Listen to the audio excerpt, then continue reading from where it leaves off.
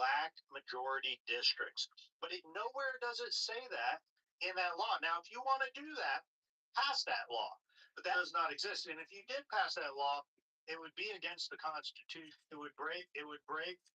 We have to be treated equally from one district to another.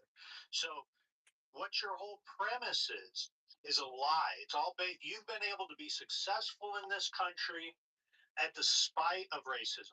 You've been able to hold a job based on your merits in the spite of racism. So while you parrot one side of this narrative, like the left, you carry the water for the Democrat Party.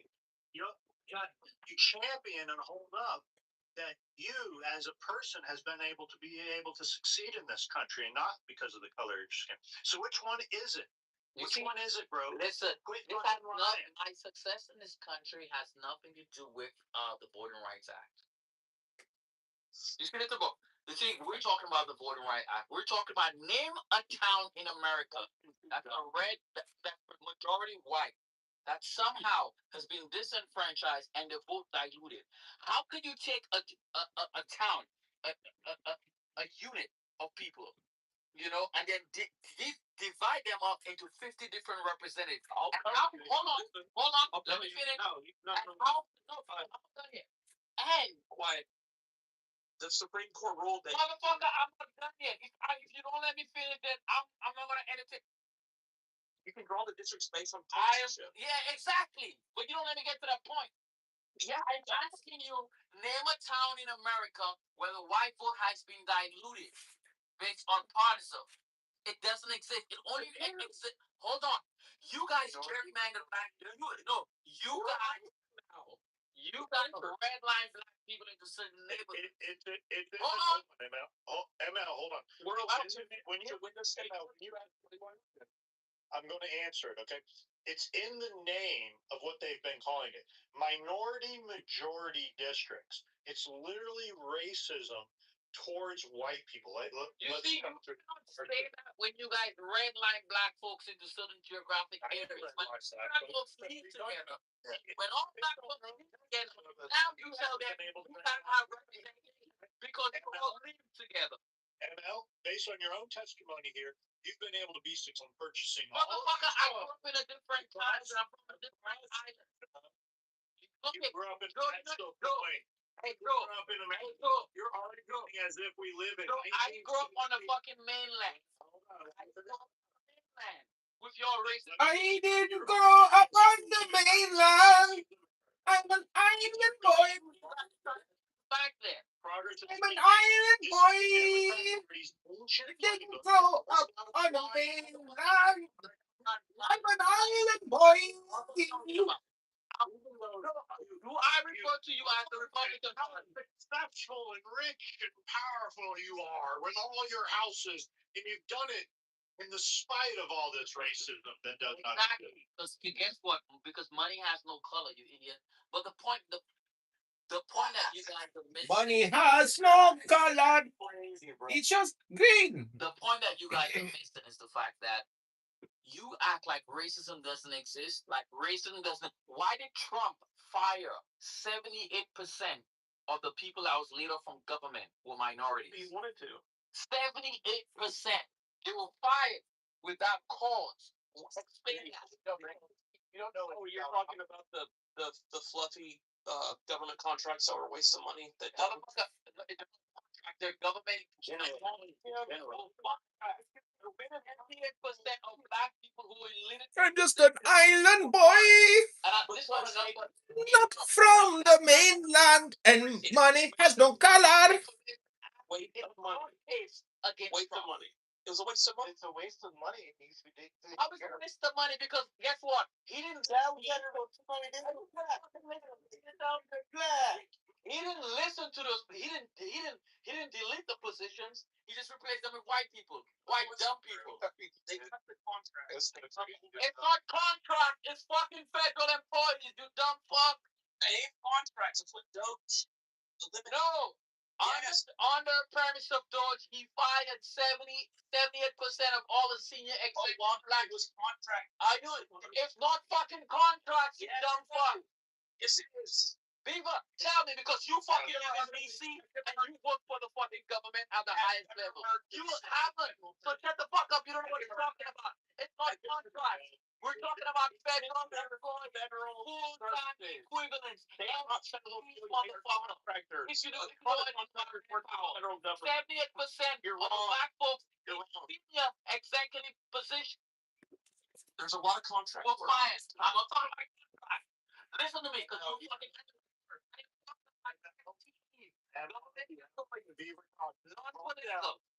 Calm down, ML. Take a breath. You sit in your white ivory tower over there in your liberal. Let me finish. In your liberal rooms and never face any pushback, and that's the issue. No, you guys don't fuck up on me. I am man enough to come up on your stage and I just how angry you are right now. Hold on, Joe. y'all don't come up on our stage. Why are you yelling at us? Are we yelling at you? Matt, Are we yelling at you? Matt, I never yell at you. I'm just yelling at Beaver because he keep fucking talking about contracts, and I'm talking about any contract about full-time equivalent senior executive service civilians. Yeah, it's We're talking about two different things. both. They No, I am talking specifically. I made a specific claim and statement about one thing specific. Trump fired without cause 78% of the senior executive positions held by blacks, minorities, and women. So what? Which was fucking racist. But your motherfuckers putting your whites in those things $7 million a year. You want job that redundant. You want to waste taxpayer money on job that are redundant and not needed. Nigga, I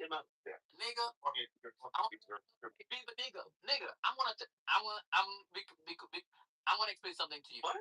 The positions were not fucking illegal. They were replaced, nigga. Do you understand that? They were replaced by white motherfuckers. You think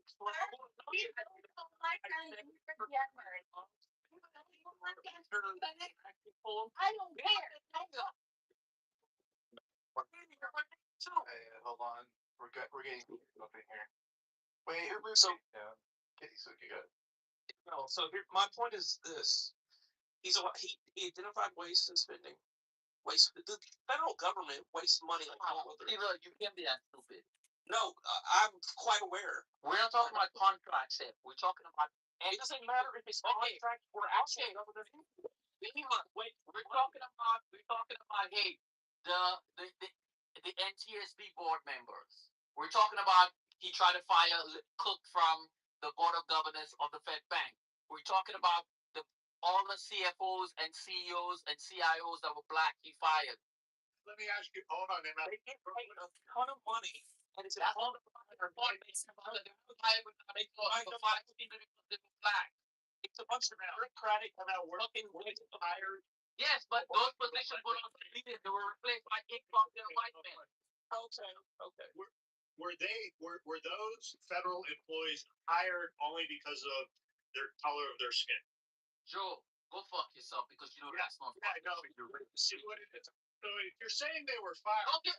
Therefore, all white people are hired by the color of their skin. Are you fucking stupid? yeah, no. Clearly, in your world, the paradigm I don't know nothing about my world. I'm talking about my world. I focus on your world. No, listen to the convolutedness. You claim that you were hired in your jobs based on your merits, not by the color of skin. However, these folks have only been fired from their job because of the color of skin. Well, clearly, then they were only hired into these roles due to DEI because of the color of their skin, right? That's don't have any asinine. That's asinine. Because guess what? Asinine. You went to Harvard. I don't think the rate Hold on. You see? In fact, your party is Joe, this racism. Joe, We're trying to the people that were fired, how educated were they? How brilliant were they? How many annual awards did they won? What were their performance ratings? All that shit is coming out because it's a matter of fucking record that they have performance rating because they work for the government. It's an annual fucking performance rate. Every performance rating they had, regardless of which aspect they were fucking excluded. Again, they were fired. You dumb So you think Stephen Miller said, "Let's fire all the black people we can. This would be fun." Absolutely. Is that exactly what happened? I know. Yeah, It's all coming out of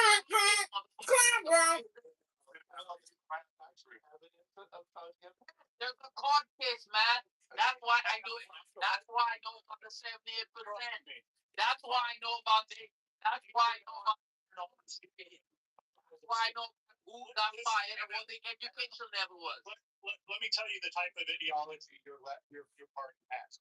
Quit fucking joking about party. I'm talking about Finish my thought. Joe Biden, when running, clearly stated that he had already made up his mind of who he was going to appoint to the Supreme Court. And it was going to clearly be a black woman, regardless of her merit, regardless of where she stood. So, I mean, if the president... And Trump said he's going to put it on what they've always done. Can you not hold your composure, bro? Listen, at the highest position, one of the highest positions in our federal government, and one of the highest position in the president, promising someone running for that position, promising that they were going to hire someone based on the color of their skin. That is the epitome of the entire Democrat Party. That is how y'all think.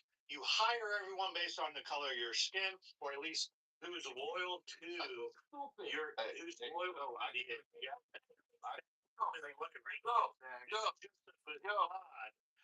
For the game. Nobody will hire somebody based on the color of their skin.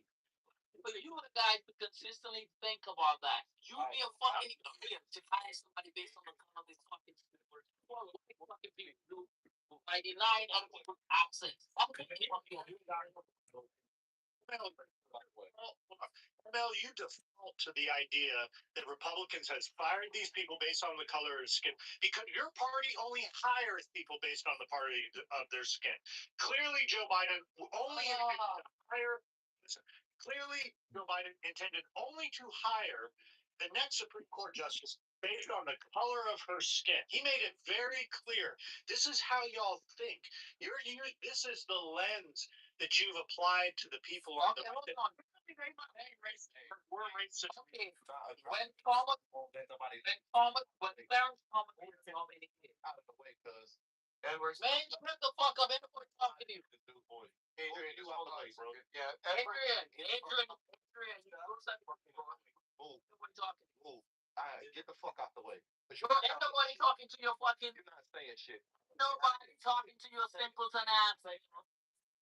All right, one mic on Edward. Yeah, Edward's in the queue here. Go ahead, Edward. Oh fuck, not Edward. I'm done. I'm gone. Whatever. Oh, come on in, Mel. Don't be a sore. No, I'm done. Conversation over. Bye. You guys have a good one. We want guys, listen, that's the beauty of being an American. People have a right to leave. Garlic, would you like to say bye? They don't have a right to alter the facts. Okay? I don't get more than either. I don't know why.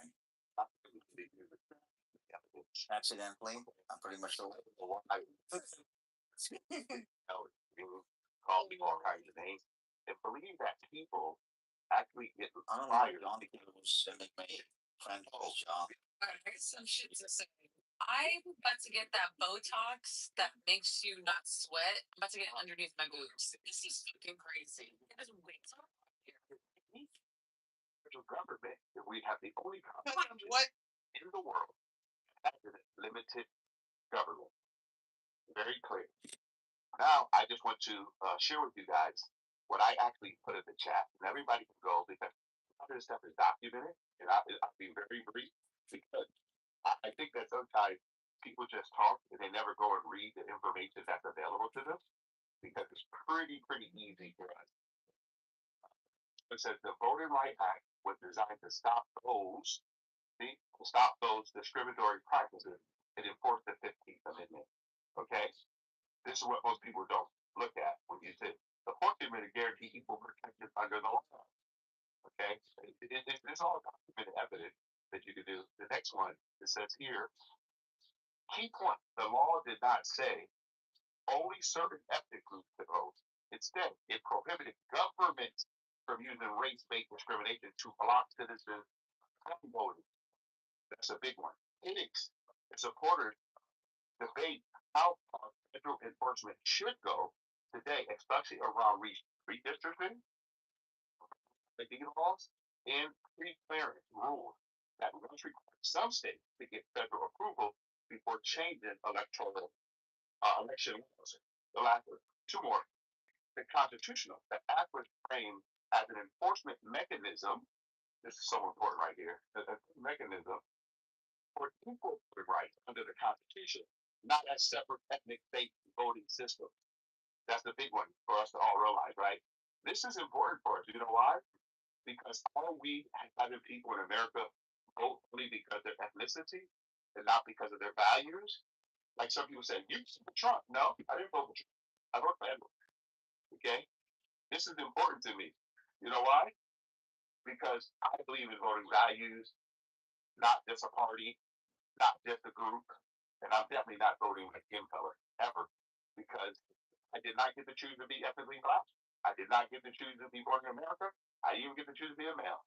But one thing I did choose every single day is vote value. And my value is I don't want to be judged on my ethnicity. I want to be judged on my merit. Thank you for allowing me the mic. Again, it's a privilege, not a right. Thank you. I got to say something before we get to the next speaker, Matt. So if you notice, what really got under Emil's skin, and I was trying to press it, is that we won. It's over because if you abortion got overturned, the control SCOTUS, the map redistricting is we're gonna hold a lot more seats in the future. We're gonna control Congress pretty much. It's gonna have a lot easier time. And then yeah, and Trump won, and all these things have happened, and there's something he can do about it. And so we need to make this is our chance to make him suffer. So we should take every chance we can when he's in here to make him suffer. And he freaked out when I told him this, and he said something. We need to eliminate you people or something. He did say that. Good point. Yeah, He did. He said that. Yeah. yes. You need to put. Let me ask you this. Come on, guys. Are you surprised? Not. Are you? Hold on. It's not informative when I say they want to kill it. Exactly. I'm not surprised by this. Guys, we know what they're not. Like the football, rub it in victory in, make them suffer. That's all you have to do now. He said civil war is coming. You guys didn't catch it. See, you hear that? Civil war is coming. Master question, Beaver. Okay, wait. I have to say something. Hey, can I just say one thing real quick? Because I want to quote him really good on this one, because Joe has mentioned this before. You didn't catch it, but it was a subtle. It was once we get control, we want to take you out or eliminate you. It was like something along those lines. So that is definitely the thinking. It was really a subtle thing. You had to really pay attention, or really quickly to pay attention between all the yelling that he was doing. But I said it right after I said that we want it's over, we control this, and this. He goes, "Well, this is why you people need to be eliminated." yeah, he's like, once we get, or he said something else about control too. I don't know if you caught that, but he said, yeah, exactly what Beaver just said. Go ahead, Edward. Well, and I agree with Beaver in the fact that America won, not just our side, guys. Yeah, At the baby. same time, at the same time, we got to be very careful. We don't want the federal government on any side ruling the 350 million individual Americans in the 50 individual states. We did win. And you're correct, Peter. We did overturn Bush's way because of the courts. We did reduce as much government as we could. And we're still trying. The challenge that you all have to look at, okay, is when you take crack from a crackhead, it's very, very difficult. And we don't understand. Wait. I'm a crackhead, so I don't know. However, that's real though. I mean, I look at it as a almost like slowly sinking, and Trump has just got it passed. He's prolonging it, but you know, I'm just enjoying the ride before this motherfucker sinks, dude. You know? Yeah, let me just I land on this guy. We also got to believe in limited government. See, I ask people, do you know you're a local elected official? Do you know your senator? Do you know your congressperson? Do you actually even follow your government? Don't you guys understand the biggest distraction that we currently have is the federal government? Okay? Rules in the fully pulpit, and this is what they're arguing about. See, they're missing out the fact that most of the people that were hired came from the local states, guys, because this is what the congressmen and women are pushing. So if they don't like it, they got to get back to that. And we did win, Beaver. I don't disagree with you. But at the same time, let's make sure we get the government back to the people, not the government enforcing the law against the people. Yeah, but when you get a chance to rub it in on these horrible, terrible, degenerate people, it's time. This is the times that We're not just rubbing it. We have to get ahead of it. We have to try to save the country because listen, there's been so much damage from the left and the right because of big government policies that we are so far away from where our forefathers envisioned our country. Oh, I know. You can't rest on your laurels. You know what I'm saying, right? Yeah, it's not over. I'm just saying, as far as clubhouse bullshit battles, they can't stand it, and they're just nothing down. And I don't just rub it on Clubhouse. I rub it into the left in general. Maybe not so in their face, in person, but yeah, I mean, like, but we do got to try to save the country, and we can celebrate, but the fight's not over. The left is hell bent on doing whatever they can. Shit, they don't have, they don't give a, they want to open up the fucking borders for every Tom, Dick, and every illegal immigration for votes. They want to fucking have no ID for votes. They want to vote for dead people. I mean, they want to they don't give a fuck. They will destroy this country to gain power. And now, they're really pissed. Now they're really mad, bro. I mean, it's going to be a fight, bro. This is going to be a real fight. I mean, it's a fight for the future. You know what the saying? Sometimes you got to take this, like in the middle of doing something, you got to take a step aside and take a moment to enjoy the victory. You know what I'm saying? Yeah, dude, totally. Or else it makes it all pointless. You got to, because guys, we're never gonna get a time alive with Trump, with a guy who fights like Trump. So, like Beaver saying, we gotta enjoy it, man. Fucking take a breath and enjoy the time that we have right now, because we're gonna look back at this and say, damn, it was sure nice to have a fighter like Trump. There was nobody like this guy. And the left hates him because he's so effective. Yeah. He's such a fighter, bro. Yeah, they wish they had a fighter like we had. Well, so I mean, I hear you, but are we win-lose? Are we win-lose? Or are we win-win? Regardless of what the left say, they're still Americans, right? We have to come up with better articulate ways of communicating to people that don't believe in our Constitution. Okay? The founding fathers said that they're foreign or domestic enemies. We got to learn how to communicate. Yes, we won, but we won as Americans. Okay, not as just individual ideology, because I believe in limited government. That's all.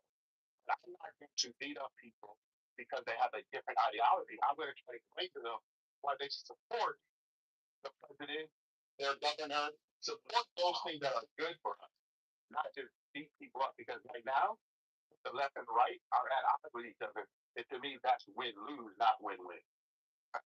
So this is the thing. I think this is where Beaver's pushing back, and maybe even myself a little bit. I think we do have to kind of put the foot to the neck. Let's just face it. There's no real ideology that the left has that I agree with, especially the real progressives, which is pretty much taken over their party in a lot of ways. So I don't see any reason why we can't put the pressure on completely. I don't know what the word I'm looking for is, but not. I mean, I don't sound like them, like eliminate. I'm saying like you do those. Gas now. I need to fucking. That's like the. But haven't y'all already won though? Like I said, hold on. Like the decorum of things, like we're supposed to respect the opposition in that way. But I think when the opposition isn't playing on the same field as we are in that way. Like they're not looking to have a fair fight, if that makes sense, Edward. I don't know if you see that at all. Like I think this is where the disconnect between, like, I guess quote unquote MAGA and like Republicans in that way is that we MAGA sees a fight ahead, and we aim to win. Where the Republicans are going to go down a different route and try to play the usual route. Try to play nice with each other. And it never works. I just in the fucking party. That's what. So my question is, like, y'all, if y'all own everything right now, you literally run the entire government. Why are we still having conversations as if like y'all don't? Like, shouldn't we be having conversations as if like we run this shit? Like, what's all the shit that we about to get done to make our visions true? I mean, I guess to a degree, the voting People have people in there that are rhinos. That are just But what is a rhino though? How you gonna tell somebody that's a real Republican that's been a Republican longer than a lot of people been alive? why they're do a we have rhino? to say that? I'm not even a Republican, but I feel like that's low key some anti-American type shit. No, it's not. Dude. No, it's not. Listen. So you know what a rhino is, man? Like so, the old term Republicans, Mitt Romney, John McCain, George Bush, Jeb Bush,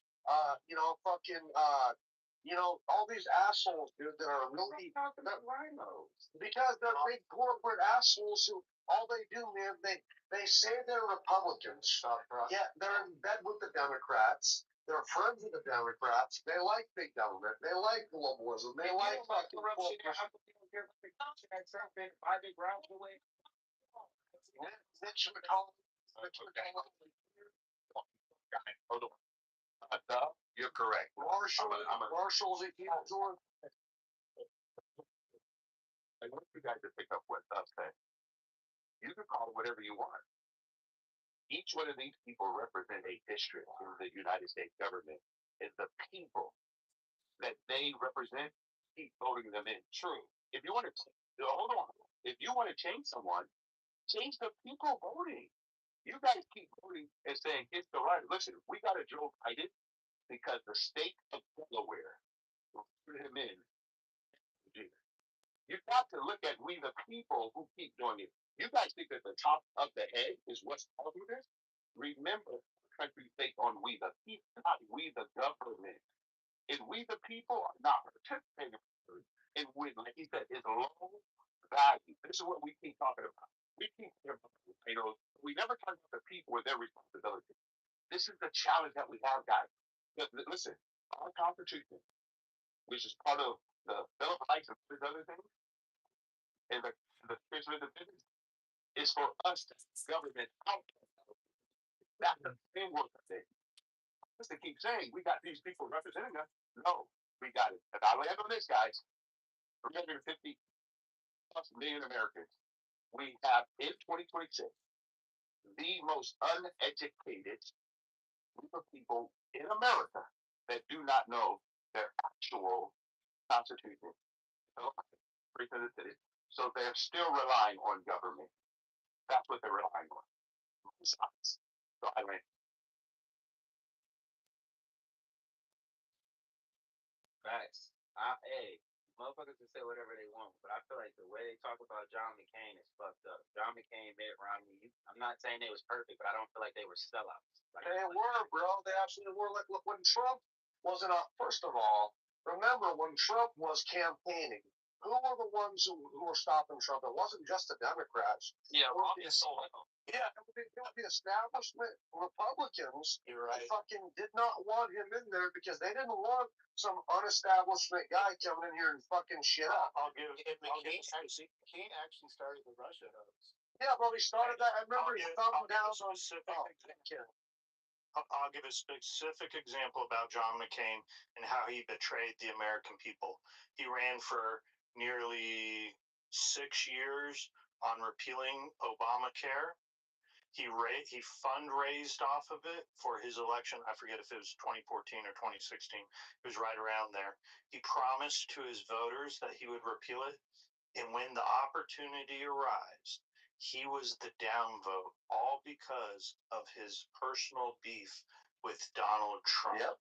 So here he was. He betrayed American voters that had been voting for what he was selling us.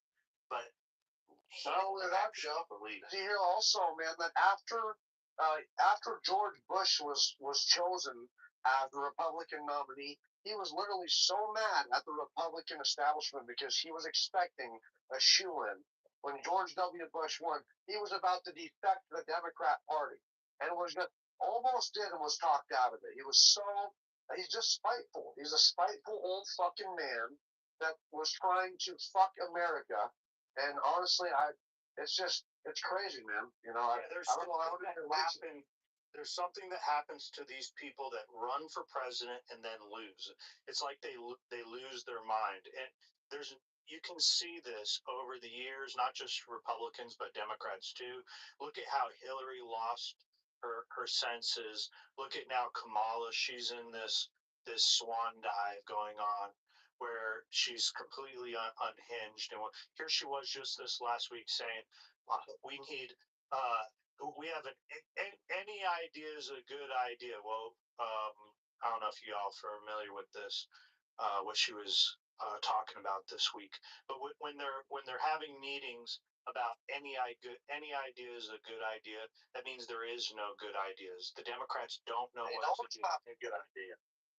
Yeah, and this is what happens. This is what happened to McCain.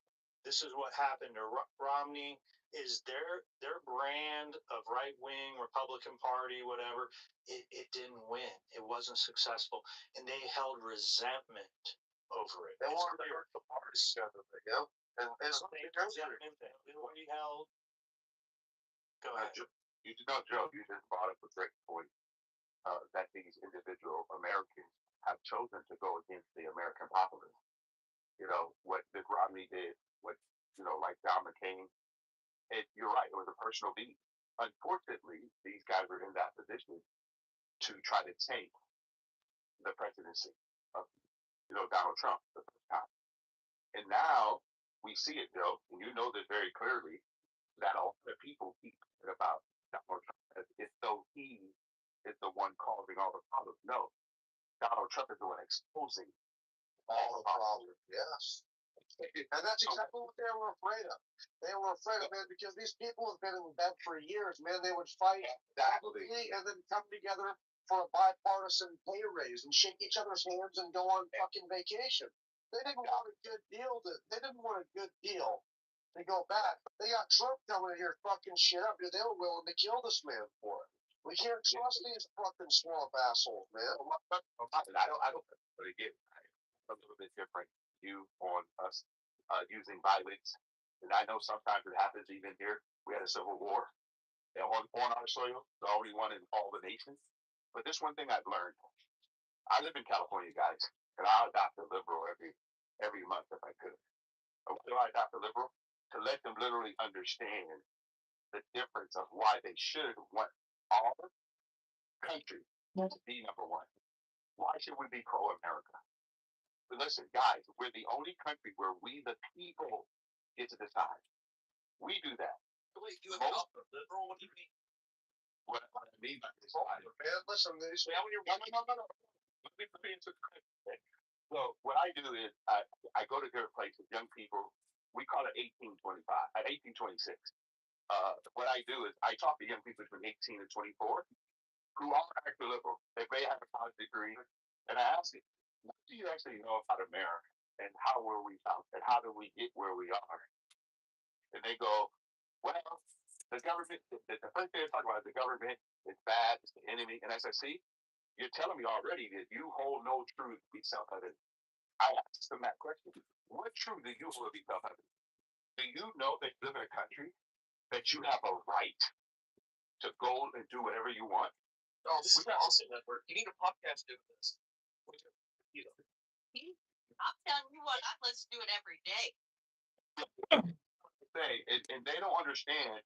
I have children. They grew up in Orange County, right? And I tell them all the time, listen, we live in the best country in the world. There's more abundance than negativity.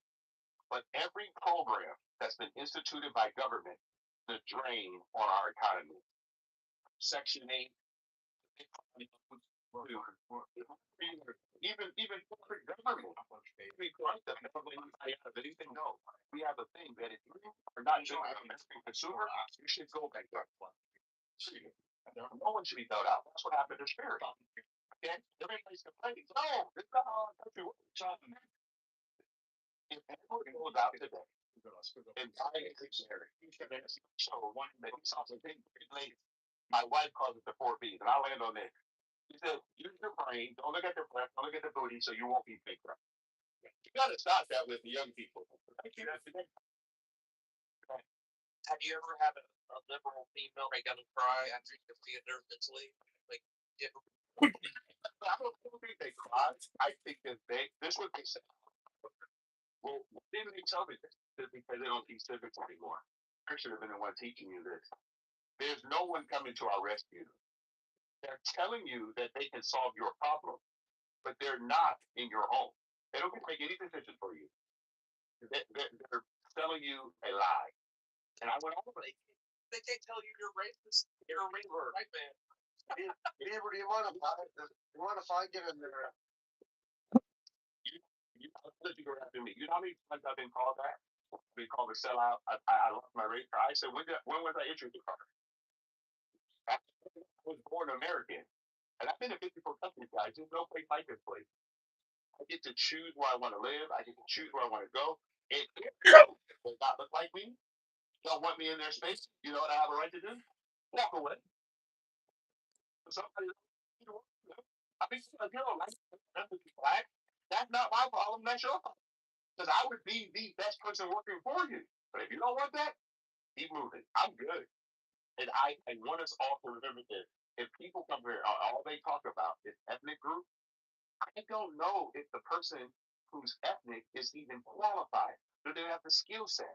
I hire people, different people, Japanese, Korean, even Muslims work in our organization. You know why?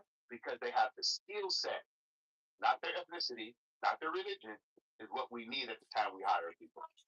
You mind if I get in there? If they don't want to hire me because I'm a woman, guess what? I'm gonna keep moving. I know my worth. I'm a child of God. All right. So what I wanted to say, man, what I was going to say is that I live in a very, so I'm a conservative, obviously, but I live in the most liberal city in my state, and mainly I do it for jobs, and it's a beautiful area because I was actually born in the Northwest, but also, these people are not terrible. I mean, they're just misunderstood. A lot of them, yeah, there is some bad eggs, as there is some bad people on the right, but I think that, generally they're really good people by heart. They're just in this fucking, they're misconstrued. Some of them are lost, but you can maybe change their mind, and even if they don't agree with you at the time, if you make a compelling argument with them, and something happens that you made an argument about, that was compelling, they might later realize that you were right all along, or they might just start to realize, that we're not so bad. Just a lot of the left, I think, thinks we're just fucking demons, right? But we're not. We're good people with values, and I assume some of these people are too, not all of them.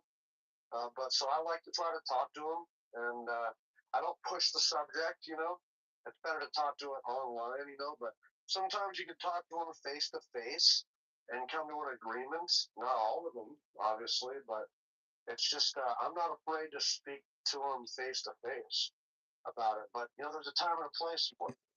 But yeah, I mean, these are Americans at the end of the day, and we can't fucking treat each other like we're a bunch of demons. So can't say no. What happened when I came to speak?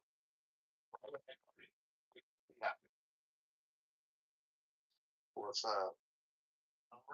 Anybody? Is it anything, Joe? Right away. Wouldn't even have the conversation. You know why? Because I don't deal with the racist role or the yelling. You got to give me, how did you actually come to this conclusion? And give me documentation. We all talk a lot, but I mean, it's 62 years. And I promise you, there is no place on planet Earth that all in any other country. That's why everybody wants to come here, guys. Listen, it's not. It's about the ideal. You govern your own life. That's why I said we hold these self-evident. But if you want to have a good thing, listen to what I heard this morning. So that a black person could not win and represent black people. I thought they were supposed to be represented in the Constitution. Am I wrong? You're wrong. You're wrong. I don't think it's about, I don't think. No, he's right. There is supposed to be real nothing. It's not. I think you believe I'm wrong. It's not about electing a black person. Specifically, a person that will have those best interests in mind. That's what it's about. Not necessarily electing a black person. The person that was running that got redistricted. Hold on, let's see what I'm seeing. He was going against the black white lady. I can finish that. You're a great point. So, Doug, I'm gonna ask you this. Of the American people should be the interest of all American people? Can you explain that, please? You have a little bit more. Okay. Now, we have laws in the United States of America. If they only for one ethnic group or all Americans? I guess I feel like laws are for everybody. Exactly. So then why would Edward need someone that looks like me? So are you talking about again as if we were trying to specifically hire, but elect a black person? Correct. I guess that's the point that I'm trying to say is that I don't think it's about specifically the elect black people. It's about being able to elect candidates that will have black people's interest, which doesn't align. Well, Yes. What I feel like the way you phrased that, I'll say it like this. They had this black lady that was, I think, trying to go for Virginia. She's a Republican, and she didn't win. Me being a black person, just because she's a black Republican, I wouldn't fuck with her because the shit that she was about wasn't in black people's interest. So, you know what I'm saying? I would have such one. no, I hear you. I hear you loud and clear. Were they again black people based on the Constitution? I feel like the Constitution wasn't even originally written with people like me and you in mind. So I'm just trying to. Look you to hear yourself. Know what was in the mind of those men. Do you think they were thinking about Edward? Man, sometimes you gotta fucking read a book if you wanna know what's in the book. But I did not be on the same topic. I do not believe that our founding fathers were sitting around wondering how they can harm black people. I believe that. And no one can ever do that because I don't know what those men were thinking. I don't know. They're going to think that the whole thing is taken on the ethnic list that we're around. Man, don't believe what they're going to believe, but if you believe that the Constitution, the Bill of Rights, were not written, we're not on the same page. That might be fair, and that's why America is great. And I still fuck with you, even though you lean because you're a brother. But I want to bring it back to the point of we talk about the whole thing and all of that. That it's not about being able to elect a literal black person, but again, to be able to elect politicians that will have black people. Fine. That's not a possibility. What some blacks want, but they would have in the time history, people that look like you and me. Could you tell me which one is for the best job for their people? Tell me what community right now. Now, things are going on. I got you. In my city, we do always elect a lot of Democrats. My response to me is that nobody put them guns. Nobody said force them to vote Democrat.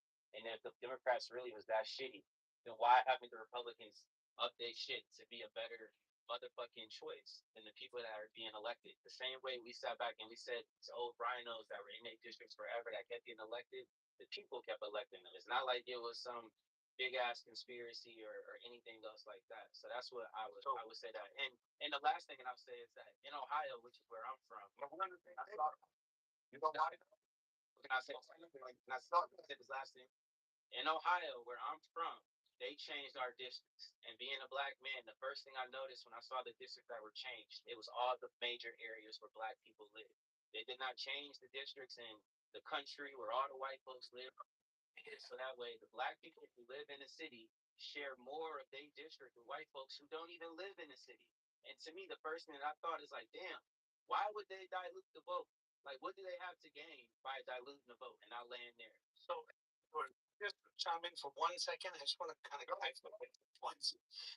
So both of your points, I think it's nuanced, right? The Constitution says that the state should determine the districts in their state, and then those districts are responsible for choosing someone that represents the interests of those districts. So when you say the interests of black people, right? No one in the Constitution doesn't say people of a specific race or specific color or specific ethnic background or region or whatever should have it, but they say people of certain districts. So, in Edwards, to go against Edward in one sense, it's technically a person in a district. It could be a complete Chinese district, and everyone there hates America, but the representative is responsible to hate America because that's what his constituents want. So in theory, the Constitution is designed in that way. So when we say, oh, well, black people need someone that's going to represent them, well, no, if black people are in a predominantly white district, then either they should move and say, hey, this district doesn't represent what I want. But to say that we have to change around everything, to say, okay, well, I want to make a black congressional district, then, well, okay, then let's make, Indian congressional districts and Native American. I mean, that's not the way it's supposed to be. The state should determine how they want to determine the legislative districts in their area and their congressional districts. That's the power given to the states. And then those particular districts will then say, these are our interests. These are the important topics to us. Let us vote in our congressional leaders that represent us. Let us vote in So our why don't they go local wide areas? Why don't they go district to wide areas? Why are you district to black? because Black. No. Why did you go redistrict the white only areas? That's my point. It's not well, why they are. They are. They have to change. Yeah. The map change. The map change. Because they pick us up because they want the vote to be red. It's they. Yes, the SCOTUS says partisanship can be the number one objective of a state. And so that's what they're doing. The only thing they can't do is you have to prove that they are redrawn needs just to screw black people over. And that's not their objective. Their objective is to partisanship. But if you're taking away, hold on. They're looking at defranchising, like, no, that's not. You can't go to vote for a Democrat. Hold on real quick. I just want to follow up after Beaver.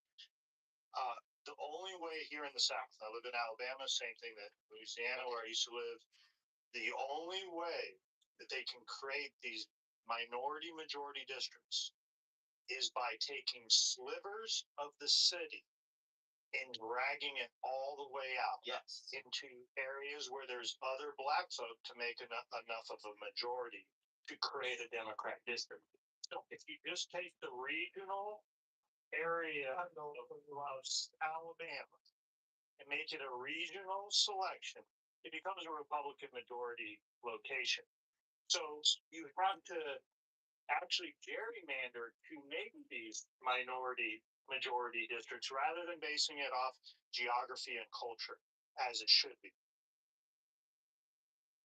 Yeah. So with the denial of with the striking down of the section 2, which is majority minority districts, the court has been playing political gerrymanders, even though gerrymandering is perverts the system. They're fine. Racial gerrymanders, however, are not either way. Louisiana is a case where the Supreme Court ruled that there was no racial gerrymandering. Louisiana created a map. The Fifth Circuit, which is where Louisiana is, looked at the map and said, no. This is clearly a racial gerrymandering. You can't fucking do that. Go back to the drawing board. So Louisiana is one of the states that had to go back to the drawing board. There's no pre-clearance anymore, which was Shelby v. Holder in 2013. But the court explicitly forbids any kind of racial gerrymandering now, regardless of whether it's in favor of packing a district, minority district, or whether it's favoring white people or Asian people or Hispanic people. That's unconstitutional. So I think something people are missing, and I'll go back to what I said. And I think, well, just let me finish if you don't mind, Edward, just very quickly. So Joe, I think Joe hit on it. Everyone was hitting on it. That I said,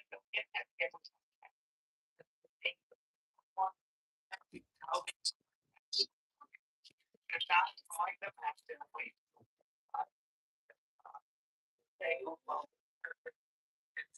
better than someone else. They can draw their athletes out there. So the goal is state rights. State rights say, I can have the ability to have as many representatives as I can. Keep it right for government because that's if I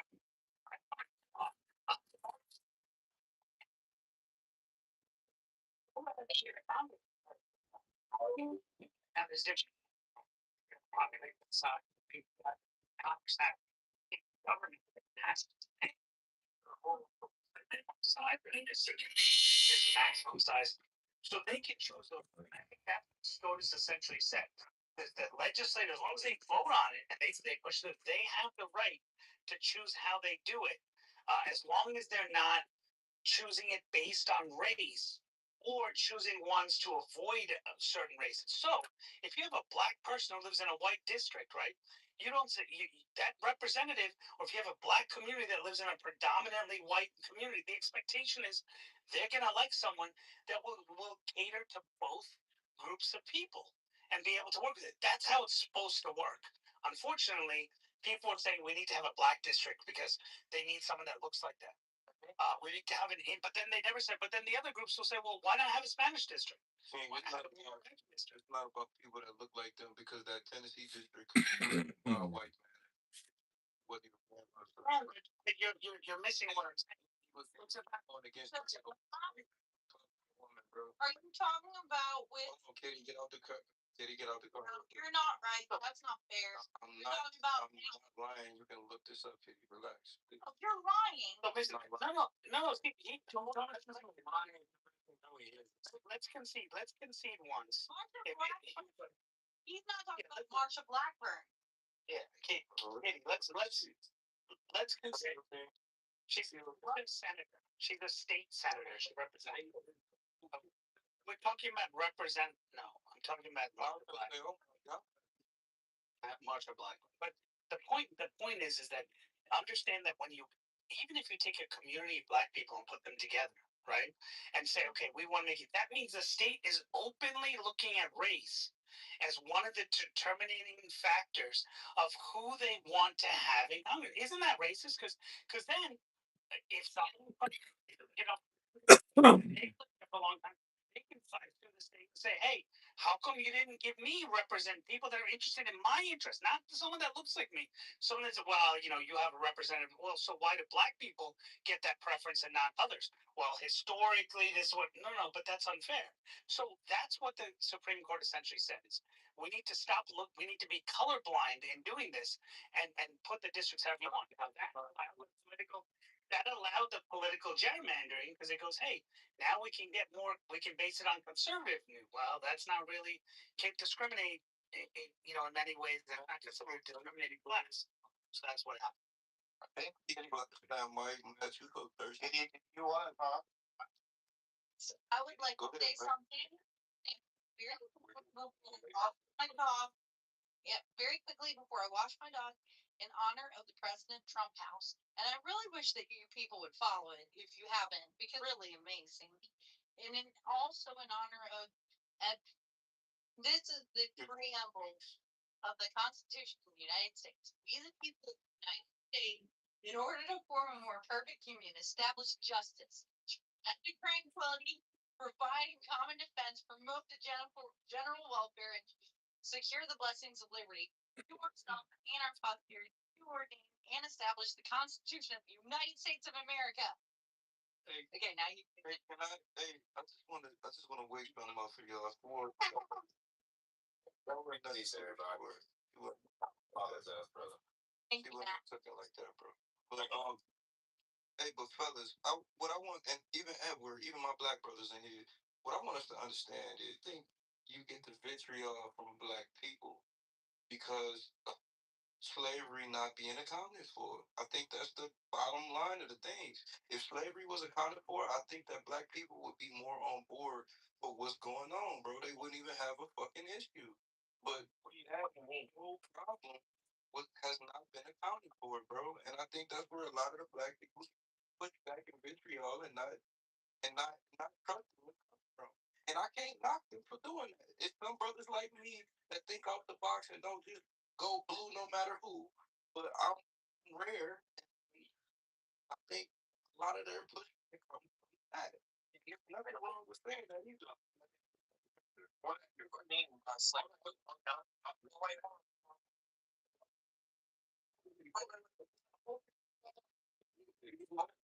Let me. No. Wait. I'm joking. Let me cook with my brother Beaver and No, wait. What do you mean by slavery? I will ask you a question whenever we're done, bro, because it's simple. What do you mean? What are you talking about? One of the things that I try to challenge people of color on. Okay, very important. So this is really a statement. I want to make sure we're on the same page. When was the last time a slave was purchased on the soil of America? It would. I'll have the date too, but you cook me on that. I don't know it off the top of my head. But this is what I want you to realize. You can't blame a government on poverty. Well, we're not just talking about slavery either, bro. We talking about Jim Crow laws. We talking about how the government flooded our drugs in the 90s, bro. It's a fucking thing that haven't been accounted for.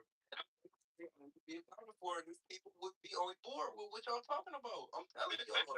All the time, bro, and I be trying to get them to see what we see, but that be the thing that gets in the way. That's why I have to be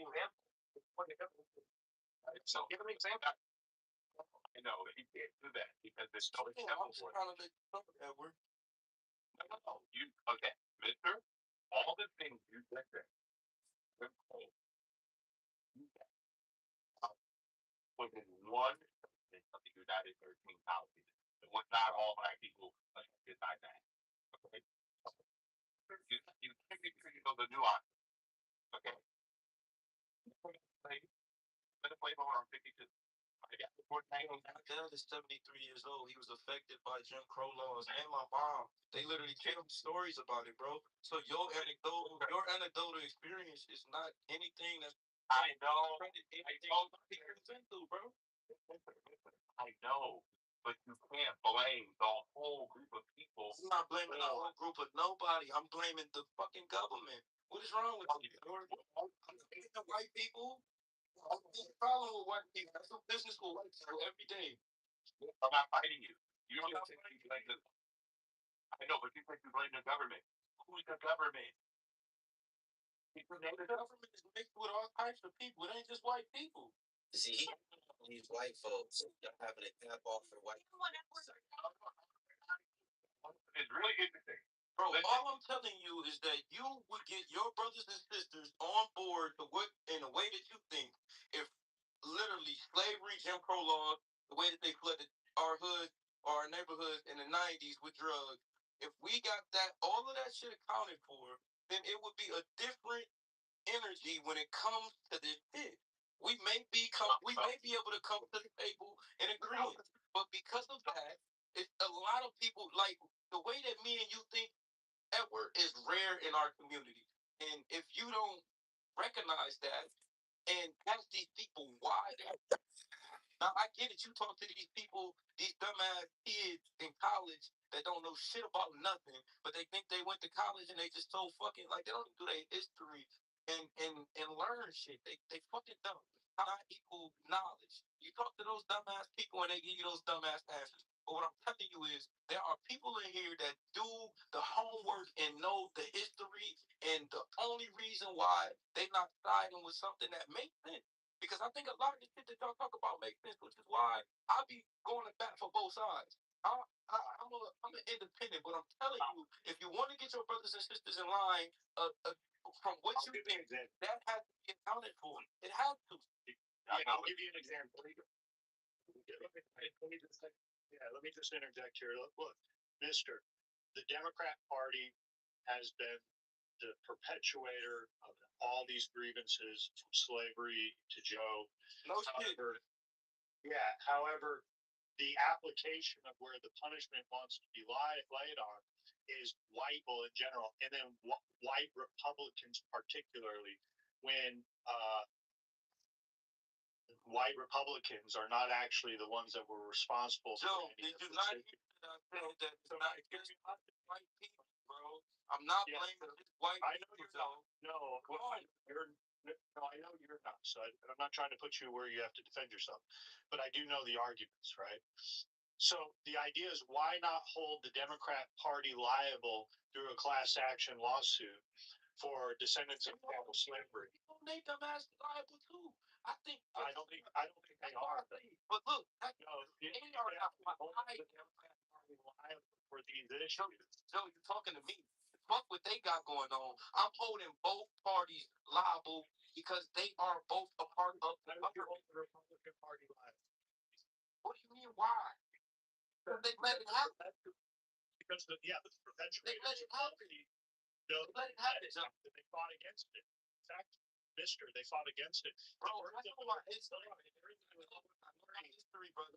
The birth of the Republican Party was all about. I get it, brother. I know that. So then why would you want to find out the Republicans are going out the Democrats? When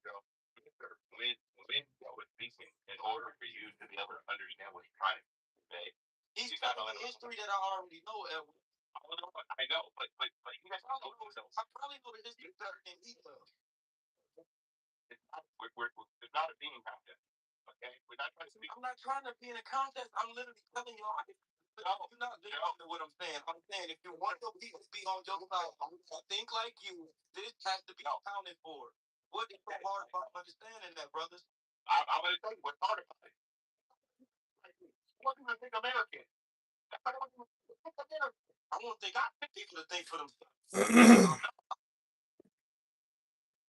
How do you understand?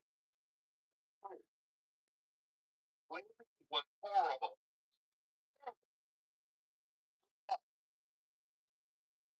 Did not own slaves. Bro, I ain't forget about it either, bro. It's not that I don't want to answer your question. I just want to get done building with Edward, bro. I ain't forget about it. It got nothing to do with white. This is with white people all the time, bro. I know, but let's see what you call them. I call them American. You tell me my brothers and sisters. I'm American. But I'm an American. But what we got to do is we got to be very careful what we're saying. Like there was literally done. I just talking to you, brother. I said brothers. I know.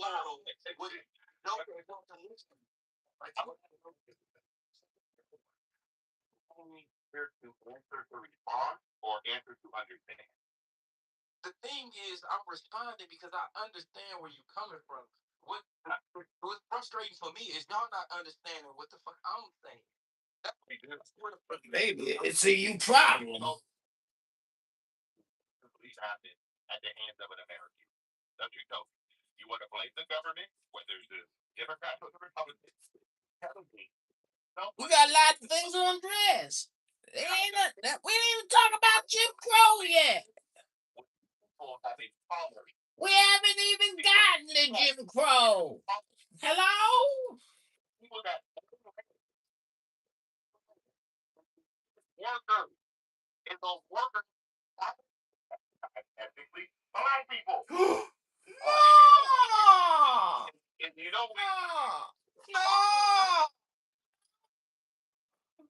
Solely on. And it was legal. And I get that. But what I'm telling you is, you keep on skipping over these Jim Crow laws and that shit with the 90s. Crow!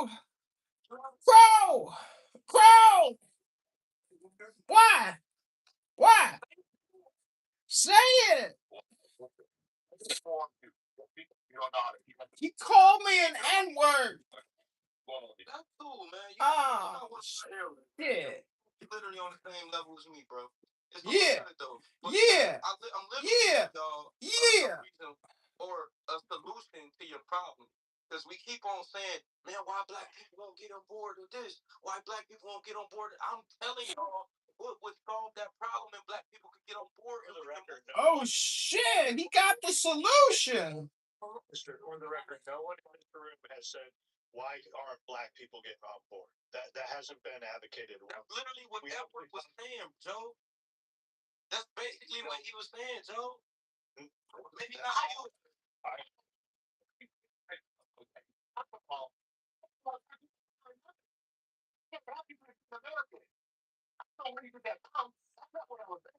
You need to be on board with being American. If you want black people to be on board with being American, this is the solution, stupid man.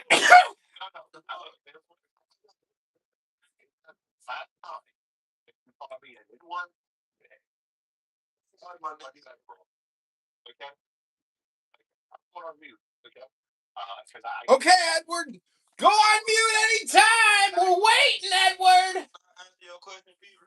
Yeah, please. Can you read that a long time ago? This would have been over quick. No, my bad, bro. Can I say Trump is a waste suit of fucking Israeli platinum? Nobody cares. Shut up. Damn, they got the fuck out of him. Beaver, ask your question for me again, because you know. All right, if you need to be accounted for, and black people would be on board, which I think you're probably correct. I mean, that is definitely correct. But like, what could be an example that something could be accounted for? Like, what do you have in mind?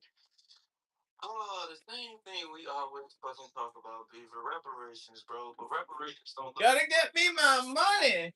I need $75,000. Black people some type of power. Ooh. Hello? Hello? Your idea, I'm sorry, I cut it. Tell me your idea. Yeah, it would be a form of black people able to have some type of power to control some industry in America. So that all The black industry dominated by the black fucking consumers. That's it. And then the reason why I say that is because it's almost been orchestrated for us to be ignored. And I feel bad for these brothers that don't go out and try to create their own. But even when we create our own, we still don't dominate the industry. And it needs to be an industry that we dominate. And we have been shut out of multiple industries when we were trying to actually create something, i.e., maybe even the hair. I'm not asking for y'all to give us support for something, even though my brother came idea that sounded fire, because we talk about all these black cities, right? The St. Louis, Chicago, Memphis, all of these cities are on the Mississippi River. And I'll be like, damn, how are you niggas on the Mississippi River and y'all missed out on $350 billion that's being made on the Mississippi River through those ports that are in your city, my nigga? What are y'all doing? Well, so it might, and so Beaver, making money off the port. You talking about? So Beaver, I'll sit here and be like, there is a time where black people in America have to take accountability to where we are in America. Because, like I said, we do have the same rights and everything, everybody else.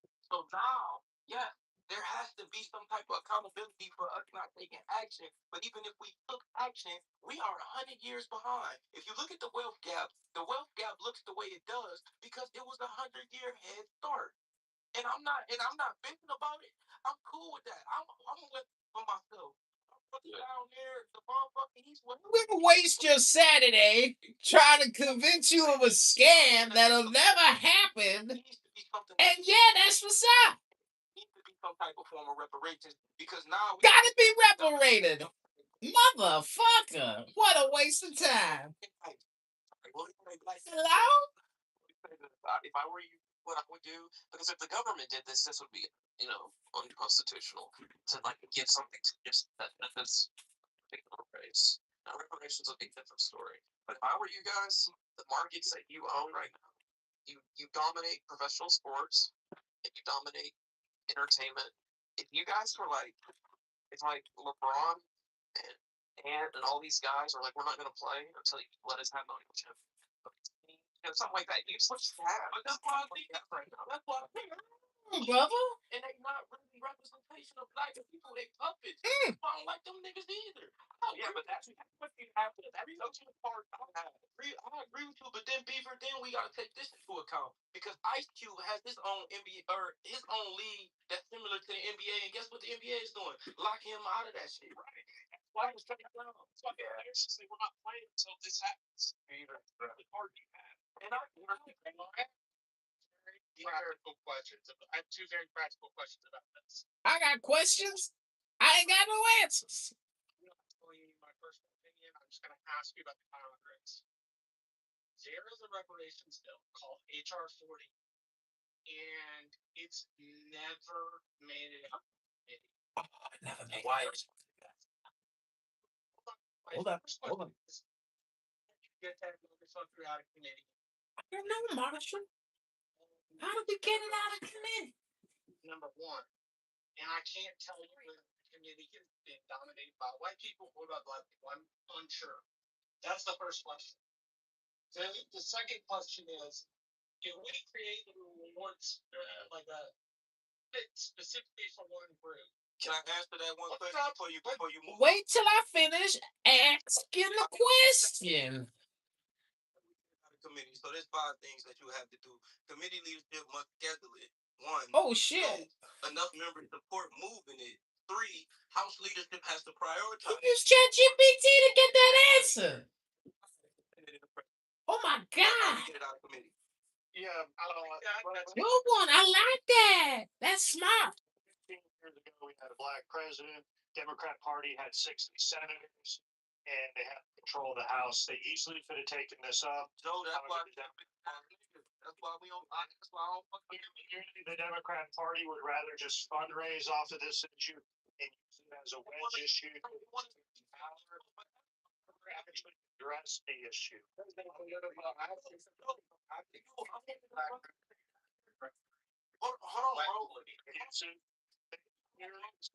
bro. So during Barack Obama's presidency, Democrats had a super majority.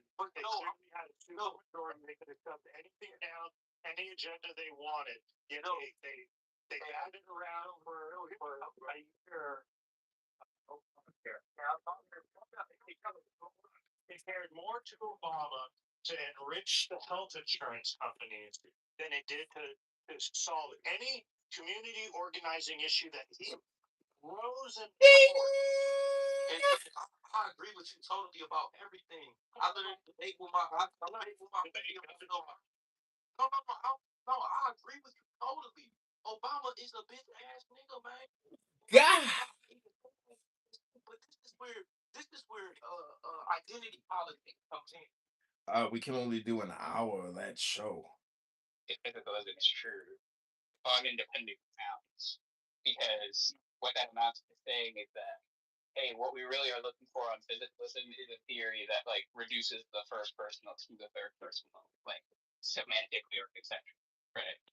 So like that's not what I'm looking for a theory that says like a single object, so a single object item. Black that's true too. From 2 different directions. Right. So it's like it can satisfy description in third personal terms and first person. Okay. My son's give me like 5 minutes. Me, and I will speak. I'll be back. Just running away.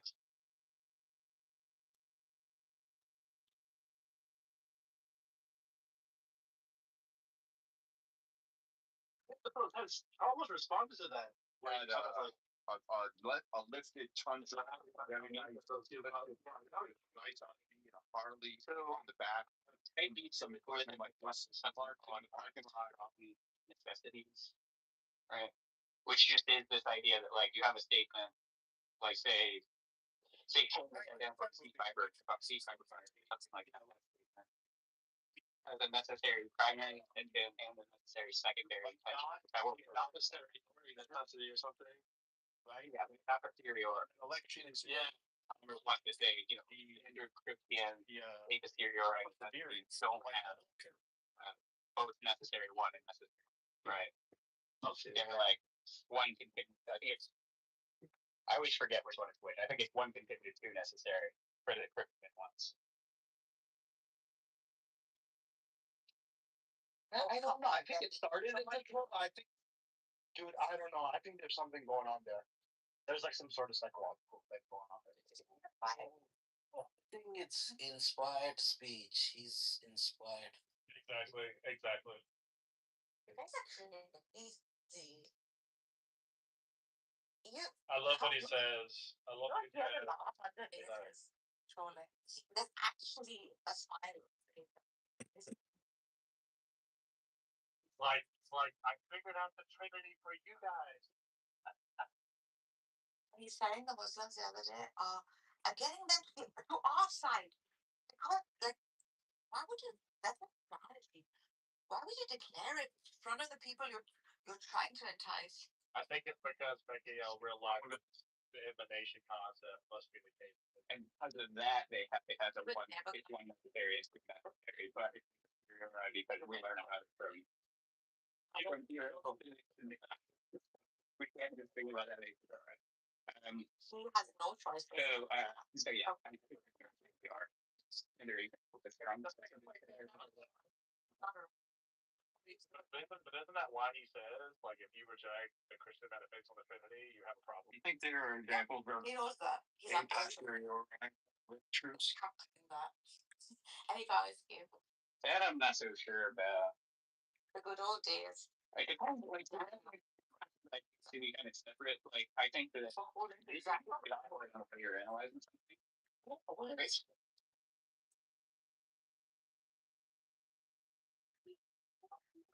Inspired by Allah. Yeah. He's not inspired. He wants all to come to that. To Islam, he's also very motivated, and he's very attached to the Arabic. In him, very quickly you see, like, in times of high emotional states, the first thing that comes out is his Arabness and the other person's race.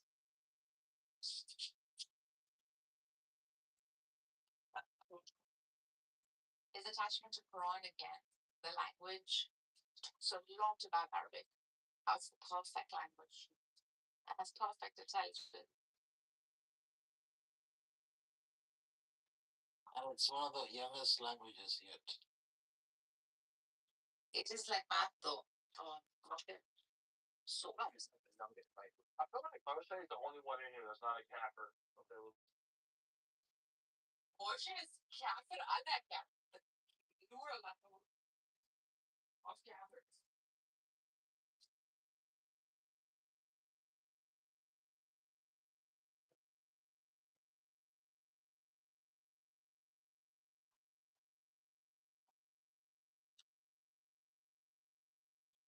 He'd never be open to the argument I made to Nizam about the Quran. Just like how Nizam's speaking out, it's behaving like this thing. Great.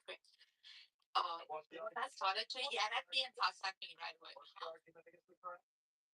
It's not against, it's an argument for all scripture actually. One that I made of the shots, just the basic, to provide evidence for not the truth value, just the historical claim actually. That these are the words of such and such person. But isn't that historical claim about the Quran? I've seen a few times, it's just the lack of organization. Okay, Black Americans have tried to start movements of people that throw reparations, but this is the thing. Pro Americans, to a default closure errors. Okay, we know that a lot of Americans aren't ready for that. Okay, you and I think we know. We also A lot of Americans aren't ready for a new scam. Okay. We also Okay. unseen invisible hands that we can't trust because we've seen them dismantle our attempts for reparations. COINTELPRO, God knows what else is unsaid. So we have to go outside again. We look to the world. We gotta say, look, world, help us out. This is what we want. This is what we want to do in the United States. Will you work with us? On all 50 states. We got to get people to sign on all 50 states. It has to be reasonable. And then having solutions, very organized. Those things that you had listed. What do you mean? The It's all the committee, qualifications put it on out of committee to this and approved anyone and needs. implemented. That's what it's going to be. And I mean, I don't think the Jews are going to be too happy about it, but they have wonderful blueprints. They're very organized, and that's what I said. She's going to beat you. Why they have their power is really because She creates multiple videos a day. They got kicked out of 107 countries Her because momentum is real. Yours is not.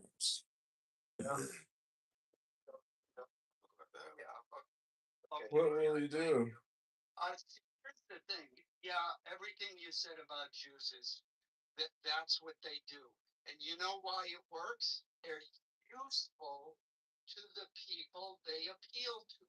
It is useful to have one who knows about banking, or it's useful to have someone who knows about politics. And who are they useful to? The majority. Specifically, What do you mean? She's a white black woman. That's all the qualifications anyone needs in 2026. She's going to beat you. She creates multiple videos a day. Her momentum is real. Yours is not. What will you do for Illinois when you're self-elected? Clinton, Hillary Clinton calling Republicans deplorables and Joe Biden accusing everyone on the right of being racist MAGA. So I guess the whole idea of being representing everyone went out the window. But the point is still valid.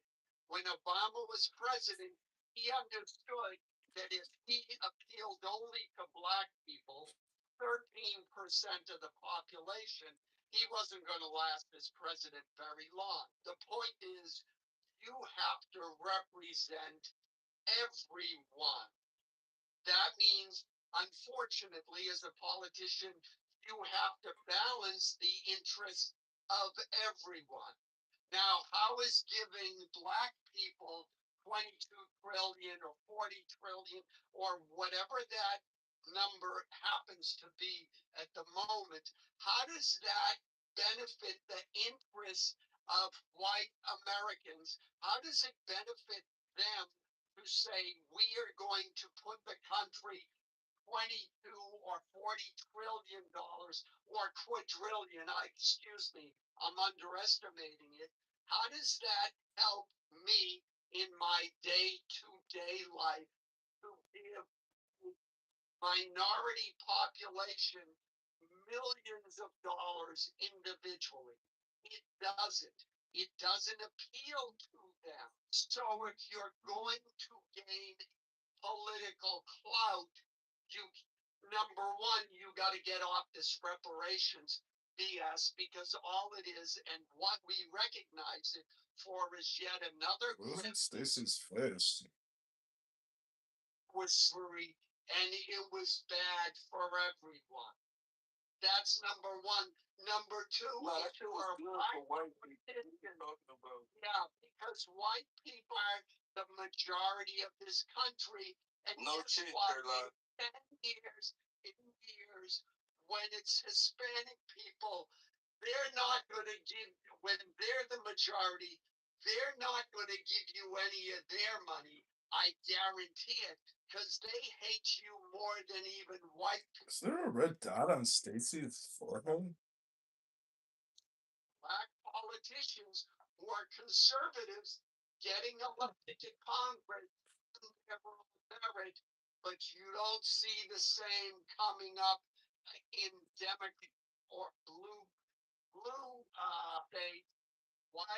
Because you see politicians like Jasmine Crockett or Maxine Waters or others who are just spewing the same racist, anti-white agenda, and the only reason they get elected is because of those districting, which says, oh, okay, we need some ghetto black ratchet politicians in government. Bro, Maxine Waters, like, what the fuck is you talking about? I like talking about Yeah, I agree with you, Jasmine Crockett shit. But Maxine Waters is like, bro, chill out with that shit. Just make your Yeah, yeah, make it a point and shut the fuck up with that shit. Yeah. Yeah. Shut the F up. Shut up. Shut up. Shut up. Shut up. You better shut up. Shut up. You better shut up. Shut up. In real life, he will fuck Alan up. Real life. Hmm? Move the mic around, man. Move the mic around, man. Fuck you, motherfucker. I fuck you up in real life. You know, MF, I like what you said. Okay, I'm not fighting with you. So don't go down that, okay, who's got the bigger dick? We'll both end up sounding like idiots. You know I got the bigger dick. Let me get. I don't know. You MF, I had it reduced down. Let's start. So I say this. I feel the sentiment three. Here's my approach to it. So when it comes to Black Americans, biggest issue that we have, is that we don't operate like the whole world. Oh shit, they don't operate like the whole fucking world. Operates off of families and bloodlines. And you being able Bloodline. Back to the blood. is the biggest issue for Black Americans.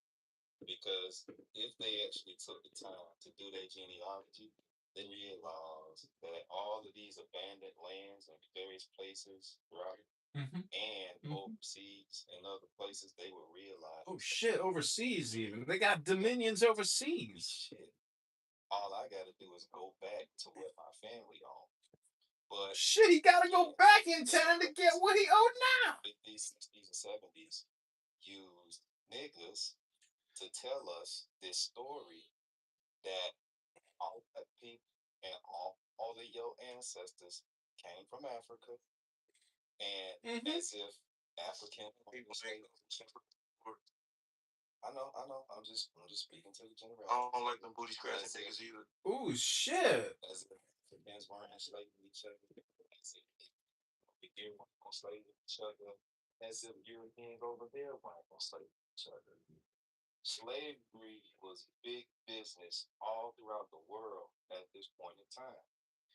And the only way people can kind of unclutter these things is to do their personal genealogy to see specifically what happened to them.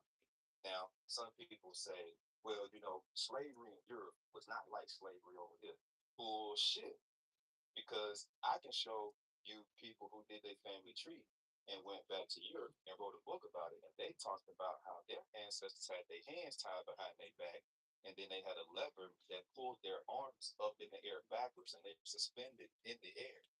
And if they didn't tell on who the rest of their family members were, they would release the lever and they would drop down and they would catch it at the last minute and pull their arms out their socket.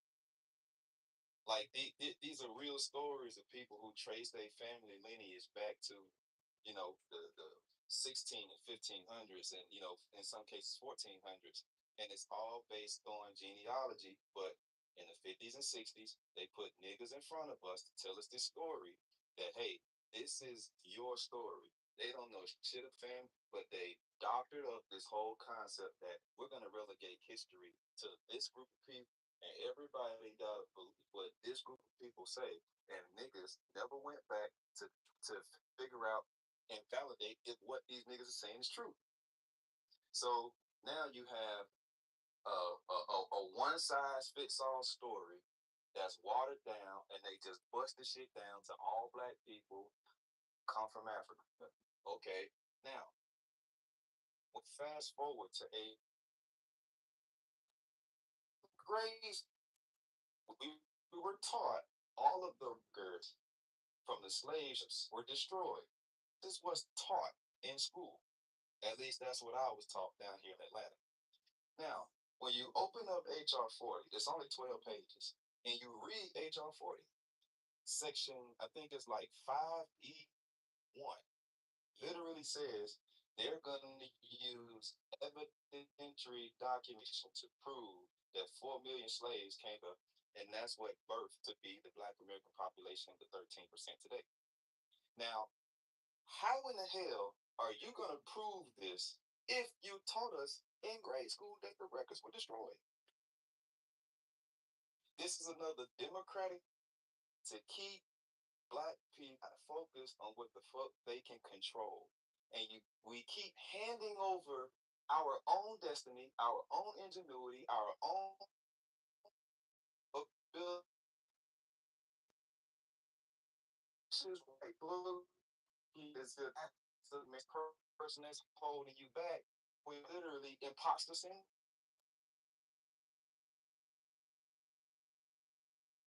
Start 12 businesses, and you can't do all of this bankruptcy shit because our economy is not as developed, and it's going to cause too much financial harm to our economy. And then they start throwing niggas in jail if they file bankruptcy too many times. Like, only in America is where you can do this type of shit, where you can fail and fail and fail and fail, and all you need is one opportunity to fuck.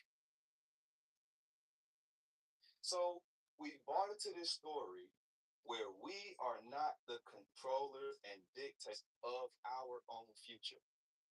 And it's always somebody else's issue that we can't fix our own collective and our more importantly, our own individual issue.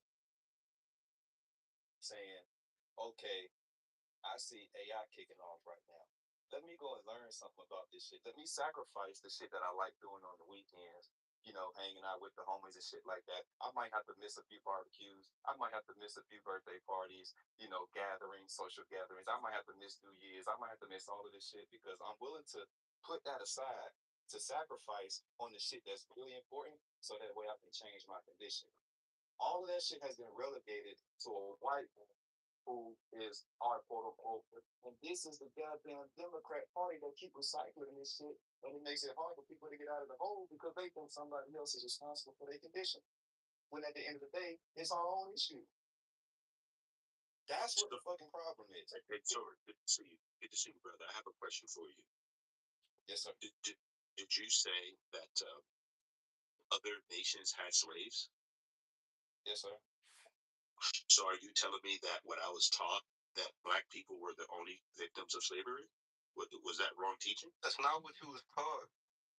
That's wrong teaching. Slavery and that other shit is wait, like let me finish fucking. Oh, mister, why are you jumping into a conversation? There was no difference, bro. There was no difference. Maybe how you became a slave was different, but the conditions on a plantation, whether that plantation was in America, whether that plantation was in Africa, plantation was slavery. And that's maybe your two examples of the Europeans participating. They got a lot in English and the French got a lot of their early money at the beginning of 1700s out of those slave plantations on the Caribbean. Let's let Edward finish his point real quick. Go ahead. Yeah, thank you. The reason why it's Sword, I wasn't taught that. You know, Sword, that you and I've had conversations about the fact that we're responsible for our own lives. And for me to think at 62 years old, some white guy is sitting in his home thinking about Edward would be asinine. I'm not going to teach it to my children or my grandchildren. I'm going to teach my children they are in the best experiment in the history of man, called America. We're an ideal. Now, if you don't like the ideal, then you're going to miss out because everything else is a bunch of noise. And what you said, Sorry, about what you call that they've been teaching for years and years and years and doing this over and over is just absolutely crazy that a group of people could be so bewildered in 2026 by the Black Caucus, all of the people out here talking about chattel slavery and all this other stuff, that we were treated so bad, but yet we still stand tall because, and I'll end on this, I grew up in the era of crack cocaine. I seen them on the streets of Springfield, Massachusetts. You smoking? I've never done drugs in my life. I don't care what they bring. I don't care how many times they make drugs legal. I don't care how much alcohol they make legal. Every individual person still have a choice. Okay, we keep believing that just because someone dropped something off in someone's neighborhood, that all of a sudden the drug shit jumped on them. Every individual person is responsible for the outcome of their own. I'm sorry, Edward, but yes, I wake up in the morning, I'm thinking about you. I go to sleep at night, I'm thinking about you. I'm thinking about you all the time. So there is, in fact, a person who is thinking about you all the time. I just want to let you know that. You had. I'm gonna say one more thing. Alan, I got you at hello. Yeah, I'm gonna say one.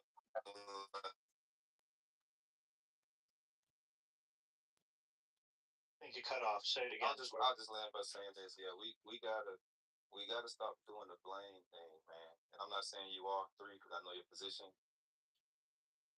bruh. Like, if you are an example of the possibility, there's nothing that's stopping another brother or sister from doing the same thing.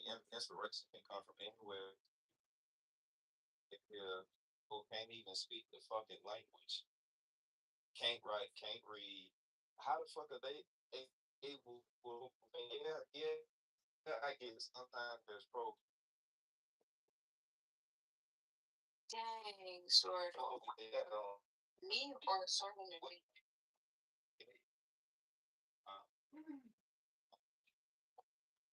Yeah, get right here.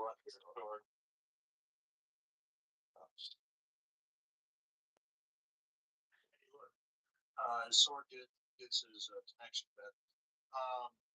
I'll weigh in. When you look back in history, the idea of reparations has been sold in many different forms. In '99, the Housing Act passed by Truman that created the poverty centers in urban cities. It's used by the Democratic Party to be able to relocate black voters so they can take majorities in many of the cities. However, when you look back on it years later, it's blamed as one of the causes of racial disparity.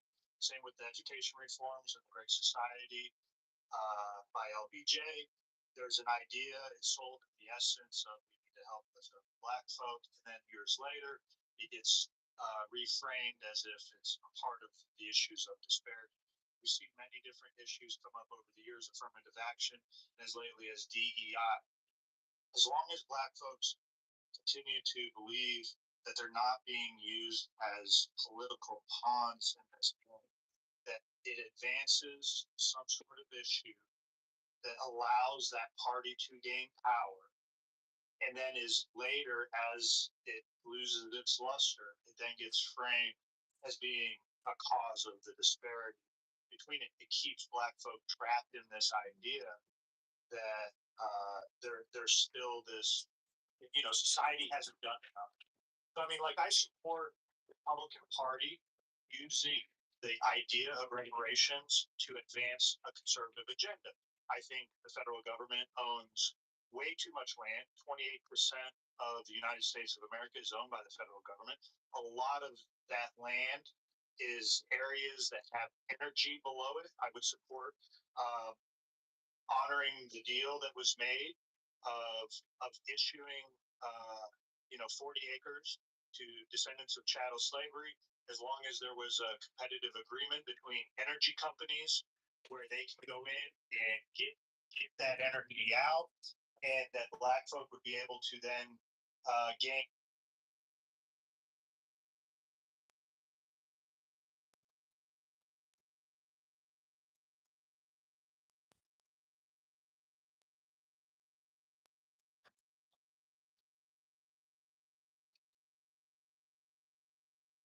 Now ye shall know that the chosen prince, the ox of infinite space, is the prince, priest, the being, and in him called the Scarlet Ribbon is all power given. They shall gather my children into their fold. They shall bring the glory of the stars into the hearts of men.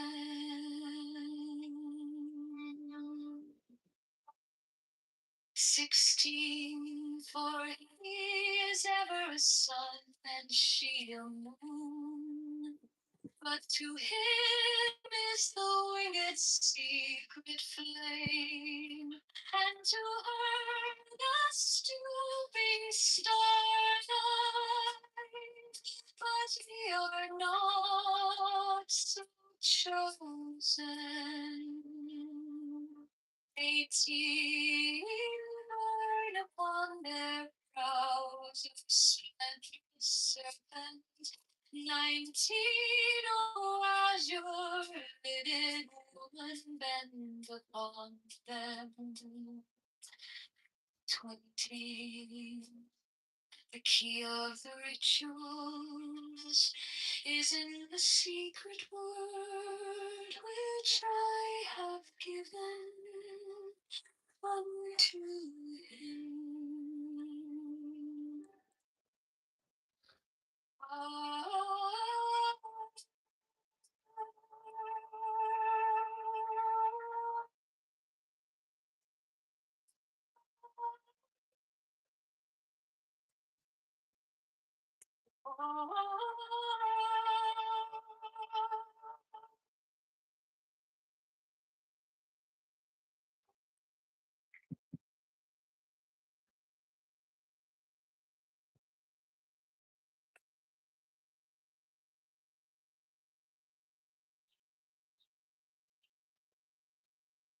As the curiosity and kind of a thought. And if you hear him speak, his mindset is completely different. And it makes a big difference on your attitude towards opportunity in America. And you know, it's sort if you're still there, yeah, you're still there. You know, when you were talking about genealogy and not knowing your genealogy, I wasn't sure where you were going with it. But what I get from that, you know, what is, if I understood you, is that, or I'll interpret what you said. I won't try to assume to know everything of what you meant. But what I get from that is that, yeah, genealogy can be important, but it's not the be all and end all. And as an example of that, one of the billionaires that Trump looks up to and saw, I don't know if he was ever a mentor, was a guy named Kirk Kerkorian. And he came to this country. He was an immigrant. He came to this country with nothing, and yet ended up being a billionaire. So, yeah, all of that is important, or can be important, but it's not a limitation. And yeah, and I got your point that the Democrat used that as yet another creating yet another crutch, not clutch, another crutch to control the narrative of black people in this country. Force the Democrats to then try the new. I'm sorry, Tim. Hey, Anthony. Oh, I'll pass you the mic right after. Look, force the Democrats then to have to take away the energy drilling on federal lands from actual voters, that vote predominantly for Democrats, not in whole, but predominantly for Democrats. You would be pinning a voting bloc against their primary party. in many aspects. So, but that's all it is. I mean, but it won't solve it. Just so people know, the issue will come back up in another 30, 40, 50 years, rebranded and reframed, and whatever issues come from that. You know, corporate. The corporations took all the money. We didn't get enough. You name what it is, right? Like there will be some grievance that comes from it, and the best I can say is eventually black folk that still fall for a lot of this political rhetoric, that they have to break from that idea. I think Edwards got the idea. You got to think of yourself as an American, not as just your identity, your skin color, right? Yo, So, Joe, until that pattern broke. I'm confused by you. So, Are you a Sam, I'm Republican? sorry. I'm sorry. I'm sorry, Andy, but this guy's confusing. I'm a Republican. Go ahead, Ann. Are you conservative? So, Like very, very conservative. Yes, I don't believe the federal. Like, let me give you an example. I don't believe the federal government should own roughly 28% of the country. Do you? I believe it when it did go. I believe Well, it when it maybe did go. that's where I'm a little, maybe if you want to call me a liberal conservative Republican, I believe in preservation of the land. I don't want corporate sector just gulping up all those nature preserves. Yeah, well, I mean, I'm not talking about getting rid of Yosemite, but there's a lot of lands. I mean, look at the state of Nevada. There's a lot of land that has natural gas under it that the federal government is not allowing any development on, that we could clearly develop on, and using some sort of social issue to advance it. These aren't places where people now, I'm not saying taking Rocky Mountain National Park. No, these areas should be preserved. However, get out in your car and drive through the West. And pull out a map and look. It's easy to find how much federal land is owned. This is where those debates over, especially out in Alaska, the federal, when every time the Democrats get in power, they rescind the permits to be able to drill for that energy, right? And then when the Republicans get back in office, they reissue those permits to drill on federal land. Well, to take that argument completely away, you pin a voting block against the Democrats is the agenda. Okay, well, I guess the difference between me and you is just debating really whether that land should be used or not. Because there's a lot of beautiful land I don't want to see get ruined.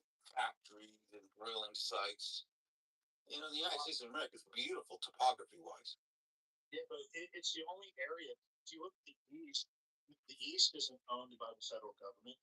Many areas in the West is owned by the federal government. To the tune of 28% of our land is owned by the federal government. I don't know if a lot of people know that. That land should be handed back over to the states for the states to be able. Now there's bases and there's locations. Some of the areas wouldn't be usable, but areas out like in the Nevada region and stuff, it's all natural gas out there. This is just desert. I mean, what do you mean? Like, you don't want us to be able to use our land? No, I get you because I travel to 42 states. I get you with Nevada, Arizona, New Mexico. I just don't want like Oregon, the beautiful area like Oregon, Northwest, Midwest regions, that beautiful nature. Just This man is a clown and thinks he can win by creating Trump hate videos every day. it's just out miles and miles and miles of just desert. Fine, no, he's gonna know it. It's not big, but out there, I didn't want to ask him a question. Edward, let's please not go any further down this rabbit hole, man. It's not your point. It's okay. I don't need to know like how we got on it, but I just wanted to address something when I came in the room. Alan was talking. I deferred to the moderator Joe, so I just want to hop in really quick. I noticed, Alan mentioned genealogy. There's a comment in the chat about genealogy. I don't know what came prior to me coming in. I'm not indicting anybody's comments.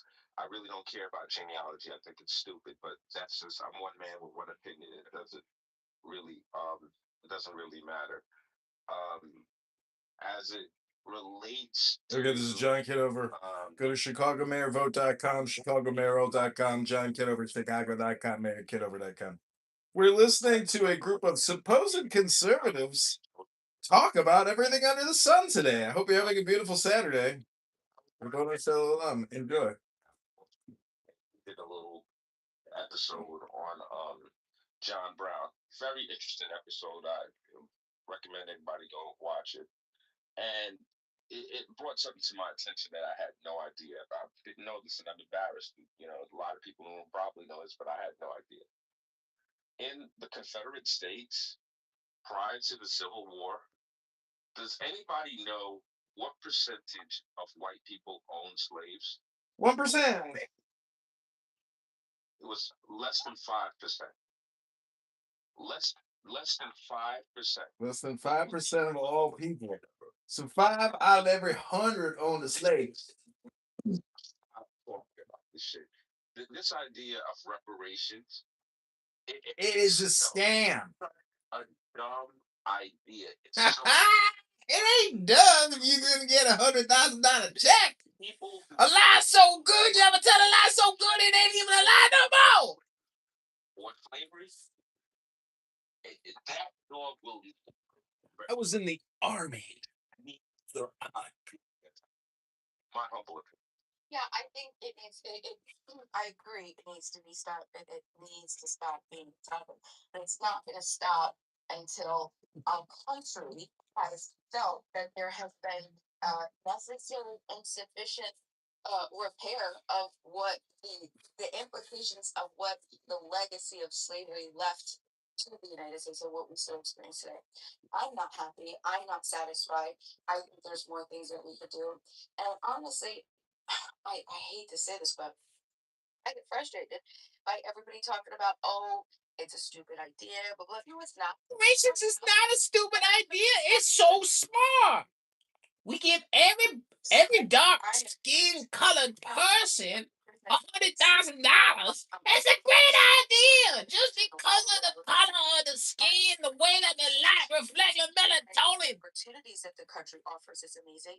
We just have to be organized enough to get the word out and to figure out how we can move forward. There are Gotta get the reparation word out. Mentioning this, and then everything's gonna be okay. Everything gonna be normal again. No more racism ever. Reparation organizations that band together and did like a. We're gonna band together and get you that check. I think that there could be so much done with that. You have the great idea. And COBRA, right? That Marshall brought up and HR 40.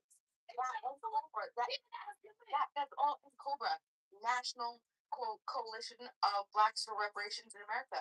That is still around today, and they're doing great things. When I was in Kansas, my father-in-law, he was part of just a Kansas City coalition. And it's, I would say it's a coalition, something like that.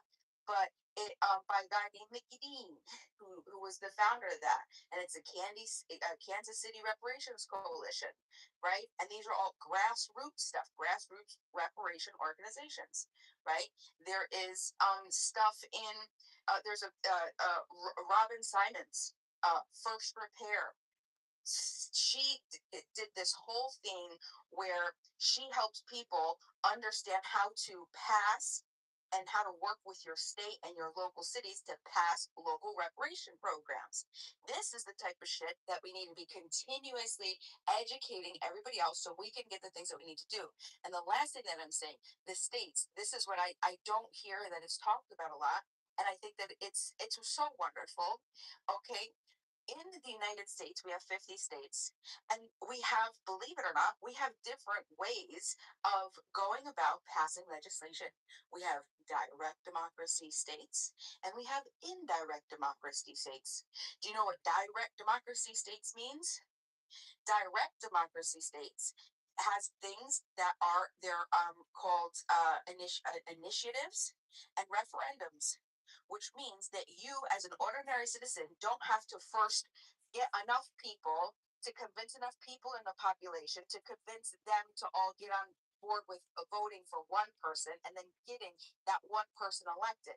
No, this is direct democracy. All you need to do is you need to get enough people, a percentage of your population, to agree that something should be seen as a vote, right? And it goes right to the fucking ballot, which means You get enough of the population to with signatures, and it goes right to that, and then it passes as law. Wow, wow. Okay, so where are the direct democracy states?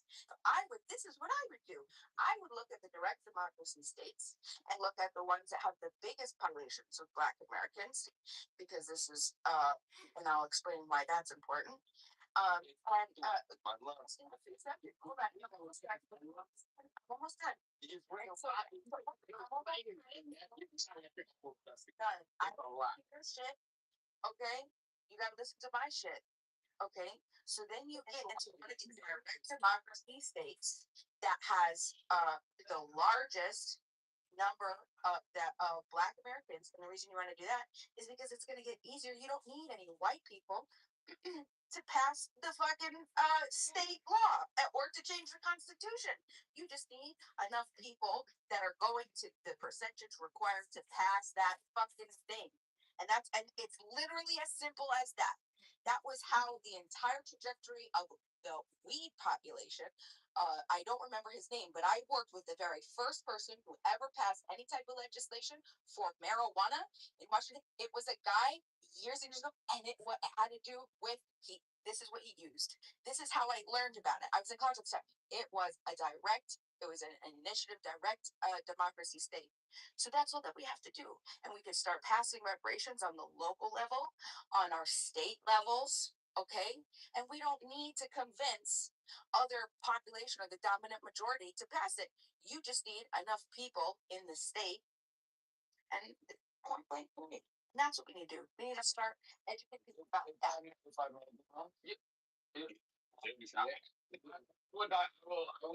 pass the throne to Mr. Edward or Mr. Anthony. Well, no, this is one thing I think that Bima, you missed what Anthony said from the very beginning. No, I intentionally ignored I know you did, but you even though you say you want to avoid it, you can't take away historical facts. Before the Civil War, less than 5% of the American population owned slaves. And what you had to do, which he didn't give you, was 3,000 of those were Black people who owned slaves. Okay. So when you talk about these things, you got to actually know, understanding history. We got to stop thinking that the people that own slaves were landowners. They need slavery. Let me finish, Bima. You understand that? Of course, I understand that. Well, then why does it matter? It does matter. You know why? Because you're asking the other 95% of the American people that did not participate in slavery to pay for it. That's why it matters. No, I'm asking that. No. That's not what. No, okay, that's not what I'm asking. No. Well, yeah, sure, but it doesn't matter. It doesn't matter. Okay, so I'm going to go back to Anthony because Anthony made a great point. Before the Civil War, there was a certain population of men and some women who purchased slaves. This was their business. It had nothing to do with the federal government. Now we're asking the federal government, you said direct democracy states and all these other places, to get people to vote for them, and this is not how commerce works. Okay, I land on this, guys, so I keep it very short. I don't think or comprehend that I should be, Edward, compensated for work I never did. I don't need someone to pay me reparations for something I, Edward, never did. And those who did it are no longer here. And for me to be fighting for something I never earned is, just for Edward, not for anybody else, is absolutely crazy to me. I land. Okay. Mr. Anthony, One you were second. next. So I just wanted to. Yeah, but I wanted to respond to Edward. The reason that doesn't matter, okay, is because it's not just about slavery. It's as I explained, it's the legacy, right? It's the idea, the concept of what caused the divide and the racism that then lasted because of the small. Do you know that almost all the Christian sects, almost all of them, okay, justified slavery in the United States. That's why you have the northern and you have the southern Baptist. You have the northern. They split because they couldn't come. No, this isn't Christian. And almost all of the Christian, and I'm talking Christian, the Christian religions had to come with apology letters. The Catholics, the Presbyterians, the Baptist, you name all of them. They had to come out with apology letters. They're still coming out with them in the 21st fucking century because of how they were able to. So why am I bringing this up? The point I'm bringing up is because this was a disease that infiltrated America, and the thought then infiltrated our legislation. So we had slavery, yeah, sure. But then it moved to other things. We don't even have to, the reparations bill, we don't have to go back to slavery. We could just go to the New fucking deal. And I say this all the time. The New Deal. The New Deal, which built the modern day middle class, white in the United States, because who was left out of it effectively and entirely? Black Americans. So the federal government got together, got everybody's and said, okay, we're going to give you this injection here, insurance here, all of this wealth building here, all this, everything. And Black Americans were effectively pushed out. What I'm saying is, fucking repair that. If you passed a bill, you do a 2.0, a New Deal 2.0, because that's not until I'm done. Yeah. Do a New Deal 2.0, and you fix what you fucked up.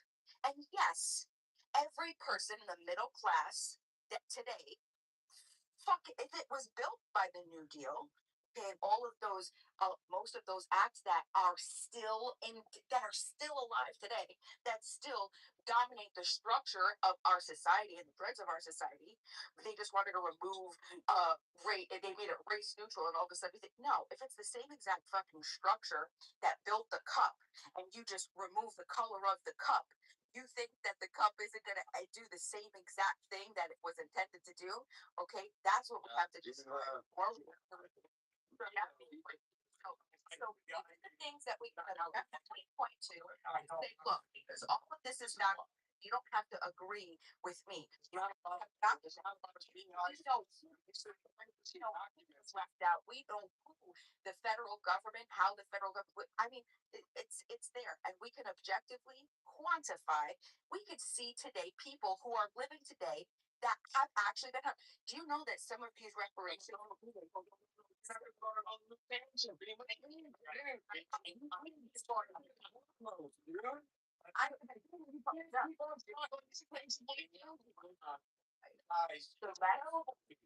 I know. The last thing I'm going to say is that there are organizations that still today that teach other people how to sue the government to get what is owed to them. Okay, this is great. What was it? Go ahead, I'll go ahead. Yeah. I corrected you, Anthony. Because you kind of missed the point of what she was saying. And Edward, I think you did too. Regardless of whether it's right or wrong, or if there were 3,000 black slave owners, what she's saying is if you get enough votes, you can pass a law that would give reparations. That's she's stating a political fact. What you're missing, Bima, is that if you do that, the people and you do it on a local level, the people who have money, they're going to leave. And you've seen that. I forget where it was, but there was one town that voted themselves to separate from the black part of town, and the black part of town is all up in arms because all of the money to support their social programs was coming from the white part of town. And now they're like, well, now we don't have money to do all the things that we want to do because it was coming from white people. And that's exactly what is going to happen. Yes, Beamer's correct. You can vote in reparations. But the moment you do that, the people who you're getting that money from are gone. And you see that over and over and over again. That's why reparations is a non-issue. And yeah, all of those things, and let me address her last point. If all of those things happen, guess what? That's what the 60s were about. You got your reparations. We're done. And like Joe said, yeah, every generation we address this issue of, yeah, we did shitty things to black people. Let's make it up to them. And the Democrats say, okay, let's make it up to them. And yet, they that ends up being the thing in the next generation, which is, well, those things that we voted for in our generation.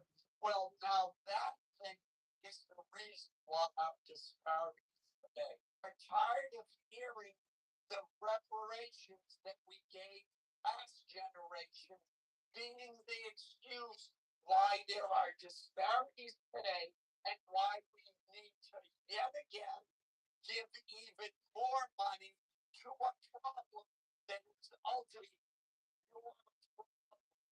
stop believing trash. You have a seat at the table. Use it. Stop blaming others. I'm done. So Alan, I appreciate it, man. Now, like Joe, he succinctly got to the heart of the matter. It'll never be enough. That's the truth of the matter. Even if we went with Beamer's worldview, it will never be enough. Like, if we were to negotiate with some terrorists and give them what they asked for, you know what they're gonna do? They're gonna come back and ask for more. Now, I just want to. I'm going to be really. I'm not going to be like me, man. I love the girl, but I'm not going to be like. I'm not going to be long-winded and belabor points and all of this nonsense. Yo, the United States of America inherited slavery. It didn't invent slavery. It didn't create slavery. It inherited slavery. A minute percentage of the United States citizens owned slaves. A percentage of the people that owned slaves happen to also be black.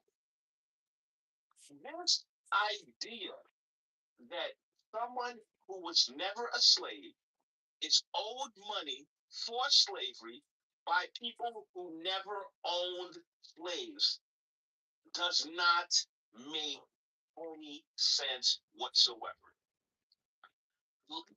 Lastly, Yes, sir. this idea, you know what? You got it, bro. I'm just gonna be honest. You and Mr. Edwards were saying, Mr. Anthony, you know, and also Mr. Allen and Joe B. You know, Generation X, like if you were born before 1980, like, you know, we used to go streets, we knew each other. We would like hang out streets because we were stuck out as some BMX bikes drinking out of garden hoses. I would be over at Anthony's like house and eating food and parents and his family. And then like he'd be over the next night. And we would build ramps and jump over ditches. And like, you know, dude, the younger generation has this racial thing really screwed up because I didn't recognize this racial divide until after like 2012. Like it became a new thing. Like I'm like, oh, there's racism. Like you know, I didn't see it my whole life. I mean, I'm allowed to go to Mr. Anthony's house or Mr. Edwards' house and have dinner. What? Because I'm white? Like, or my appearance of melanin in my skin? Like, no. Y'all young people keep putting this thing on there. You're talking about reparations. I agree with what Mr. Allen was saying about the 60s because I agree with you on that one, sir. And like Mr. Anthony, like, you know, straight to the crux of it. Like how do you like 95% of everybody didn't have anything to do with any of it. But you want that 95% of their tax money to pay for the reparations for what you said the 5% did. And then, like you said also, that there was a small group of black, you know, slave owners that were part of the population as well. Like, what are you doing? What? Outland right here? I'm like 8% Nigerian. I'm Hasidic Jew. Sorry, English and from Ireland. Like, dude, that's why I look the way I look. But I'm just a fucking American. And why do you think, like, after my service, from all the shit that I did with the military, that you think that you get my money to pay for your new Gucci bag? And I'll land there. All right, so I want to jump in here. So let me start by saying this. Being I dislike what you're doing. I respect your admiration. For what I'm telling you, what you think you're doing, you're not helping black people. The only thing you're doing is continuously feeding them with a crutch that allows them to stay on the couch and not get up and support their fucking self. Again, I'm gonna go back to the story. We were told this story, and niggas never went back to fact check the accuracy of the story.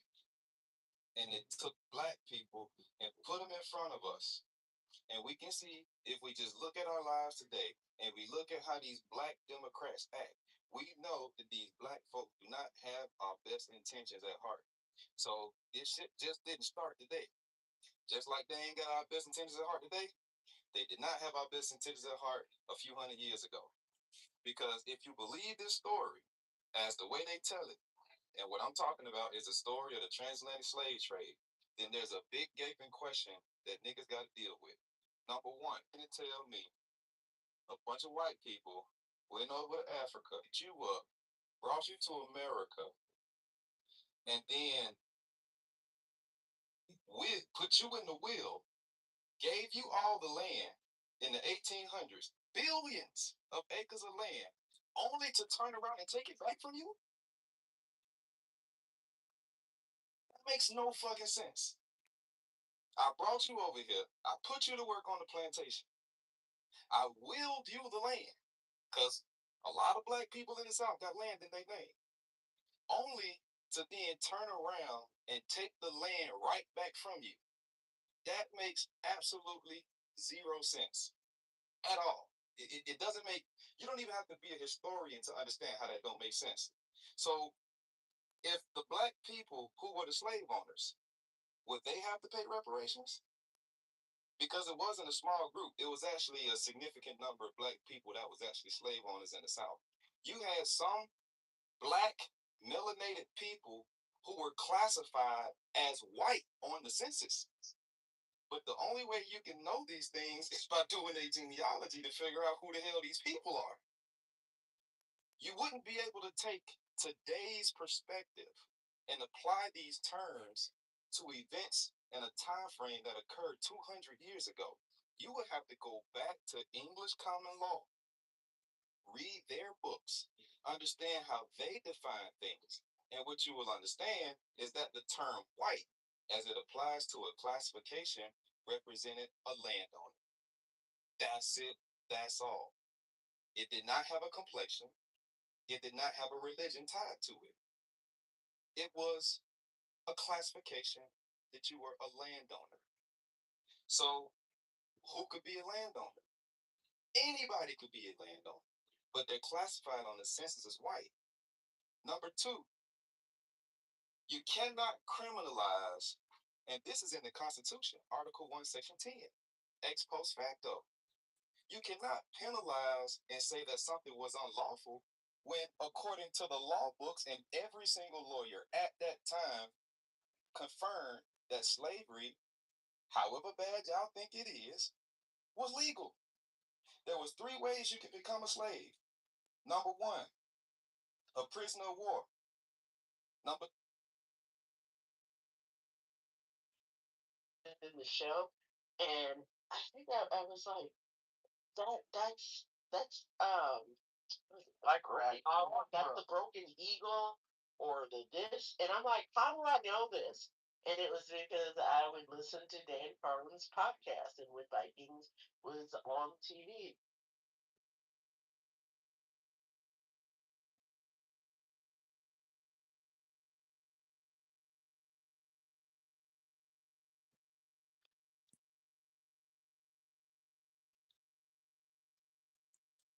Now ye shall know that the chosen few that of infinite space is the prince, priest, the being,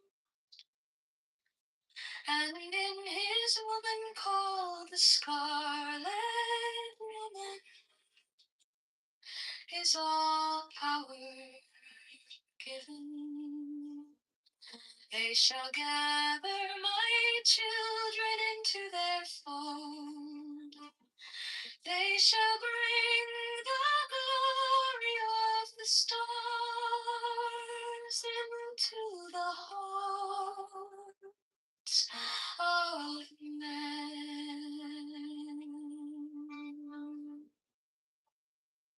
16, for he is ever a sun and she a moon. But to him is the winged secret flame, and to her the stooping star. But we are not so chosen. 18 burn upon their brows of splendid serpent. 19, oh, azure fitted woman bent upon them. 20, the key of the rituals is in the secret word which I have given unto him.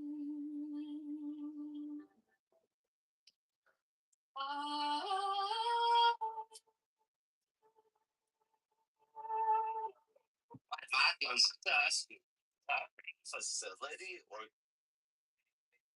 like bought another facility basically your own. I do. One second. Here you go. Thanks. Rafi, I do it all myself. Okay, no, because I just acquired. We just acquired a pharmaceutical company that does like the loans for Umbra and all those. Sure. So that's why I asked. No.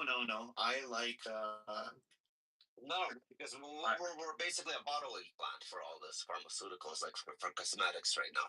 We have the equipment, so that's why I asked. You have to give me. You have to give me your contact. I'm always looking for perfume bottles. Yeah, we have. Send me a DM. But no, I do everything. I buy the oils from around the world. You have my team, the bottles. No, I do that. I do it by hand.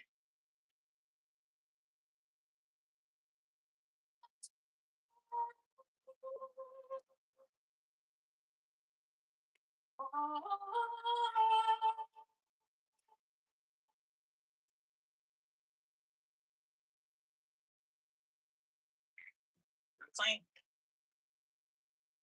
Black and white. What I'm kind of not understanding.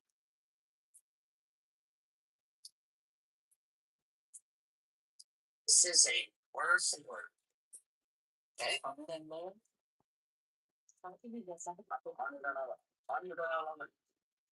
What did it?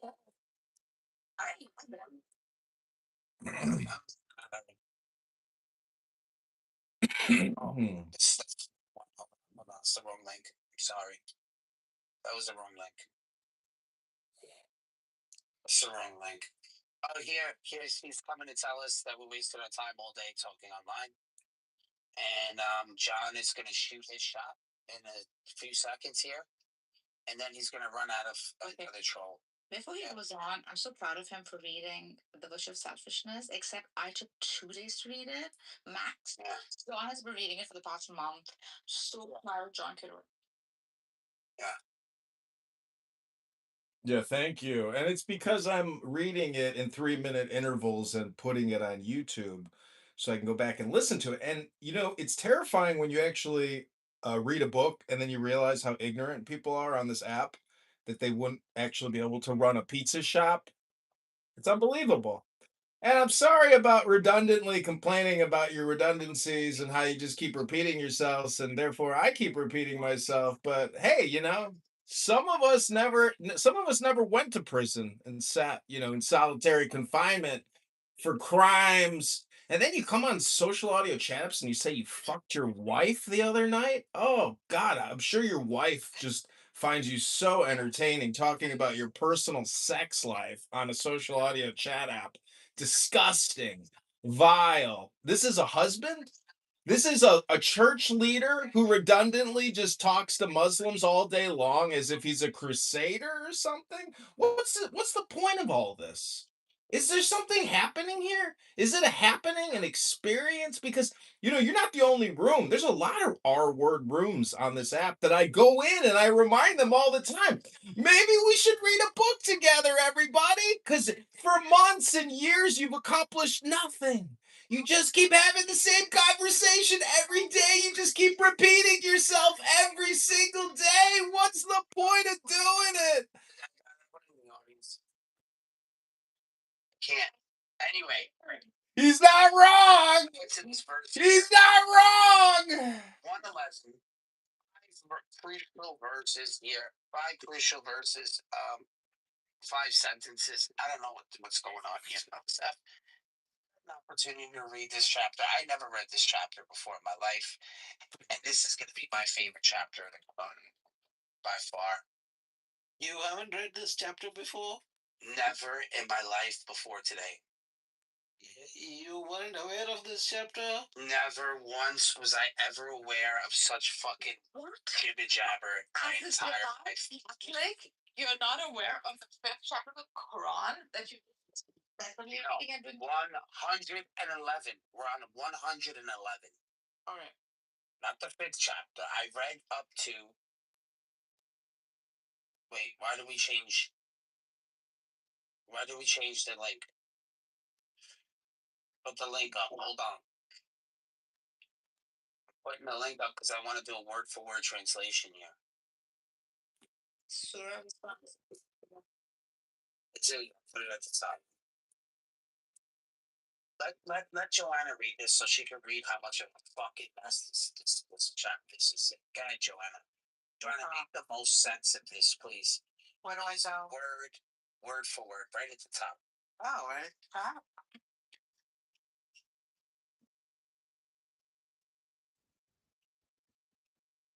Now ye shall know that the chosen priest, as soul of infinite space, is the prince priest, the beast.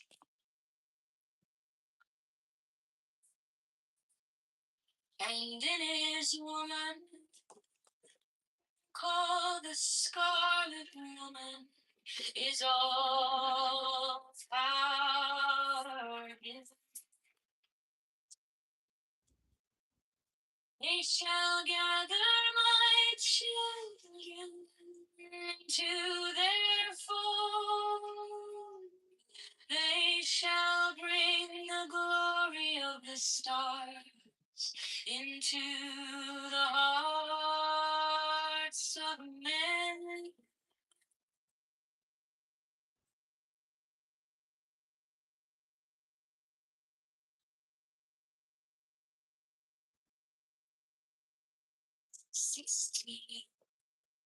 For he is ever son, and she moon.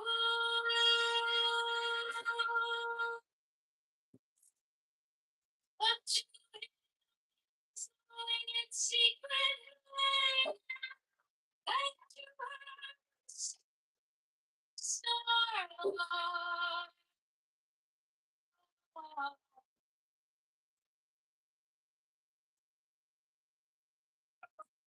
70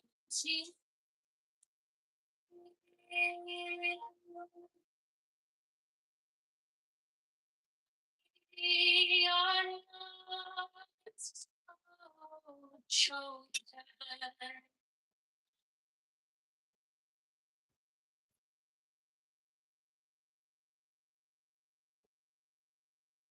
Nicotine burn upon their brows, oh, sleepless.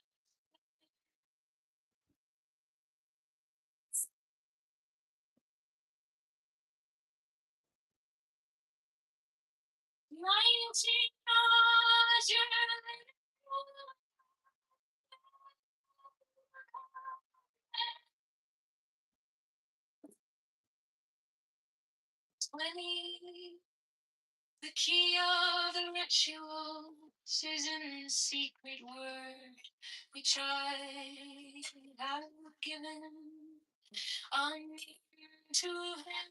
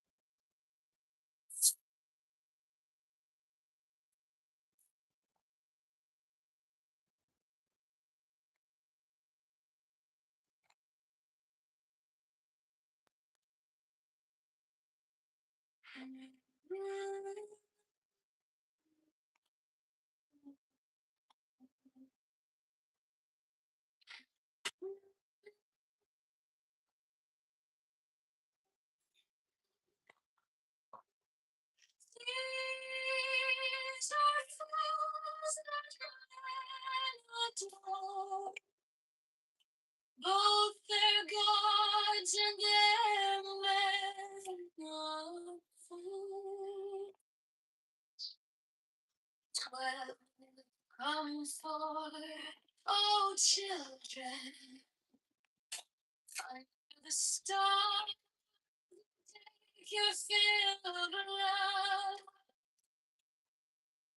13, I am above you, and in you, my ecstasy is in yours. My joy is to see your joy. The chambers, the naked splendor of depends in ecstasy. Kiss the secret. Oh, the starry blue are mine, awake of Nagonso.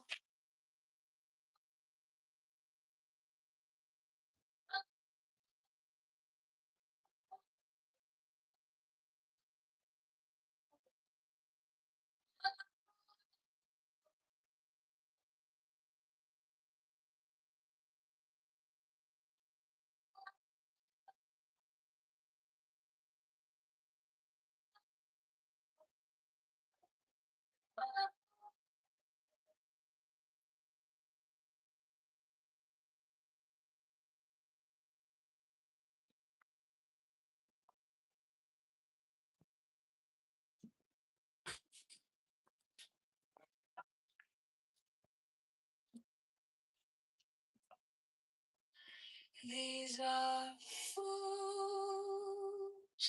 that men adore, both their gods and their men of food.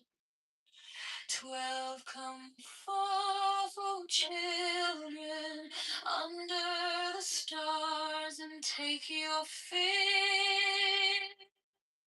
of love. 13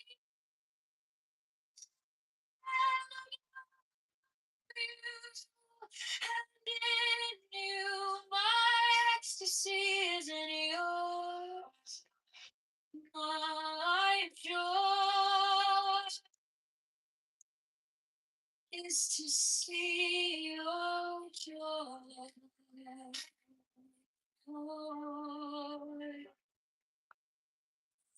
Walking above each and as your face, the splendor of you.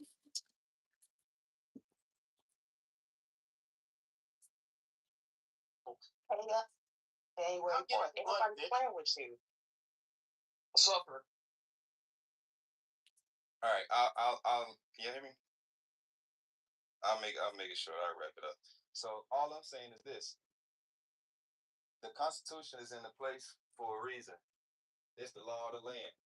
Nobody's gonna violate the Constitution for anybody's morals, especially when you're talking about taking this up as a legislative form and you want to come back. You know the funny part about it? I bet you nobody can explain when slavery became illegal. Most people don't understand how this governmental system works. They don't understand that we're operating in a dual federalism position right now. They don't understand why some of the states still have laws on the book that permit slavery, and they don't understand how did they become a 14th Amendment citizen, and who was it for, and how did you actually get out of slavery, and what was the reason why. They don't know. Hello?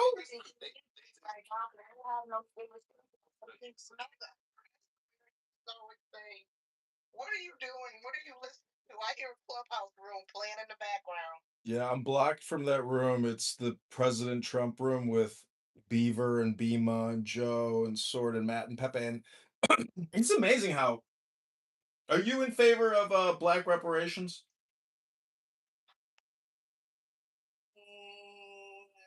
It depends on how they're paid out. Mm-hmm. For education or medical advancements or investing in small businesses. Mm-hmm. Reparations. I don't engage with the reparations conversation because I think it's kind of mute.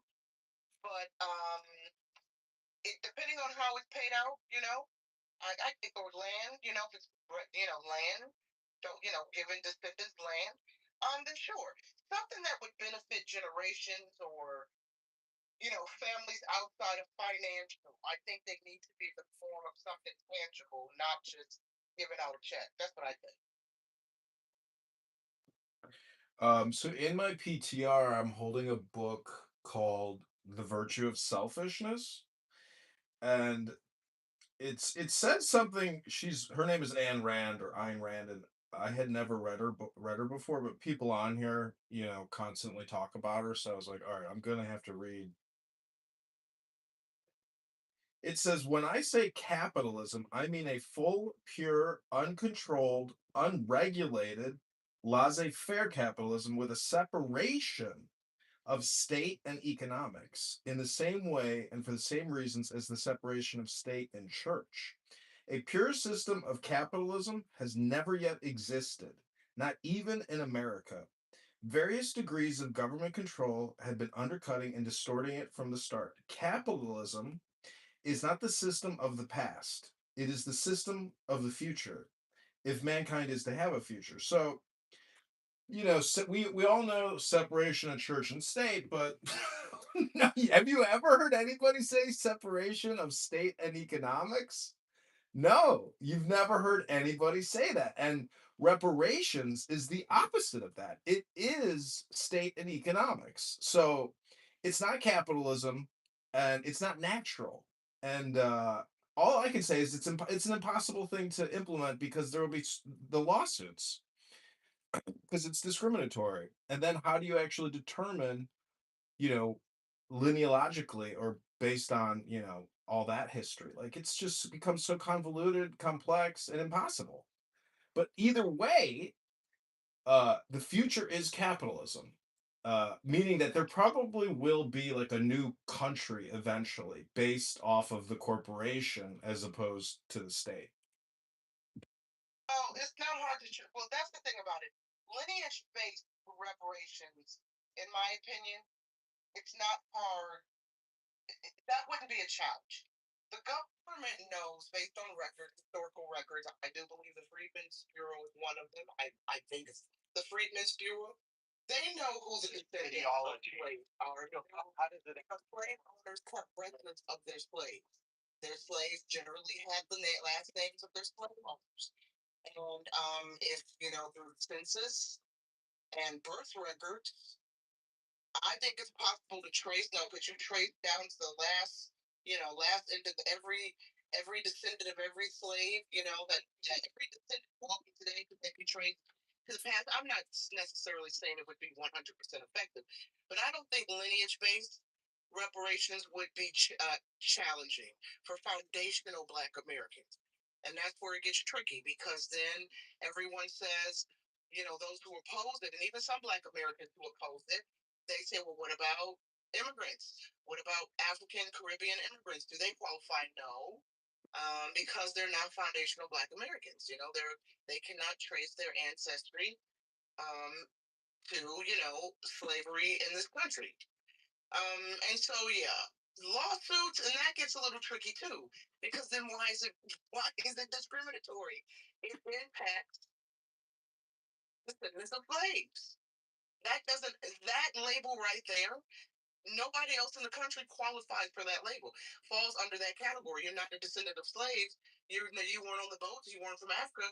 Why would anybody feel discriminatory about that? Well, let me say this. In the other room, in the President Trump rooms, a black guy, I can't remember his name, you know who he is. He said that only 5% of Southern whites owned slaves. Only 5%. So 95% of all the people living in the South were not owners. They were participants in the economy, but not owners. It was 5%. But the other thing is, the North didn't have slavery. So, the per capita question comes into play. Why would Northerners who died at like 500,000 at least? So I'm just saying that the blood has been spilled to such a degree. And so, how do you actually, because it's a tax, essentially, it will be, and I ran the numbers. If it was 1 trillion, it would be 75,000 each. But then would the government uh make you sign like a non-disclosure agreement, meaning that you are barred from engaging in race hustling? You can no longer claim America is racist because apparently, money and uh, the final decree, consent decree, will forever bar the complainers. That's what I'm saying. Is if you want a payout, you've got to agree and sign a piece of paper that we can hold up and say, okay, you can't complain anymore. Sorry, it's not racist anymore. So I'm just saying that like this is actually like talking about the weather or even politics. It's just People who are pro reparations, they feel that the descendants are owed reparations because their ancestors, specifically the freedmen and women, were promised certain things for slavery. They were promised, the whole 40 acres and a mule, um, promise, I suppose, for lack of a better words. And because these freedmen and women did not get their land, they didn't get what the government promised them. Was it Lincoln who promised? I forget. Um, and so the descendants feel we're still owed. You did not give our ancestors what you promised. That debt still needs to be repaid. So it's about repayment of debt, not apology. It's a repayment of debt, not necessarily saying racism is over and done. We can never say that. No, this is what you owed our great whomever, and since you didn't pay them, you have to pay us. We're the descendants of those people. got it. Okay. but aren't the reparation arguments more like a vaccine, meaning that it's a blanket one all cure all for everybody? Whoever can claim it. So that's what I'm saying is if you can actually claim that in 1865 your great great great great grandfather got fucked over and didn't get his free land, well, okay, but that's a separate personal lawsuit. That's not a blanket. Everybody gets a $75,000 check if you got dense melatonin. You see what I'm saying? How do you actually parse out the actual victims versus the social woke policy adjustment? That's the crux. I mean, how do you actually do it?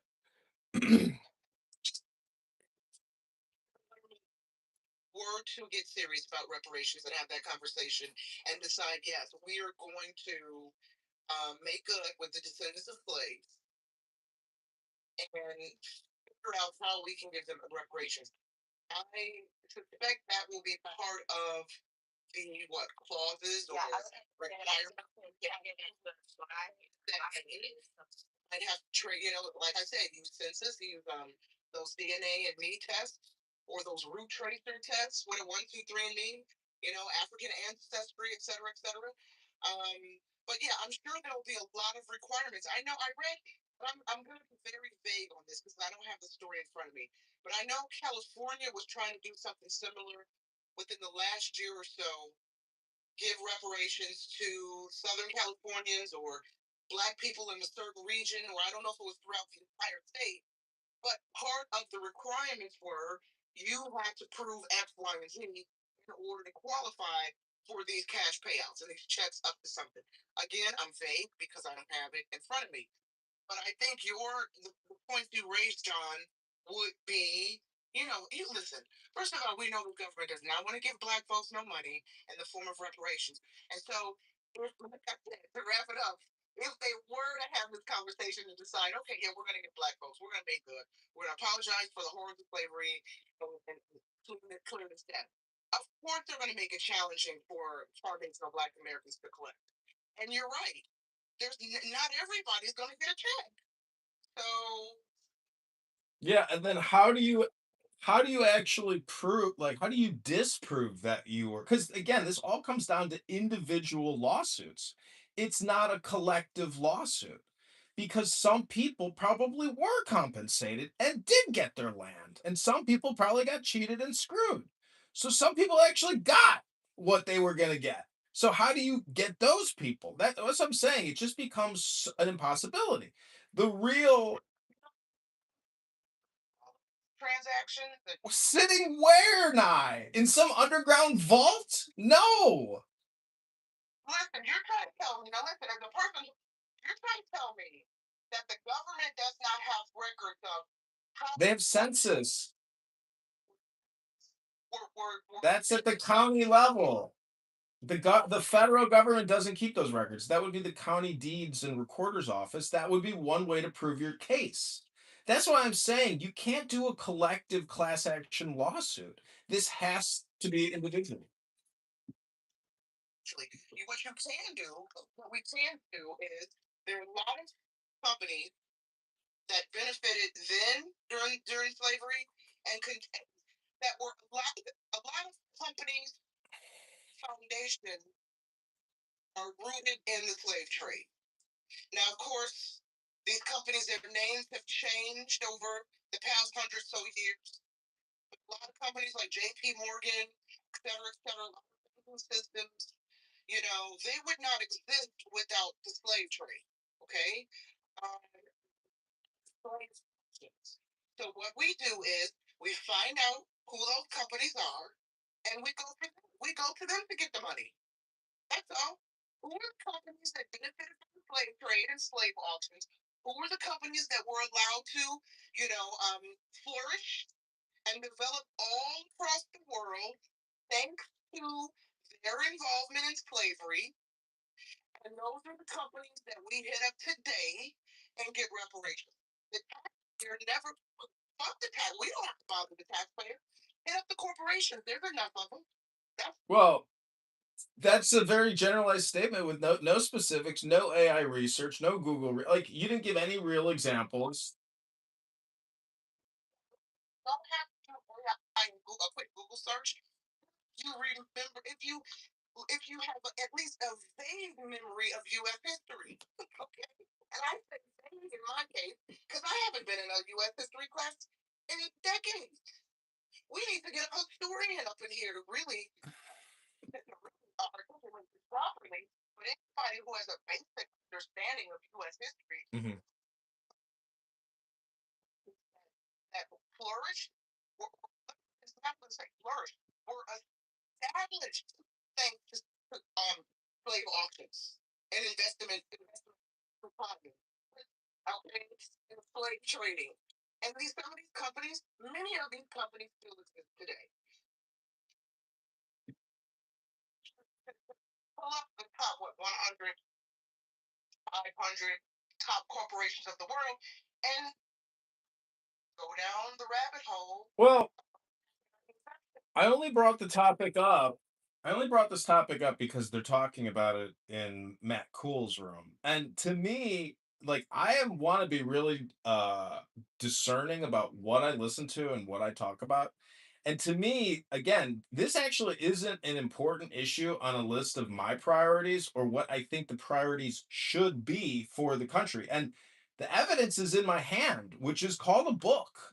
And it talks about the separation of economics and state.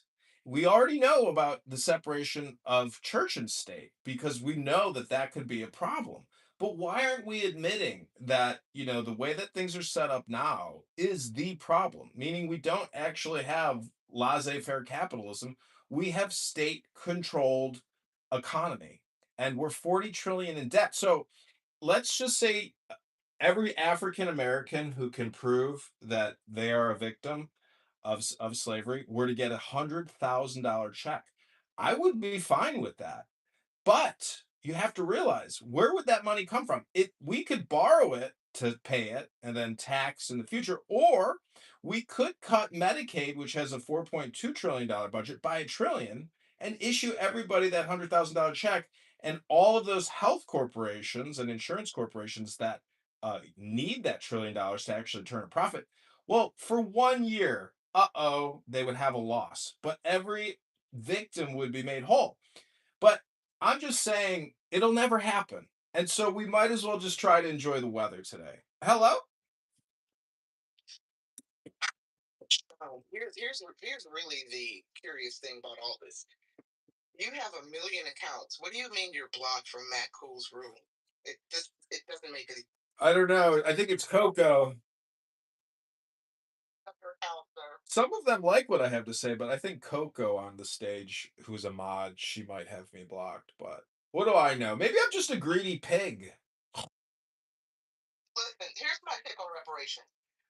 I've gotten bored with the topic of reparations because anytime the Democrats bring it up, it always ends in some sort of, and I've said this many times before on many stages on this road. I cannot take the conversation seriously at this point because anytime the Democrats bring it up, it is always centered around we need to create a panel and think tank and discuss it. We need to research.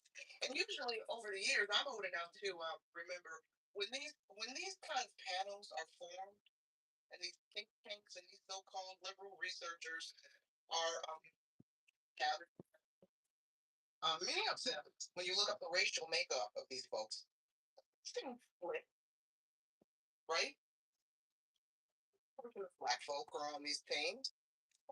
Older black folk, maybe my generation or even older, right? My parents. I sit back and I think to myself, what do you lot need to research? You specifically black man and black woman that I see on this panel. What are you talking about? You guys need to research. It's probably we need to research slavery and the impacts.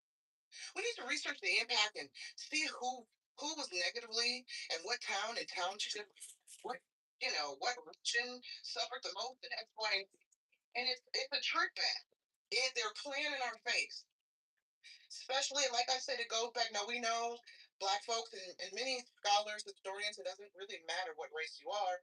We like to remind each other that history we know is greatly whitewashed. We like to remind each other that it's his story. We get it. We understand. But certainly, I think many foundational Black Americans, especially of a certain age, I'm going to say Generation X and older, because my age group and older, we were actually allowed to study and read history. We didn't have a lot of liberals and weirdos screaming about critical race theory and this, that, and the other, and it makes the black kids feel bad and the white kids feel this, that, and the other. We can actually learn history and read and write. Nobody was called a racist. Well, I read books. No foundational black American of a certain age could willingly participate in some politically funded organization, group, or initiative whose goal is to study history of slavery of the past and its impact over the generations, including today, and then reach a decision, and based on that decision, determine if the descendants of slaves deserve reparations. I think it's black on the face and I think it's a joke. What are you studying? What do you need to research? Well, I'm reading a book. That's what, if people come together and they want to do research, that means that they actually shouldn't state their opinions. They should just do information gathering and leave their opinions at the front door. And Do you understand how many every political cycle, especially every election cycle, they're putting together these panels, John? yeah, I get it. It's political. It's political. Everything is political. The vaccine is political. Abortion is political. Even the human soul is political. Nothing is not political. I'm just saying that the downside to engaging in Clown House, aka this app, and what people talk about is truly the time you lose listening and talking with the people on this app, because in the book that I'm holding, just 3 minutes of reading or reading 2 pages is so more valuable than listening to people's opinions because they're bored. I mean, it's a beautiful Saturday, and Bima in that room is talking about how to get a vote out of committee, how to get a policy, an issue, and a law, and I'm just saying that people are wasting their time. They're repeating themselves forever until people start picking up books again. And this is why I've started the book club. I call it a book club. We don't talk about the books we read, we read books to each other. I'm actually, see, this is what this book is talking about. It's talking about society. There's two primary functions of society: one is knowledge, to pass knowledge around, and two is to trade. And so this is my complaint against the reparations argument or the Donald Trump derangement syndrome is your complaints are part of why you're complaining, because you're not actually generating or new knowledge essentially, and you're not trading. This app is actually a graveyard. It's where the dying come to die. It's not where the living come to thrive and live, because it's true. I can prove it. I see the fact that I record it, the fact that I put this on YouTube and record all of this is me actually inverting it, because I'm trying to be creative and trade what people are doing here. People on this app are not repurposing or replatforming, and that's why it's a graveyard. Hello? Let me get some shout outs, okay? Let me get some shout outs. We just opened the room up. John came in. Hi. All right. Everybody got to get up. The Corey will get up from you. The Elbow. Hi, Boo. Hi, Honey Bunny. I don't know if you're there. Shout out to audience. Welcome Saturday. Happy Saturday. I'm a little late opening up the room because Apple TV sent me the second season of Dark Matter. Did you guys see Dark Matter season 1? Really, really good show. Do you like science fiction? Who said Empress? You saw it? Yeah. So they sent me the second season. They're gearing up to do press interviews for the second season. And the new season premieres in August. They sent me the second season. I started watching it today. Lost track of time. Elle texted me. She's like, "Are we doing a room?" And I'm like, "Yeah, but you know what? I didn't really prepare a lot of topics. Although I do want to touch on, guys. Listen, because I'm so tickled by all of this, guys. 2 topics that have tickled me over the past 2 weeks. Okay, Shut the Builder and the Odyssey movie, Christopher Nolan's The Odyssey. All right, so these are 2 topics that have really, man. So we're gonna unpack that a little bit. We'll get into both though. Nah, I used to live in Los Angeles, and my sister had some cool friends, and they would get like special DVDs that would say, confidential, cannot be, do not lose this, etc. But it was the movie for the Grammys, or not the Grammys, the Oscars or whatever. These were like Oscar nominations, and then these people, I guess, got the pre-screen or something so that they could vote on it. I don't even know how it all fucking works, but it's interesting that you get, these press kits and pre-release so you can generate, buzz. Like, that's being productive. You're trading and you are creating entertainment. I'm just saying, the thing that scares me about Clubhouse is that I'm accused of being redundant, but I'm only accusing other people of being redundant. Eventually, you have to create a syllabus, have your topics, and just be aware of what you're doing. That's really all I'm saying, because I think people here are on infinite loop on this app. Hello? Well, here's the thing. One of the things I'll say about you, when I first met you, why does my brother keep calling me? Oh, he must need something. Hold on, guys. Hold on 1 second. Let me see something. Hold on. Hello?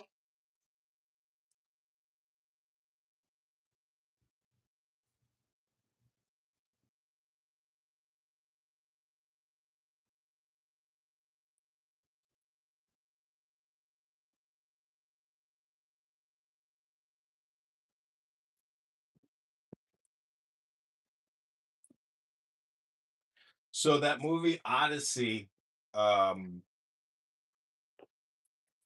Right, sorry. So listen, that's what I was saying. Let me just say this real quick. One of the things I started engaging with you on this app, John, I thought it was amusing when you referred to this app as Clubhouse, which I think is fun. There are a lot of clowns in this app. So I get it. It lived up to your moniker, clown. But I find it engaging because you can tap in to so many conversations and personalities at any given time.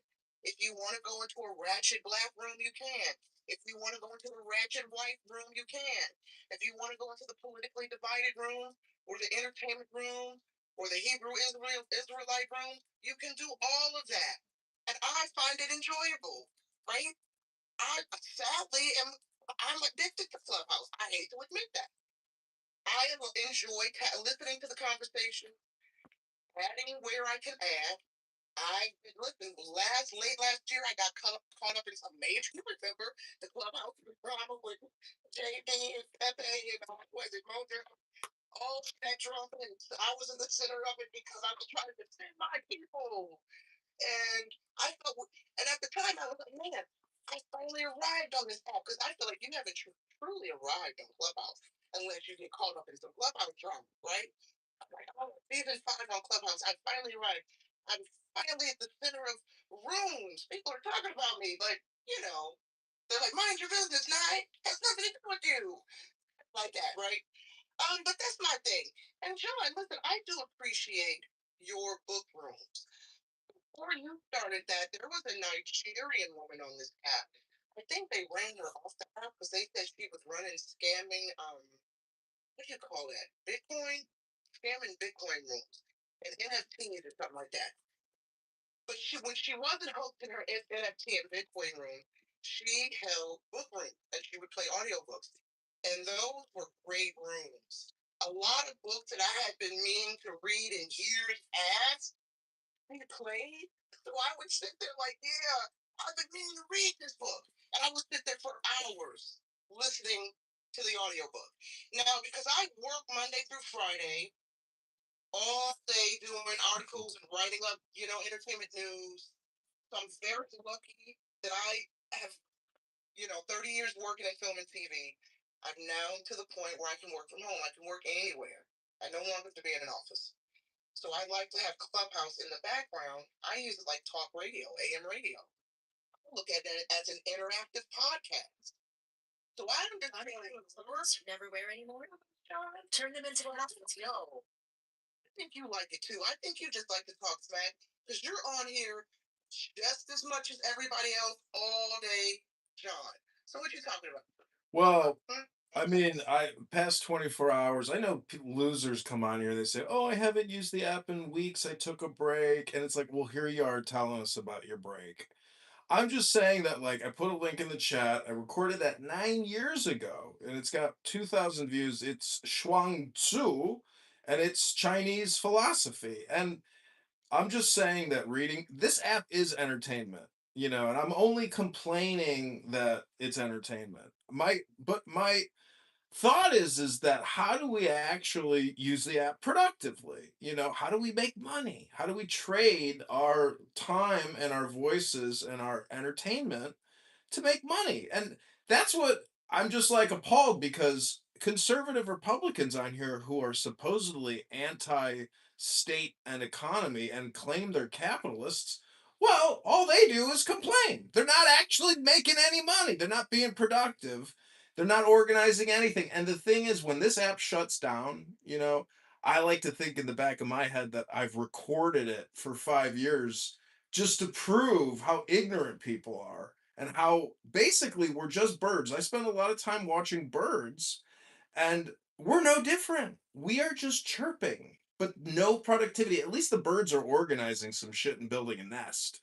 And so when this app shuts down, there are people here who are networked through other platforms like Instagram or LinkedIn, etc. Those are the people that are actually creating value. But the people who hide behind names like Pepe or Matt Cool that don't use their real identities, they're actually some of the sickest and most R-worded out and brain rotted out people there are, because they're using this app to entertain themselves like immature sycophants, losers that never went to college, never sat in classrooms for years, reading, writing papers, listening to a professor, working on complicated math problems, etc. So I'm just saying that this app is 100% entertainment, but the good news, it really is the book.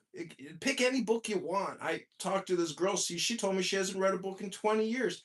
And she said, well, do you have any book recommendations? I said, just pick up a book, take a picture of a book, and confirm with me you read what's called a book. All she does is spend her whole life picking up dog shit and going to this event and having a guy pay for this. And meanwhile, she's got no children. She's basically a floozy. Hello? Oh, okay. Hey, okay, John. Breathe. Breathe. Okay. Ooh, John. All right. God bless you. Al, are you there? Al, I haven't heard your beautiful voice yet. You're the floozy. I need to know if you've been listening to Start the Builder story. Oh, go ahead, Al. Go ahead, boo. No. Why no? Can we talk? Go ahead, boo. No, girl, no. Please go ahead and continue. I was just answering. Yes, I'm here. I was just running a couple of errands while listening to you and John. We're really listening to John go all the way off, and I was like, who is this man, and what is he talking about? So I just want to listen. Mentally in the right space, and I realized that you guys are friends, not enemies. There's a lot going on. Like I wasn't sure if I had to get up on this stage and slap him or slap you. Like I wasn't sure what's going on, but here I am. What's up, girl? What's up? So John, you got a lot to say. Al, I know you're running errands. You can chime in when you can. Have you been following this Cut the Builder? I know John's probably heard about it. Al, I heard about it. I have always heard. First of all, I think I'm mixing stuff up. So please, any light time. Okay, this story has tickled me. One thing that I noticed about me, I gave myself a fake talk. Well, let me rephrase. I'm trying to figure out the proper term to describe my obsession with studying. Maybe it's behavior scientist, but I'm not a clinically recognized. Obviously, I went to film school, so I want to use a formal term. I want to make up a term that is informal and does not imply that I have a degree of some sort. Okay, and then I'm um, shorty in this subject. But I do enjoy observing human behavior, and the reaction to human behavior is actually an obsession. And I think it stems from because I'm a writer and creative, and I really love writing characters, right? And studying humans and those around me, folks I know directly, indirectly, and kind of creating characters of channeling some of their essence into the worlds that I write. So the chapter builder comes down my radar, what, a week or so ago? This is insane. So if anybody doesn't know who Chad the Builder is, he's this white dude who I don't know how, what his claim to fame was prior to going going viral recently for harassing black folks in public. But I understand before he went viral for harassing black people in public, he had a nice little following on Twitch or some streaming platform. He came across my radar about a week ago on X because he walked around Nashville with a cowboy hat, his long brown hair, his big, thick, curly mustache curled up at the tips, And he walks up to random, innocently black people minding their business, and he says to them, "Do you believe in free speech?" And they say yes. And he says, "Well, you believe white people can say nigger." And he waits for however reaction from the black folks is varied, right? But in all cases that I've seen, most of the black people who react they don't react with violence, right? They want to, but Chud threatens to either shoot them or mace them. Okay? So he walks up to them, antagonizes, provokes them. If they react to being called the N-word or his use of the N-word, then he says, "Oh, you're chipping out, you're chipping out." Meanwhile, he's really the only one acting like a nigga chipping out in the video, right? So if the subject of his racial harassment walks up on him or responds aggressively in tone, or even his physical demeanor suggests he might lay hands on Chud, Chud threatens to shoot or mace. So everyone generally backs off. I saw one viral clip where he did mace the girl. The police arrived on scene. They handcuffed Chud, but after some back and forth with the victim and witnesses and Chud and the police watching his recording of the incident, they let him go. And he live streams all of this, right? So he has an audience. He's built up. He already had an audience, and then he went even more, big time, I guess, in the incel community online, the anti-black incel community, in recent days or weeks with his spiel. And in between the viral clip, he is popped in and off of on X, kind of celebrating his antics. It's like he's intoxicated on his growing fame, right? Bragging about his First Amendment rights. Nobody can do anything to him. You know what I'm saying? While at the same time acknowledging that he is getting death threats. People are threatening his young son. There was a GoFundMe launch, but I can't really tell if it was launched before the shooting incident that I'm about to describe. I was doing some research on it yesterday, trying to find a date on his fundraising page. I couldn't see the date. Maybe I overlooked it, but the wording of his fundraising page gives the impression that it was created before the shooting incident. So, before I get to the shooting incident, I have to give you all this setup. Because you've had a lot of people online saying, if he shoots someone, it's self-defense. You've had people on this app posting rooms about, if Chud calls you the N-word, you don't have the right, and of course it's all white folks telling black people, the gist of it is we can say whatever we want to say to you, nigger. You don't have the right to get aggressive or respond, and if you do, I have the right to shoot you. Of course, I'm listening to this conversation, I'm thinking to myself, what happened to the once mighty white man who was all about fit? When the white man don't want to fight, it's everything about just drawing guns. Is he that weak invader that he can't fight with his fists? But I digress. So I'm listening to this back and forth, and everybody's saying, well, if he shoots, it's self-defense, it's self-defense. And my position is, well, if you provoke and you antagonize, and you go out seeking a violent reaction to your violent words, not knowing if the person you're hurling the N-word to, how they feel about that word. Maybe we know some black people, they don't give it another thought. They won't give their power. They won't react, right? Some black people, they might have a visceral reaction, maybe some PTSD to that word, right? I've noticed this in spaces that have been holding these conversations.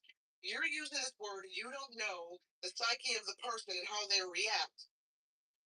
You antagonize them, you provoke them. They get physically violent of a situation you created, and then you shoot them because you are afraid you're in fear of your life. I'm trying to figure out how that's self-defense. And so that leads us up to Wednesday, this past Wednesday.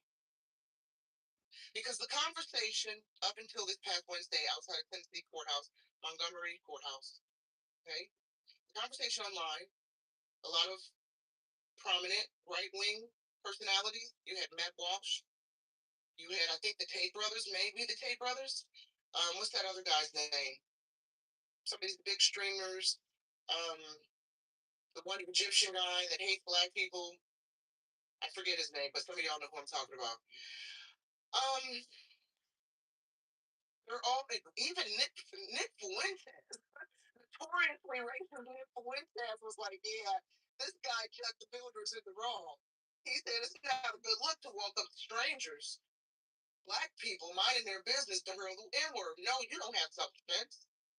So that's what's been the conversation. He's going to have self-defense. He's going to get off. Everybody on social media, he's going to get off. If he shoots a black man, you black people don't have the right to fight back. If we shoot you, that's self-defense. I had never heard of this. What's that now? I had never heard of this guy before, but just based on Clubhouse, and what people say on this app, uh, I guess some people have died from this app, because of beefs. And really, the social media platform of beefing is Instagram. And I see horrible things on Instagram, incredible violence, ludicrous, insane robberies, and then shop owners pulling out guns and shooting the robbers. I mean, just you see the craziest videos. Like Instagram had, and it's small people that put together these accounts and upload all this violence, and it's global. And that's why, maybe earlier I was saying, because I served in the army with black people, and I've worked with African Americans in the federal government. And guess what? For the most part, we always get along. And one of the reasons why there's no really like race consciousness in the interactions is because of shared purpose. You have, basically our brains, when given instructions, we're like ants. We want to work together. And we shall overcome. You interrupt. I gotta give the people an update about Chuck the Builder. You gotta know about Chuck the Builder. Some of the audience may not know about Chuck the Builder. And I want to get to it because I want to know your stance on what this man did. You said you hadn't heard about it. I want to give all this actually out. And you tell me, all right, in this racially, politically driven climate that we're in, your opinion. So let's get to Wednesday. Wednesday, there's a fight outside the courtroom. Chud is in the Montgomery court on a separate civil matter, okay? And Martina, I haven't seen you in ages. Is that Martina? Who I think it is. What's that, Martina? Oh, girl. I'll let you speak, right? Go ahead. You just talking to Okay, so there is Chud the Builder court. He's coming out of court. All the details now are coming out what happened because it was a little fuzzy before. But now the police have released their statements, the investigators and witnesses. So now we have a full picture of what happened. And what happened is he's coming out of court. Somehow he had his gun. Either what's unclear is that he had the gun and he went into court, he checked it in and retrieved it upon leaving, or because he was live streaming and he has somebody who live streams everything with him, did he leave the gun with his cameraman and when he went into court and obtained it when he came back out? That part I'm not sure. The point is, he was armed when he left the court. And as he's leaving the court, apparently, this black guy is out there, recognizes Chud because of his viral videos. And apparently, he says something. What he says is up for debate. Chud claimed that he saw this black guy and another guy laughing at him. So he went up there and asked them, "Hey guys, what you laughing at? You like my suit or something?" Okay. There's also reports that the black guy who was shot told Chud, basically, "I recognize who you are. Don't come over here with that chef shit. Don't come over here talking about chef. I have PTSD. Okay? I have not seen, I don't know that anybody has released a full camera. We do know that there's surveillance footage. The police have confirmed there was surveillance footage outside the court. Okay. I have not seen a full linear timeline. I've seen chunks. So allegedly, these two men exchange words. Chud walks away, allegedly. Black guy proceeds to follow. I guess they exchange more words. Now, Chud claimed initially that when the black guy followed him, he attacked him. Chud turns around and shoots him. When he shot him in the stomach and shoulder. That was according to the initial report, and grazed himself in the process, right? Well, the police reviewed the surveillance and talked to witnesses who saw it. They said actually what happened was Chud pulled out his gun first before the victim, the guy who was shot, laid hands on him. And I'm interpreting all this based on what I read from the police and what they said witnesses told them. It seems like, according to witnesses, the black man who reacted was trying to stop Chud from pulling out the gun. There were even police there on the scene who witnessed it. That's why they arrested him on the scene and charged him with attempted murder. The police even said he took, they used a word that I don't know, a specific word, some sort of stand, ready to draw. And that's when the black man reacted. Now, Chud was arrested. He's still in jail. On Friday, the judge set a $1.2 million bond. There's another bond hearing coming up, I think, in 2 weeks, a hearing to reduce the bond, right? And so that kind of flips the narrative a little bit, because everyone was like, oh no, it's self-defense. The black guy attacked him. Chud had the right to pull out his gun and shoot him. Now we're finding out, according to witnesses, and the first, black guy was reacting to that. It seemed like he was trying to stop Chud from pulling out the gun and shooting him. Now, the black guy's family has launched a GoFundMe. They've raised, I think, close to $100,000 now. The wife did confirm in the GoFundMe that the victim, the guy, is feeling like it's driving. Prefect Security Third, yes, almost like you're headed towards town that is on the other side. Maybe a couple of miles away. Gotta get across the hill, and all of a sudden you're sitting here thinking, how am I going to figure out how to get over that, through that? And my chest never sits there, and my chest never sits there and starts pounding like it's, like you're a football player getting ready to go and try to make this first touchdown for the season or something. It's not that type of thing. This reads like a transcript of someone just speaking. Anyway, it's not that type of thing. It's more like this thing of trying to figure out your way out of how you're going to get through something. I am blocked even from this room. I've never even talked to these people and I'm blocked. I am gonna get through this. It was more of a positive type thing about instigated, initiated this harder to try to get through it. His prompted this thing. I'll just say this. It opened the door for the defense to introduce the victim's criminal act. Yeah. Apparently, like the victim in those situations, like has a criminal past that involves trying to back down promises.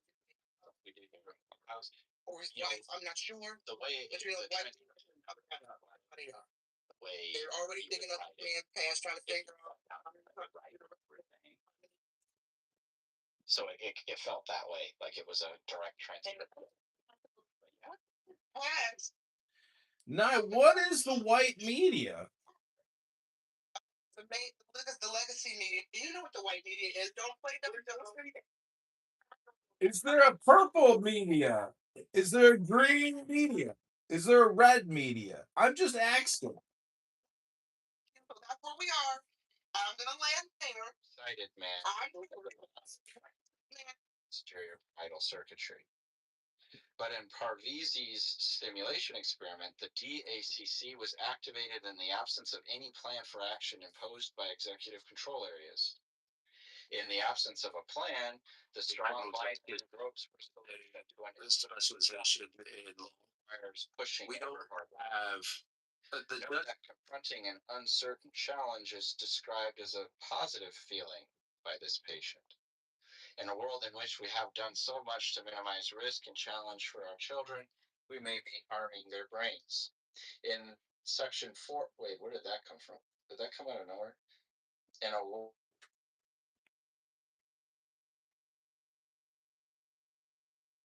evidence introduced, if he knew the guy and he knew his criminal history, because what's up for debate is not whether or not, and again, this is only if, let's say, Chad the Builder was the aggressor.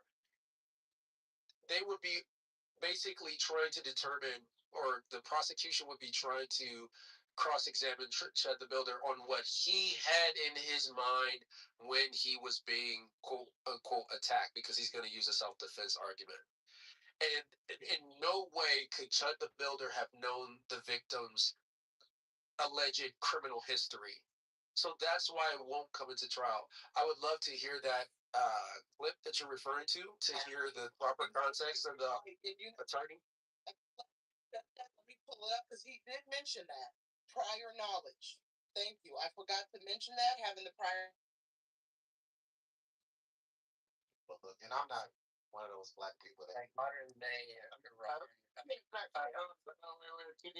To be fair, I don't think we could know what he really looked like. To be fair, it'd be hard to tell, like phenotype wise. I don't think we can know. There is a syncretism with Hammurabi. Properties that make it a tree. Is sawdust It may be. treeness? Is sawdust treeness? Properties. Is sawdust treeness?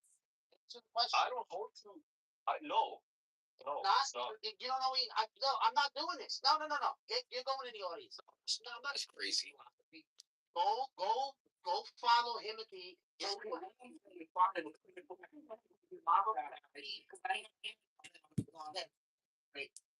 a couple of Twitter accounts posting that the DA is not going to allow him to use his fundraising campaign to post bail. Moderators, if I may, just briefly, I live in Chicago. A lot of people on this app, I have noticed, live in Chicago. And we have what's known as the Safety Act. And everybody knows that you name a bill the opposite of what the bill actually intends to do. For example, the HEROES Act or the CARES Act. It's always the opposite of what the act claims that it does. So my point is, recidivist criminals who sucker punch women on Michigan Avenue 50 times, that's attempted murder. And why we don't have capital execution is beyond me, because there are mentally deranged, violent psychopaths, and you all know it's true, who will continue to victimize people and murder them and abuse and physically hit because they are psychopathic, aggressive psychopaths. And many of you have probably maybe have been victimized by some of these brutes and criminals who wander our streets, whether homeless or not. And anyways, ankle monitoring and no cash bail because of DEI and restorative justice and social equity lets a lot of violent African Americans and white Americans back onto the streets. I've seen pictures of white Americans. My point is, I would actually like to hypothetically argue on behalf of free speech, because Nye here knows me, Hillary here knows me, and as someone who likes to experiment with free speech, and this is the amazing thing about our First Amendment, our first right, which is really your right to experiment with communication and suffer the consequences thereof. Because, in my opinion, Clubhouse is part of the modern capital surveillance economy. And anything you say and everything you say can and will be held against you in the future. Meaning, that's true. What do you think we spend all this money for? 100 billion a year to surveil our population and put it in storage servers. Hello? We're just gonna keep it on entertainment, kind of light today. All right, we'll get to the conspiracies at the UFOs in a minute. No, refresh me. Who is Chad the Builder? What's going on with this? Okay. Wait, Martina, go ahead. I think Martina wants to get in there. Go I can't, girl. I can't. Okay, first of all, Hillary, I'm gonna need you to get there quicker. Like, just I love you, but like, get it together. No, I'm just kidding. I love you. Okay, so quickly, this Chuck the Builder shit is diabolical. This man makes money off of inciting violence to black people and making them like he puts himself in situations and makes and that entices people like he's trying to create a race war. He's trying to create a race war basically. Like he's doing which is fucking disgusting. So Let's say I'm committed. Right. There's nothing about this dude. 18 so you No thing. This guy is a person does shit in bad faith and then puts himself in a situation to make himself feel like then he has to react and kill black people. Like he puts himself in a situation so he can incite violence on black people by provoking black people to begin with. Natural. An asshole. Racism which is fucked up and like disgusting violation and like it's not about speech, it's about inciting. Like the thing about free speech of like, yeah, you have free speech, but you can't go into a fucking screen fight. That's what you're doing, and he's doing it for nothing, which is fucking disgusting. And why do people giving this guy money then? Because the racist asshole in America, like, tell you, bro, like that's what the fuck it is. Like it's real simple. And so that's how I feel about it. I don't know who else feels anything, but it's really I don't have really much else to say about it. Yeah, I want to confirm that what this guy is doing is psychopathic, mentally deranged, sick, and criminal. And the whole thing about life is if you fuck around, you're gonna find out eventually because the opposite of your aggression is eventually coming your way. And anyways, I'll just say that I think Nye has a winning formula. I think essentially the winning formula is Howard Stern and Robin Quivers, meaning that the opposite is that when opposites unite, that's always the best content. And what do you mean, Nye, giving me the skull? Because you're so funny. No, that's the goal. It's a good thing. Oh, okay. I'm killing it. I'm killing it. So, unfortunately, people like Chud the Builder exist, and I could make a theoretical defense to what he's doing, meaning that even using the sacred N word, because I've been in a lot of African American spaces on this app, and some people will say, do not casually use the N word. It's our holy word. It's our sacred word. Don't just use it in vain. The N word. I'm not. I would never use the N word. I don't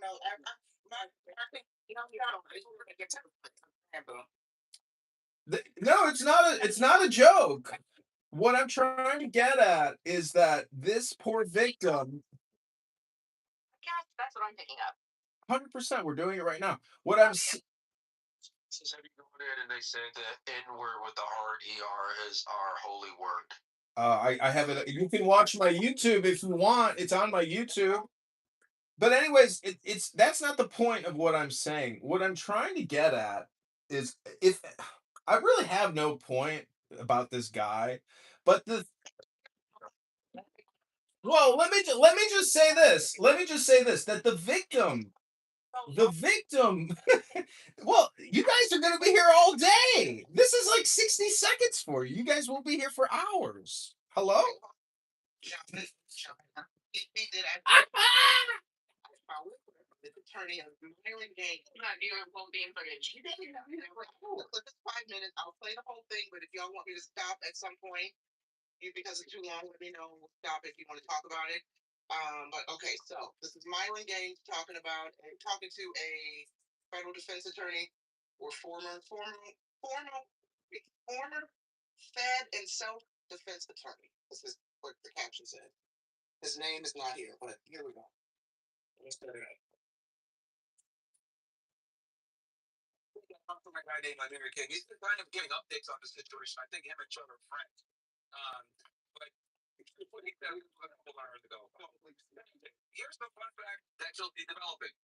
The entire exchange was actually not on one. That's the streaming first service I was telling you guys about before. Steve shut down at the first gunshot due to an automated AI response system. The stream is being defeated. The fact, according to over 100 witnesses watching the live stream. Chuck told the guy, quote, I hope your day gets better, God bless. That quote. Then it goes, Ted had already walked away, was about 7,200 yards away. And when he was away to run up Chud while his back was turned, he confronted Chud. He punched Chud in the face. Chud didn't instigate anything. Some of you are about to look absolutely stupid. Now, let's assume, let's take our, I guess, his bias here is obviously the right. But let's assume that this fact pattern is correct, and this is what actually went down. What are your thoughts on this? Some of the alternative fact patterns for sure. So let me give people the frame that I apply when I break down any worst case or any case I'm working on. I made a lot of ideas, and you'll be surprised to know maybe there's only 5 things for yourself. It's very simple. It's like a child's jigsaw puzzle with 5 giant pieces. It's not the law's not complicated. And those 5 pieces are innocence, imminence, proportionality, avoidance, and reasonableness. That means innocence, you can have been the initial aggressor or the person who provoked the fight. If you do that, you lose innocence, you lose self-defense. So by the way, all these elements are required. Any one of them is missing, you don't have self-defense. Whatever you did, it was not lawful self-defense. So another way to think of these is each of these elements I'm talking about is a target of attack for the prosecutor.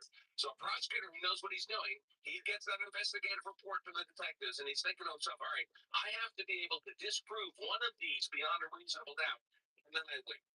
And one of the ways is, if you think about it, when you claim self-defense, like the building claim, you're not saying it wasn't me. You're not saying I have an alibi. This isn't there. You're saying the opposite of that. You're saying it was me. I shot that guy. I did self-defense.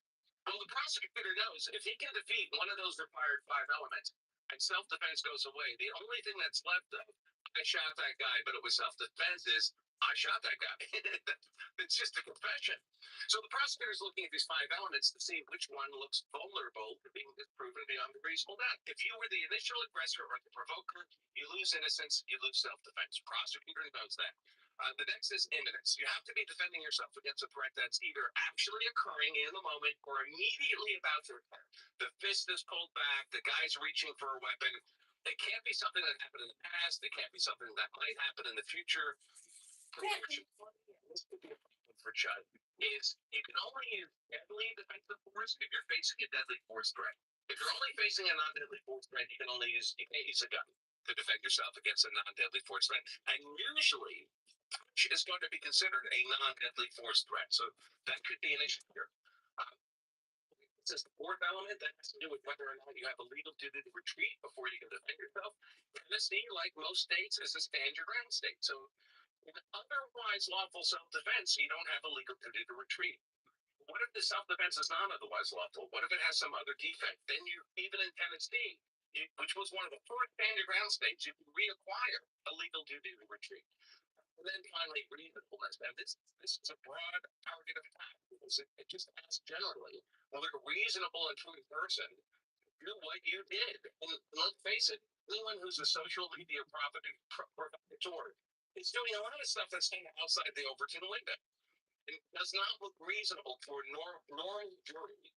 Just imagine a typical juror in this little town in Tennessee. Most white people have been socially conditioned their whole lives to viscerally recoil. They were to see a white guy call a black guy the N-word to his face. Yeah, right. Yeah, they don't consider that normal. They don't consider that reasonable. So that could damage them. Well, of course, we don't know that this year, but so it's looking for ways. Well, did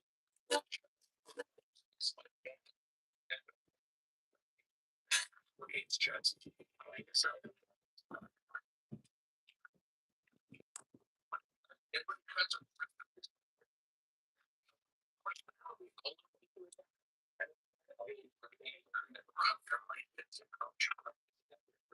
Reasonable. So if it has to have facts work out.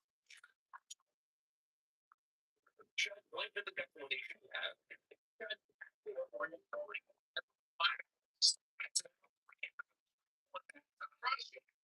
Of course, if Jack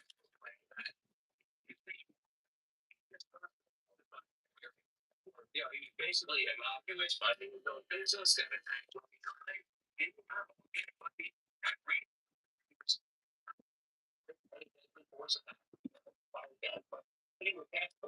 finally angry.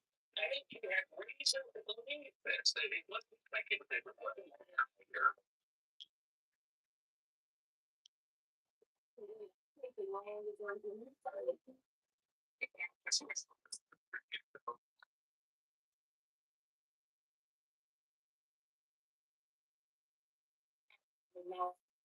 Yeah.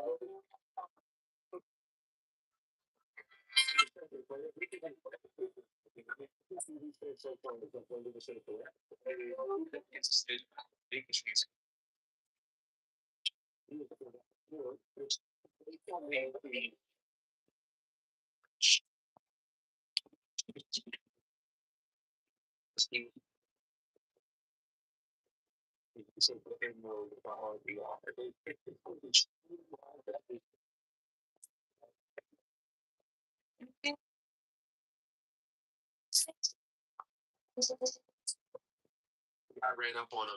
Even if the guy ran up on him and they got into a verbal altercation, the fact that he's using racial that's assault, right? Like period, right there. Him using that, derogatory term, that's considered assault. 100%. If you use provocative language to stir the passions of a person that you know is going to provoke them to violence, that's definitely assault. Right, but even if he doesn't have to be, he doesn't even have to be charged with assault. He just needs to, the prosecutor just needs to basically dismantle the self-defense.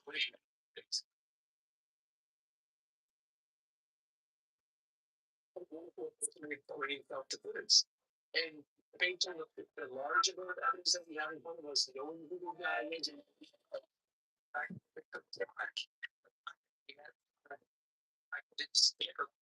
it's likely that altercation was provoked.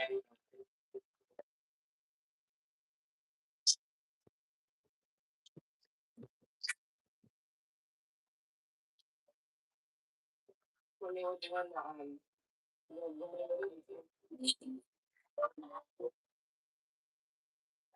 that's the context of what was going on.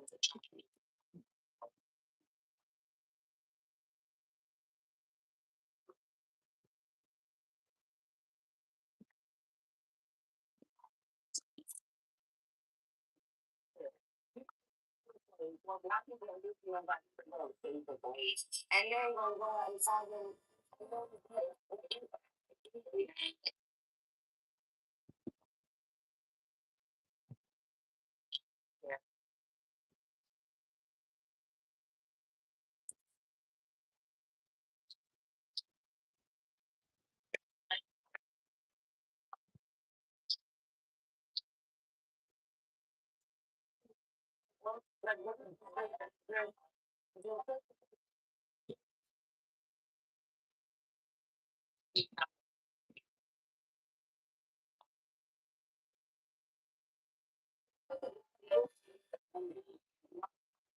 and then drop it and then play victim when your house burnt down. That no, you don't play victim in these situations. Well, just I mean, I understand Martina's passion, but Black people are not losing their right to vote in America.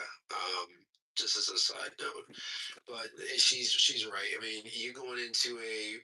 I don't know that this is the reason why he was outside of the courthouse. I also know that he was dealing with some legal issues related to Amex and some business loans that was given and wasn't paid back that he might be in a lawsuit for. But I don't understand why he would bring a weapon to court. Even if he did have somebody with him that he'd hand the gun to, it just doesn't make sense to me if he was actually. To be away from the courthouse to carry with a weapon. Because I know you like literally there's like X amount of feet you have to be away. You can't even go like up to the steps of it. I have no clue actually. I'm not. I don't live in Tennessee. And again, I'm not an attorney, but I do know that you can't. I mean, I just basically know you can't bring a gun into a courthouse if you're not a peace officer, an on-duty peace officer at that point. I know they do have lockers sometimes for people that are bringing a weapon. This is Tennessee. It's a southern state. It's a right to carry state. So I know they have open carry laws in Tennessee and it can still carry, but it, that's, I don't know. I haven't seen any of this ever.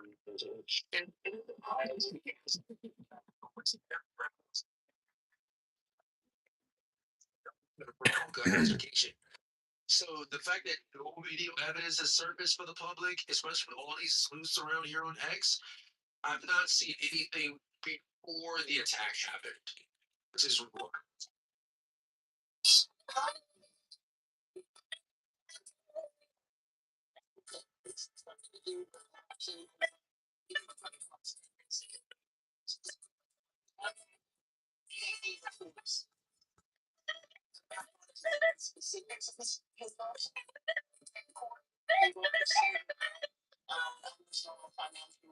civil case.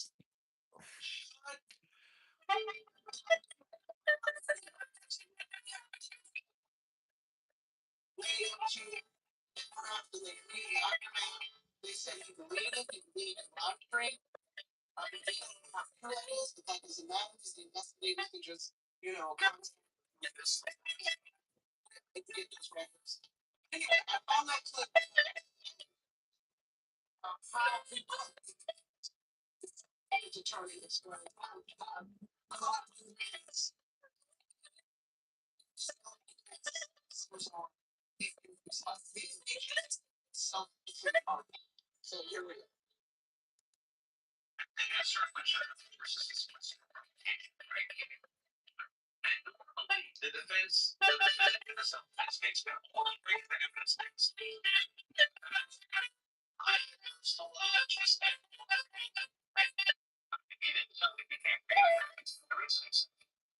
The exception is if the prosecutor attacks your claim of self-defense on that element of innocence.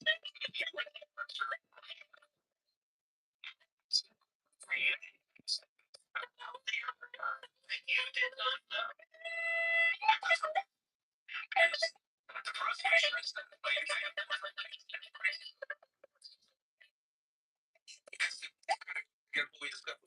if you don't know somebody, you right. So this is an exception to that general rule. I went for 5 elements of self-defense. Right? One of them is innocence. You started the fight, basically, either because you were the initial aggressor or you provoked her. Well, that raises a question for the jury. Well, who started the fight? So what becomes relevant is, well, who between these two guys was more likely to have started the fight? That opens the door to admit evidence that the other guy has a history of violence, even if you don't know about it. That he started the defensive.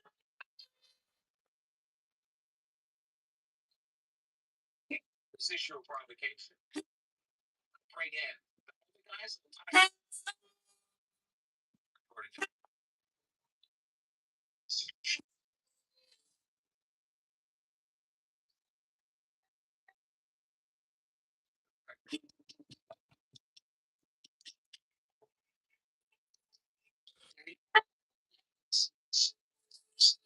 Standard trash talk. It's bullshit. Evidence as to the original.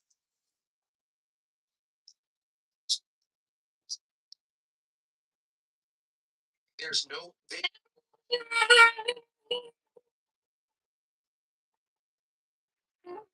It claims one guy.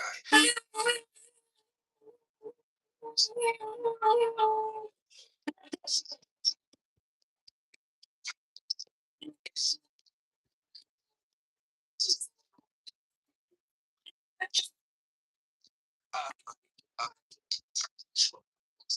try. It's the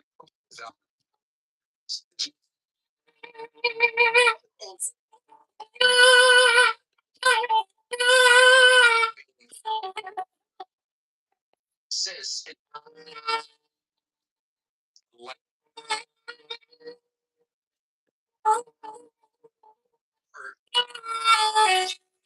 great.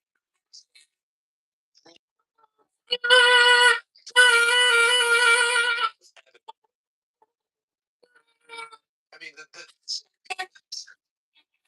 should be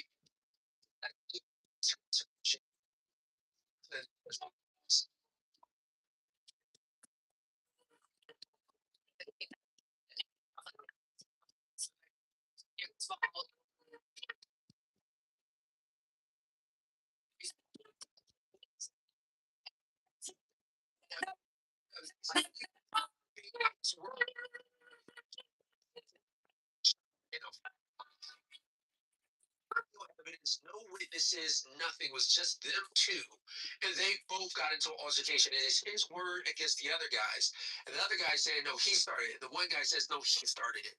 That would have to be the. I can. That's the only scenario in which I can imagine a judge would admit prejudicial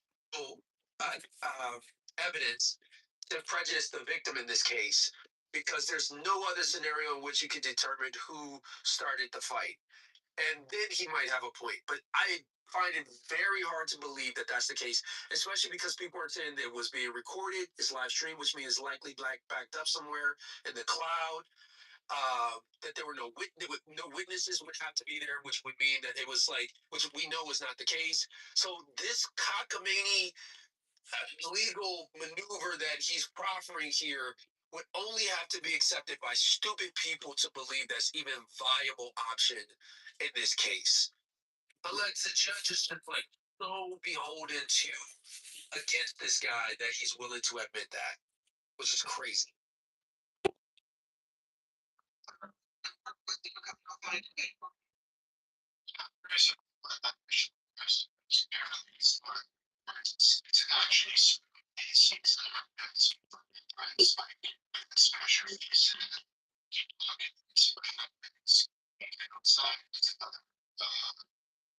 Crossing the threshold of insults, right? No, yeah, but again, I'm going to ruin your life is even also something that's considered passing the threshold, not insults like you're a bitch or whatever, right? That's actually something you is not making me the initial aggressive.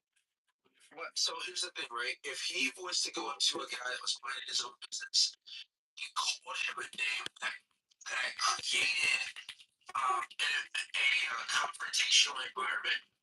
That confrontational environment led to him doing his weapon.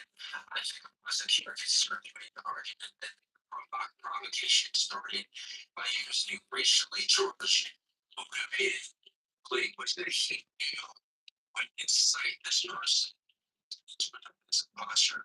That's a great way to present arguments of provocation. So you said Jesus Christ.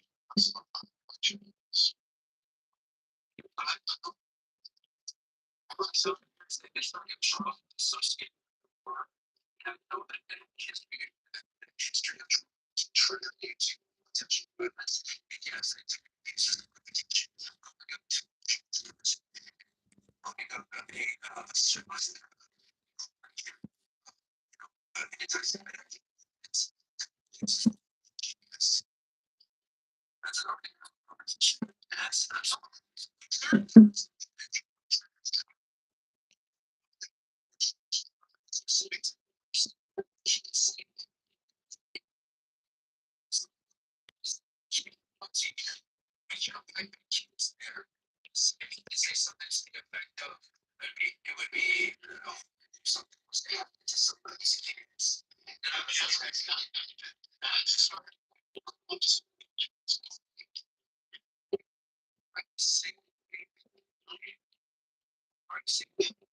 Yes, triggers trauma that can lead to confrontation, provocation, but the prosecutor jury accepts it is a totally different story. But the prosecutor can certainly make that argument. And it's a very reasonable argument to make because this word itself could trigger trauma. That was the whole point I initially raised with Chud the Builder. And horrible, I'll give you the mic right back. My initial claim was the same thing. It's like, sure, everybody wants to say freedom of speech, and that's fine. Say what you want to say, do what you want to do, but you're going out and by you're saying, speaking in general, you're going and actually putting myself in the position of Chud the Builder. You're going into spaces where there are people, where there are strangers. Okay, you don't know the mental state of these people you're going up to. And if you're saying words that you know have a harmful historical context and you know can possibly trigger a violent reaction, you are responsible for whatever happens to you if you get your head knocked off if you provoke the wrong person. That was the exact point that I've been trying to make. And it's odd. I made that point before before we even knew what happened outside the courtroom, right? When we were talking about it on this app. And we still don't know exactly what happened. Right. Well, let me say specifically, allegedly, according to reports, the victim said he told Chud, I have PTSD. And then the family said in the GoFundMe, he's got some mental disabilities.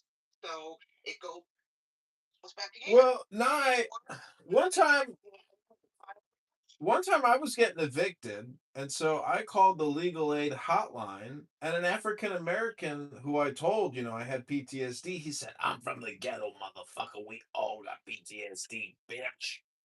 And so I'm just trying to say that, well, listen, it did happen. Hello? And what I'm telling you is that this fucking Chud the Builder, this is actually in a way what he wants to happen, meaning that there are these accelerationist neo-Nazi pieces of shit out there, and Pepe is one of them, and there's other losers on this app that are the same way, and they're losers. But see, for a loser to get national notoriety with a stupid fucking name like Chud, and he's not building shit except his own grave. This is the problem with our focused concentration and the content of the media. Now, I know you consider yourself a media maven and a media generator, but I would just humbly submit on this beautiful day. This is, one of I record and live stream everything I do on this app, as many of you know. I'm just trying to say that, I try to live every day as if it was my last day. Meaning that if I were to record Pepe or Brad the Viking or many of the other characters here on this app all day long, well, I don't want that to be my legacy. Meaning, I don't want people to look back and say, I don't want to be associated with these people. I don't want their thoughts and opinions to be my thoughts and opinions. And you record them for hours. You have created a digital database. These people you claim you don't want in your life and don't want to listen to, but you have a database full of people. I know, but if you go to my YouTube channel, you'll see I'm also reading books. And that's the most important thing that I do, which is read books. Not engage in these useless conversations or these never-ending, repetitive, redundant conversations. And I don't want to hear the opinions of people that I consider to be toxic. Hello? Okay, hold on, because I did promise to give the mic back to Horrible to let him finish his submission. Horrible, please go ahead, sir. I was just leave my mic off, but I kind of disagree with where this is going to head, which is like, yeah, that gives me right to just stop someone in the face for like basic stuff. Like if they called me a name, I could sock them in the face. If they like what is this? Like what are we going to get into? Where we could just and then by the way, can I just keep talking the guy? Like that guy he lost his right to self defense the entire time. Just keep wailing on him. But it comes down to personal, what's the word here? To morals and character. Like, no. Yeah, but then the women that say certain things that I probably would get up and feel so traumatized because of how insulting it is to my religion that I would need to knock them the fuck out. And the women, You're horrible. You're inverting this. You're inverting this, and I don't think you're taking the right I response. don't think I should be allowed to go around knocking people. You're hold on, horrible. You're inverting it. It's not whether or not the black guy should be allowed to go hit the guy. It's whether Chuck the Builder should be allowed to draw his weapon and shoot a guy. That's the difference. We're not talking about. It's likely that if Chuck the Builder had fended off this other Picking my nose. whatever, It caught me picking my nose. was he the aggressor? Was We saw him picking his nose live on camera. Buggergate! This politician was picking his nose on YouTube Live. He's a nose picker. Oh, should he have hit him first or no? And I still feel like I didn't even get the booger. Conversation here accelerate that. Buggergate!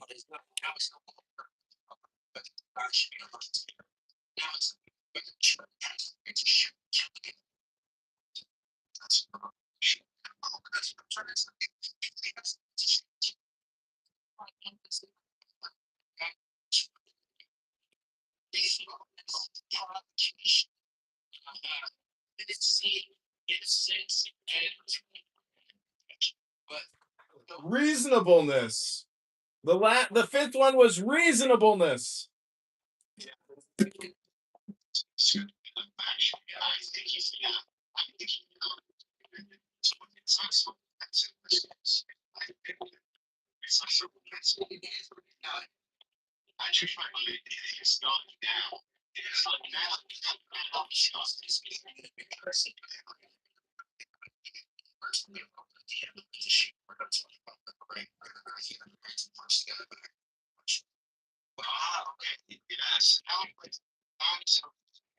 Okay. I don't think it was self-defense, to be honest. And that's like how much people got points. What is it? Like, Yourself, but you got pretty up on it and says he shot the guy and then he shot himself. How's that even happen? I had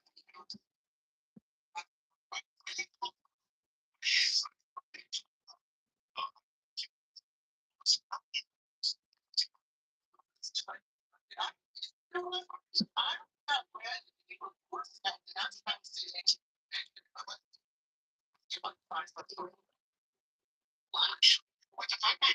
Veronica was interesting. An actual thought this is because it took one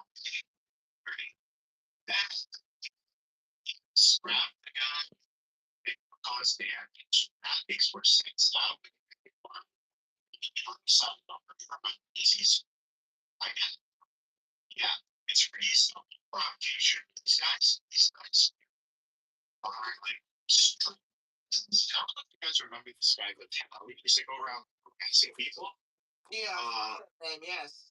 Yeah, he's like in prison now, I believe, because he's tried that in a country that they don't fuck with that shit. But yeah, he's a problem too. Like these guys don't do this. You know,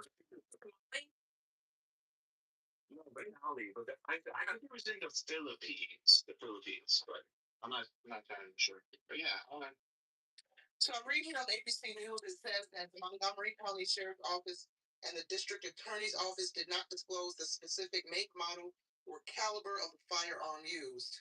But to that point, somebody raised this point the other day in a clubhouse room.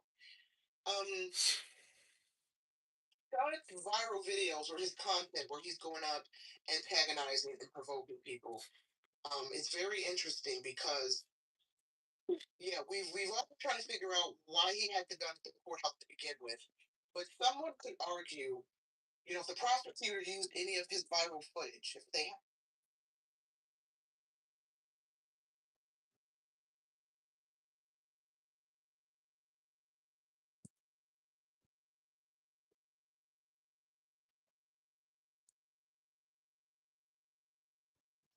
this then of the PhD students in the program taking a course in a medical school that involved doing. Way too much. I was depressed, smoked way too much pot. Oh, I got my ass thrown right out of college. It's because some people get kicked out of college. Being a trade here. Hey, Ford, can I go next, Ford? Go ahead. Yeah, go ahead. I'm done here with answered all the questions. Hold on, Marshall. Yeah, let's hear from Crystal. Go ahead. Hold on 1 second. Okay, so check this out. So I posted in the chat, Slaves Without Masters, right? That's a book. And I also posted in the chat that EDU from Auburn University with this student's last name Thompson and Bailey did a dissertation paper on air properties, right? And what they came up with was that the heirs to the properties from Virginia down to Louisiana was majority the African American, the HR 4238 American, right? The Negro reclassified 100,000 times somebody else, right? The owners of the land. I'll take this paper right there, and I put it out here. I put in the chat this book. The most important part is by the First of Kent, copyright 1840, right? I got this I got a thing of it in my PTR picture, right? It's on the Internet Archive, you know, the .gov thing. Huh? This is book. This is two of masters and servants, what, right? And what to say? What are the several kinds of persons that come within the description of servants? Slaves, hired servants, and apprentices. How, according to the Institutes of Justinian, might a person become a slave? In 3 ways. 1, by birth when the mother was a slave. 2, by captivity and war. 3, by voluntary sale of himself as a slave by a free man, FREEMAN, above the age of 20 for the purpose of sharing the price. Oh my God. Moderators, this is Alistair. Put me in the queue. Thank you.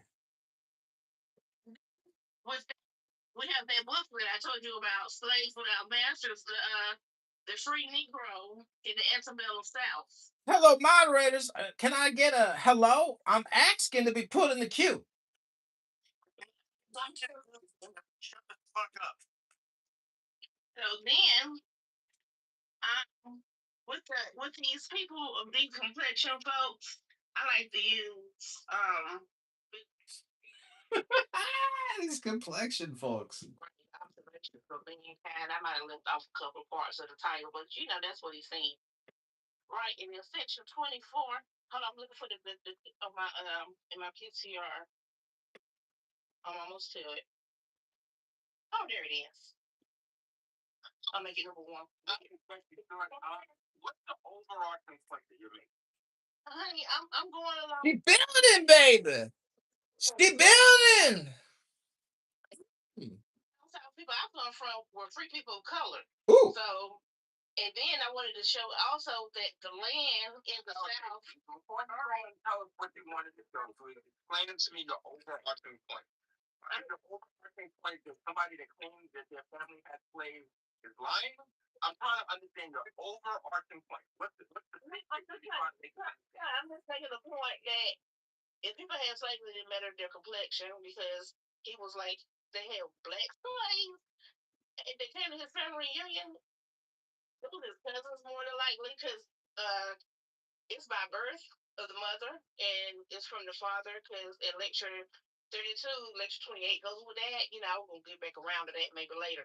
But it's marriage, a license, a bond. And one of the other people in here said that your granddaddy was going to be your slave owner. So I was just wondering the compound I have heard since I've been in the space that Sword was speaking. I wanted to help, you know. So that's why I should. So you get worried about what I had to say. Thank you for explaining that.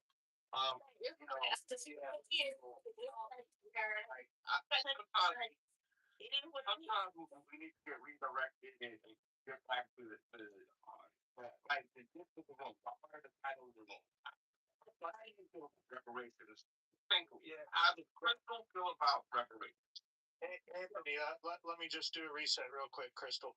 What we just had heard was Marshall discuss that he had a family reunion when he was 12, and that he found out that he had black cousins.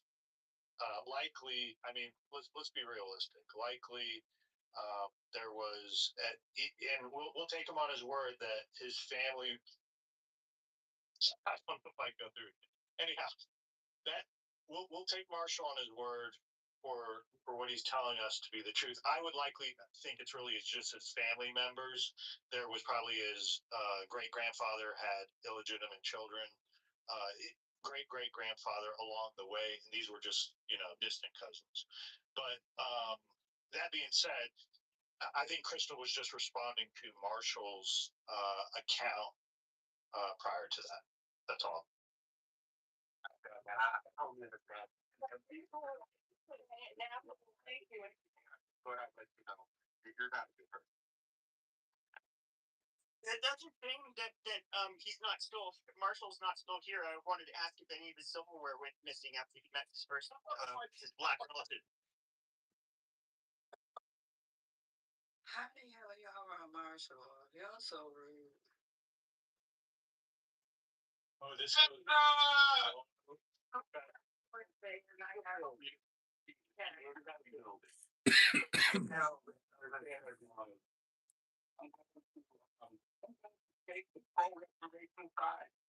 Just so we can have some entertainment in the room. I'm going to support reparations in this room. I'm going to be the strongest supporter of reparations. There is a debt that needs to be paid. You know, we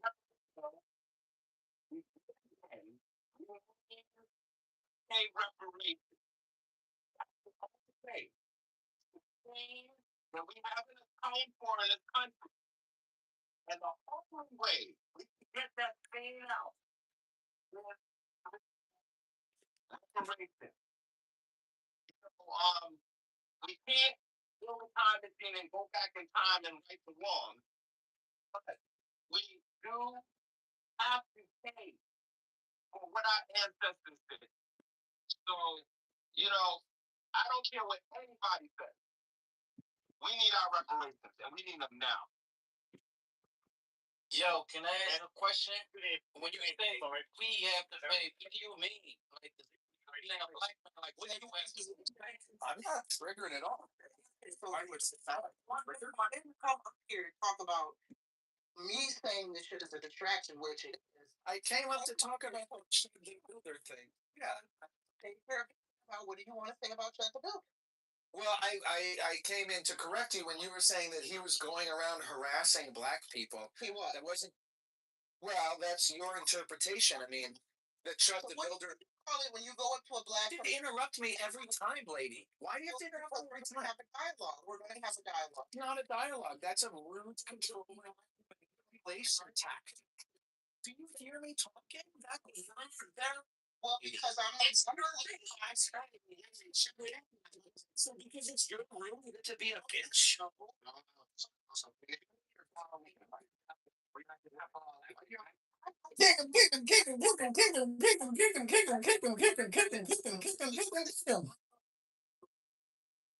not going to come on my stage and overtalk me. I'm the lead mod. So if I want to interrupt you and ask you a question, I'm going to do that. Stop acting like a small dick human male with conversation. This is why Chud the Builder is sitting in jail right now. So someone said he can't say the N-word. With the N-word. If they respond, he's gonna lash out. That's the energy you're giving right now, my friend. So you said it's not harassing to go up Google a random black person that you don't know and hurl the N word. Or a Muslim and hurl words that affect their prophets. Or someone Allah Muslim. You're absolutely right. Now, Serious. Well, Rabboni Shalom, all I gotta say is I don't think I deal a lot with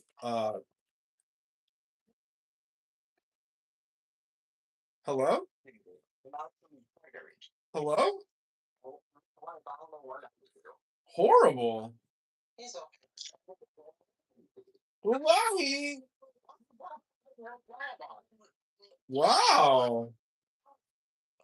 Oh boy.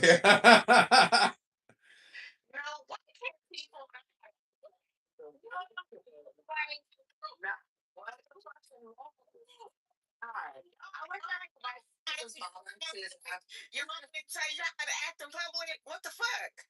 I'm sorry, nah, this is your room, boo. Hi, what's up? Hello? Hello, moderators. This is John. I'd like to be put in the queue.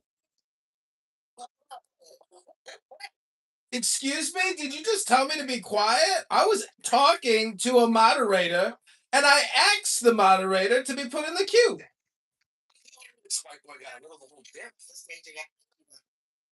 My friend, I welcomed you back because I'm assuming you. Well, I was very offended that you made a comment about my penis. You'll get over it. Continue. Well, you're a nigger. You got to go away right now. Even boot him. Don't even boot him. Don't even boot him. Your mother's a nigger. See how that works? No, my mother's a white Jewish woman, and your mother's a nigger. Oh, no. Jewish. Yeah, a little bit fun. Her bloodline in the ovens. Okay. I understand why people like children. See how that works? Now go to you low vibrational devil. I just want to say something, Nye. You could actually be accurate about a little penis. Like who knows what he's packing. But I'm not really interested in whether or not he's packing or he's lacking. What I think is interesting about Chud the Builder is that the name itself, Chud, which is like a scrotum or like a dinghy or something inferior and pathetic. But then you get the builder part. The builder part is the transformation of the Chud into something. Hello? Tina, the week before Martina, I gotta get your opinion on the Odyssey. So if you read, you gotta go back to this. Girl, you gotta show me my ass. Let's move on. I can't take it no more. I'm not used to these hostel rooms. Go in rooms about movies. I don't do this shit. Okay? Don't come for me. It's 2026. Don't. We ain't got time. Let me go on my PTR. I ain't got time for this bullshit. Come on, now. But yeah, let's go.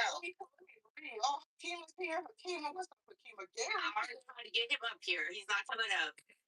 Oh, Lord. This is just people.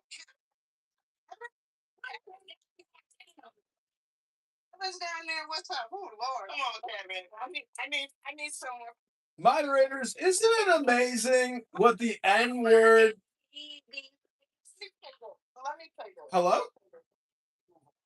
Let me say that. Guys. Oh, I thought the N word meant nigh. What is that guy's name? Let me give our brother the proper honors. Hold on. Hey, no, we don't need to even. No, he doesn't exist here. He doesn't need to exist. No. Motherfuckers on platform. Great Eric Mays, the late great Eric Mays.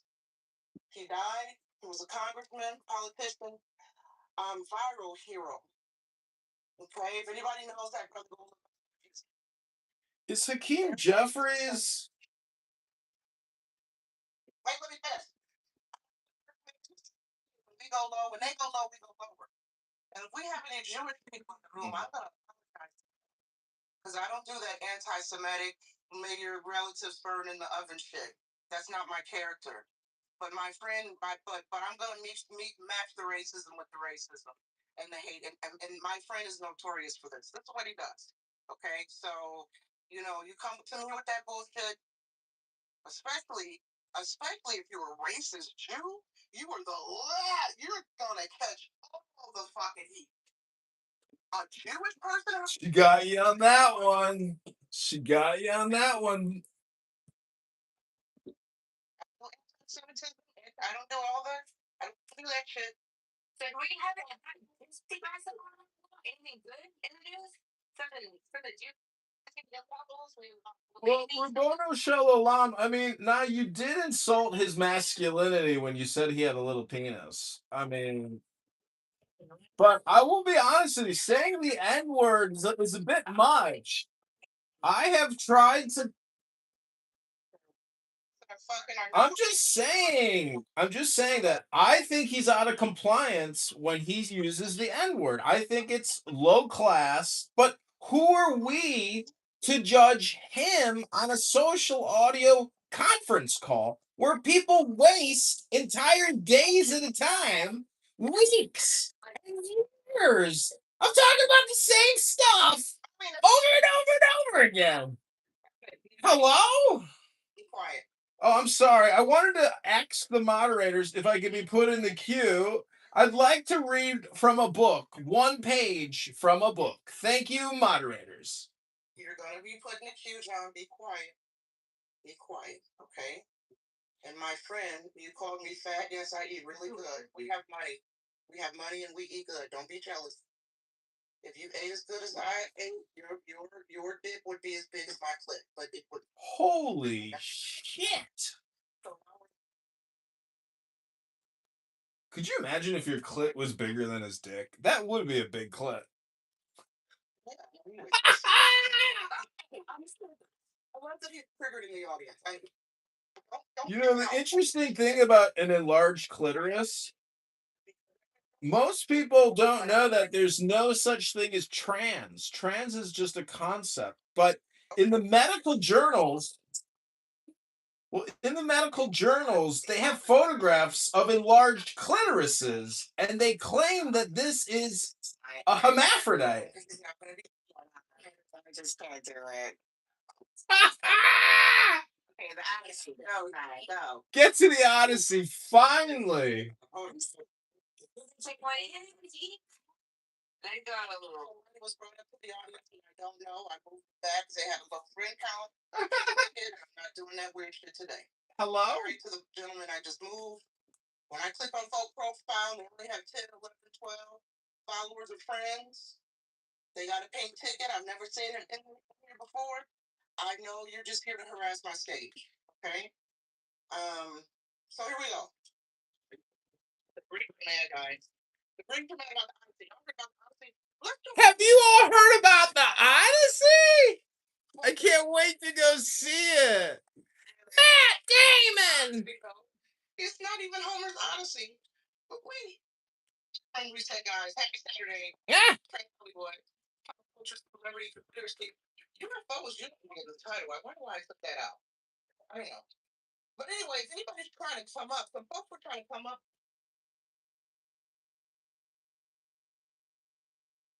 Why not complain about the condition of America when you sat in my face and told me I got a cancer left, but 25 billion already gone? It's gone. It's gone.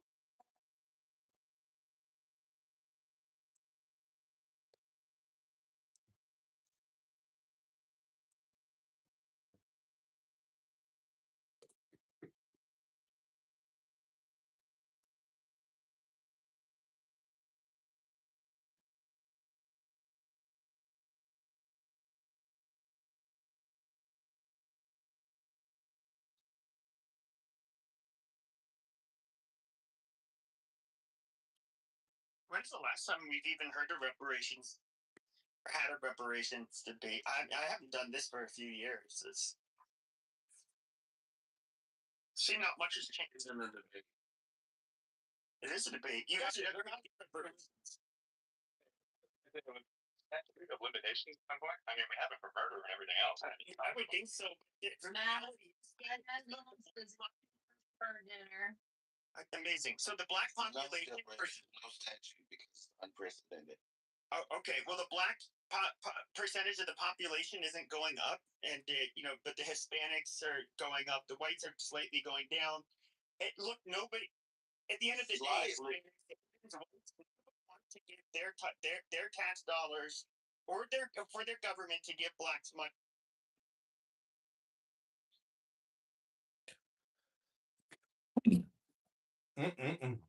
Lord, Lord, Lord.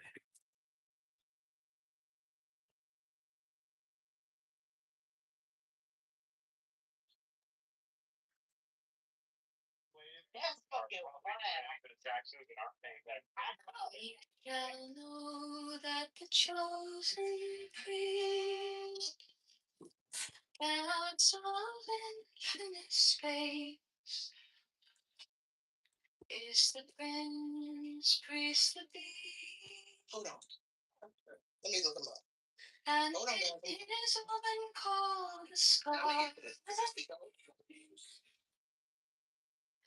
Is all power given. They shall gather my children into their fold. They shall bring the glory of the stars into the hearts of men.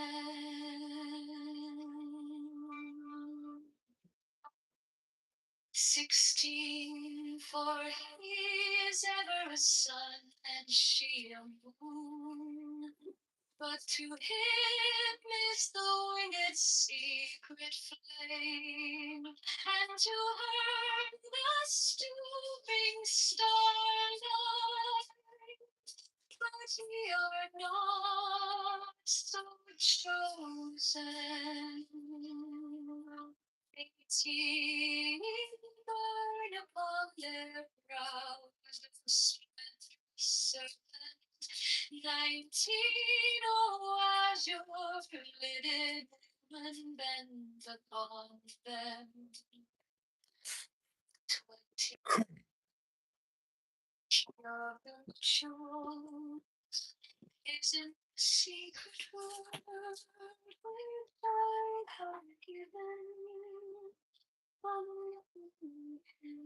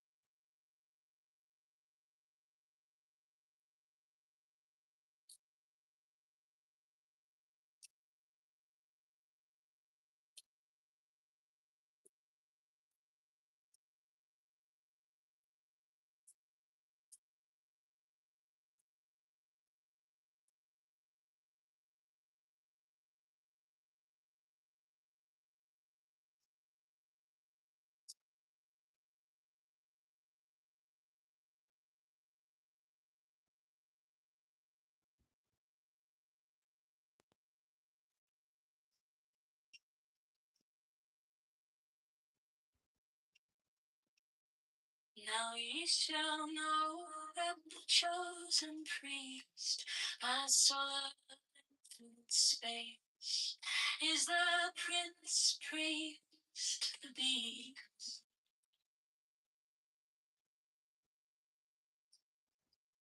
And in his woman, called the scarlet woman, is all power given. They shall gather my children into their fold. They shall bring the glory of the stars into the hearts of men.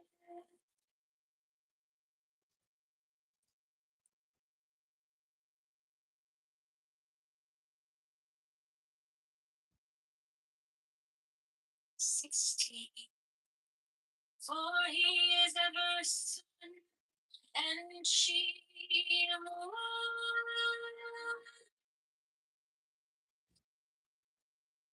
but she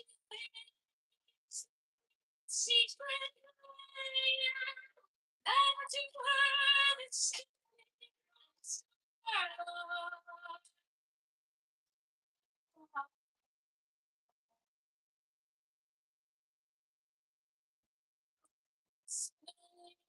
you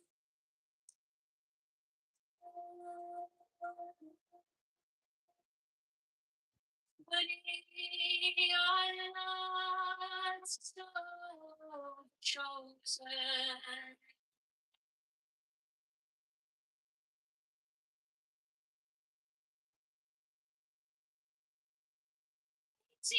Burn upon their brows, oh splendor serpent.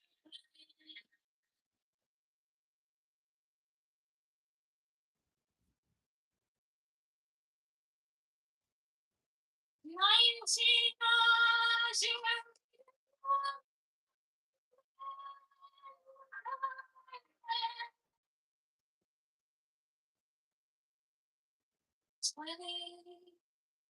the key of the rituals is in the secret word which I have given unto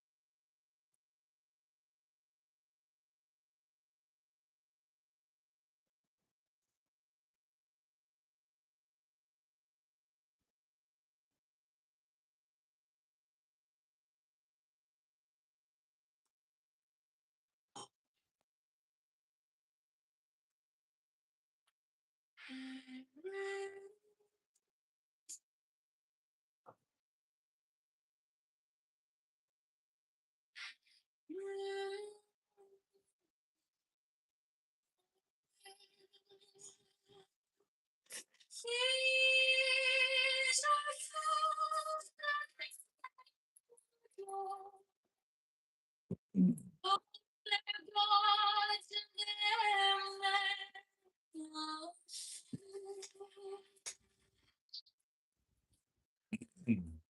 Come forth, oh children, under the stars and take your fill of love. 13, I am above you, and in you, my ecstasy is in yours. My joy is to see your joy.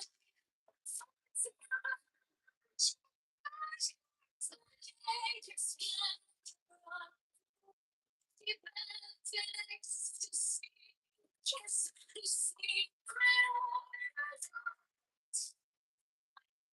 glow the starry blue are mine, when kafna konso.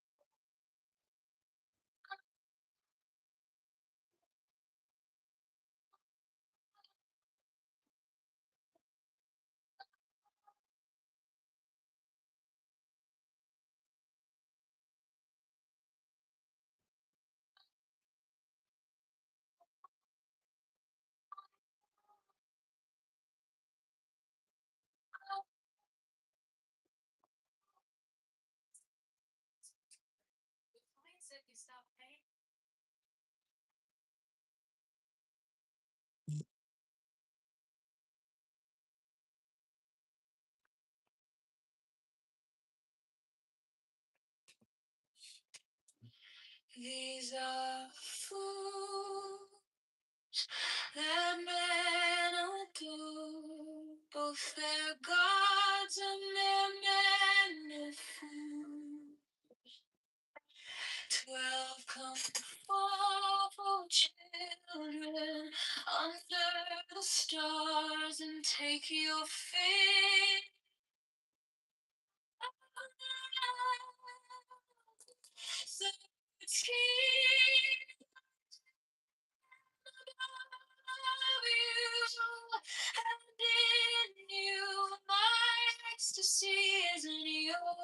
Hello? Hello? Hello? Yassine? Hello? Damn, my friend, you went hard R there. Wow, I wasn't expecting that. What's going on in your life, bro, that you got to come on a conference call to waste your Oh, I know what it is. You don't read any books. I forgot. Oh man. What happened? What happened to you? Did you forget how to use your brain to improve your brain? Well, you never. The point is, you're the loser on a conference call app screaming out the N word. That's your opportunity cost. That's what you choose to do with your time. You suck, bro. You never even invited me to a book club. You're pathetic. My friend, what happened to your brain? Oh my God, my friend. Tragic, really. A tragedy.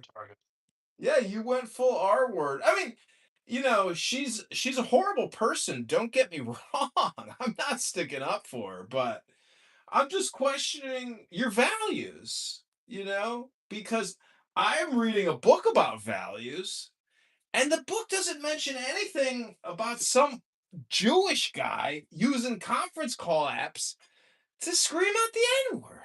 It doesn't seem to me like that would be polite society that I would want to live in.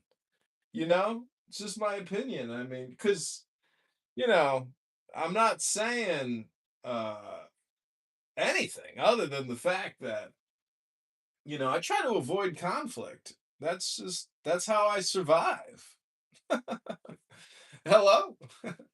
It's like, that guy who was murdered at the rifle range because he was doing charity work with veterans that had PTSD. And he was like the number one assassin that we've ever produced. He killed like hundreds of people. Chris Kyle, I think his name was. You know what I'm talking about? Yes. Yeah, I mean, Ron Paul said after his death, if you live by the sword, you die by the sword. And I was like, yeah, you know what? Turns out your environment actually determines whether or not sometimes you live or die. So I'm just saying that, in terms of being productive and accomplishing something, I was only in that room because I was the first person in that room and I wanted to ask Nye about her opinion on reparations. And we had an interesting conversation about individual lawsuits versus class action lawsuit and all of her opinions and about how she never got compensated for her 40 acres. And I was like, well, you weren't a slave. You live in 2026. Some people are time travelers and they don't even know it. So, anyways, I have been reading a book, and I realized that if I listen to these dumb clubhouse rooms and I put it on my YouTube live, in a way, if someone was to analyze who I am and what I do all day, well, I'd have to agree with them that that recording Pepe and Matt Cool eke out one word every minute. Like, I'm not recording intellectuals. Let's put it that way. But I am striving to read books and claim nothing about, what I've obtained or what I do or whether it's even work. So, what I'm trying to say is, hello. Hello? I've been creating more AI music and I'm really pleased with it. Music. I just sent you a new AI song in the text message. Oh wow. Yeah. My AI music is kind of stupid and foolish. Your AI music is made specifically to elevate the brain, but my AI music is kind of a No, that's okay. No, sometimes the stupid stuff is actually the best stuff because what if you want to really just like be at peace, less is more. So like in Suno, I created a song just called Babyface. And it turns out Babyface, you can come up with some really cool songs. No Antifa gonna get me.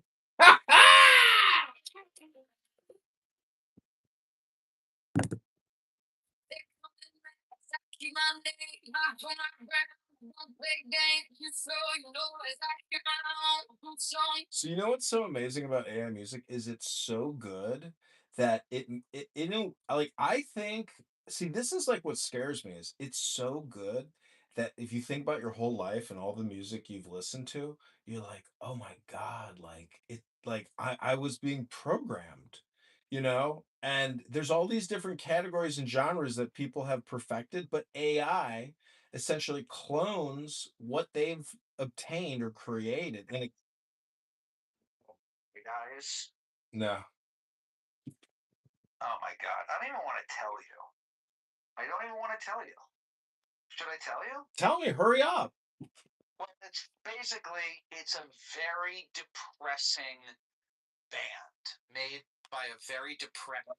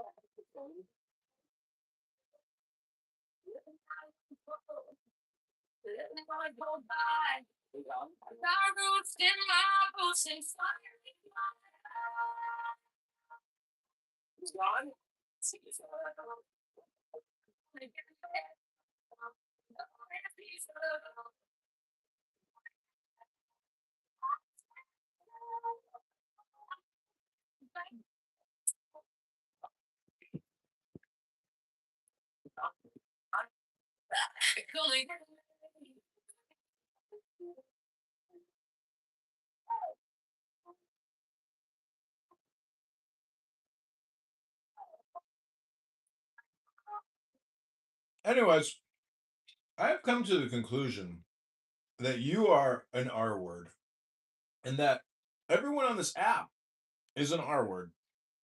I am an R word. And what I'm saying is, in an R word index or an R word bell shaped curve, some people are on the left side of that curve. Majority of the people are in the center of that curve, and there are some people on the far right of that curve. Now, all I'm trying to say is the difference between the right, the middle, and the left is only one thing, and that is a book or books. And so I have been reading Ayn Rand's The Virtue of Selfishness because of that stupid person on here, that R word person, Simon. And it turns out that Simon is a horrible communicator. But Ayn Rand is a fucking genius. And she lays it all out about how art-worded out we are. Wait, are you being sincere? Yes. See my PTR? Do you see my PTR? Hello? It's like you with a nose. I'm holding up what's called a book. Now, I was in the room earlier talking about reparations, and this is what I brought up. Page 37 of the Objectivist Ethics, where Ayn Rand writes, when I say capitalism, I mean a full, pure, uncontrolled, unregulated, laissez-faire capitalism with a separation of state and economics. In the same way, and for the same reasons as the separation of state and church. A pure system of capitalism has never yet existed, not even in America. Various degrees of government control have been undercutting and distorting it from the start.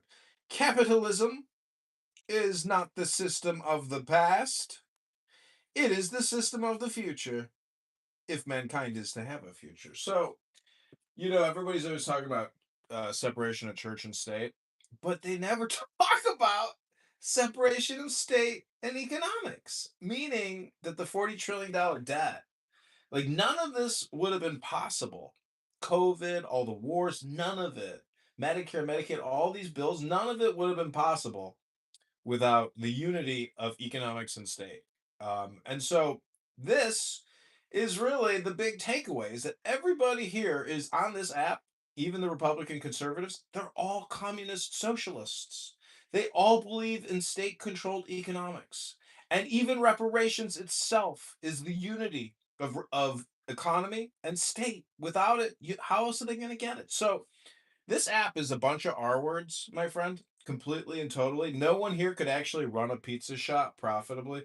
No one here could run a car dealership profitably. Because if you just ask the R words on this app, give me the formula for creating a profit, they wouldn't be able to tell you.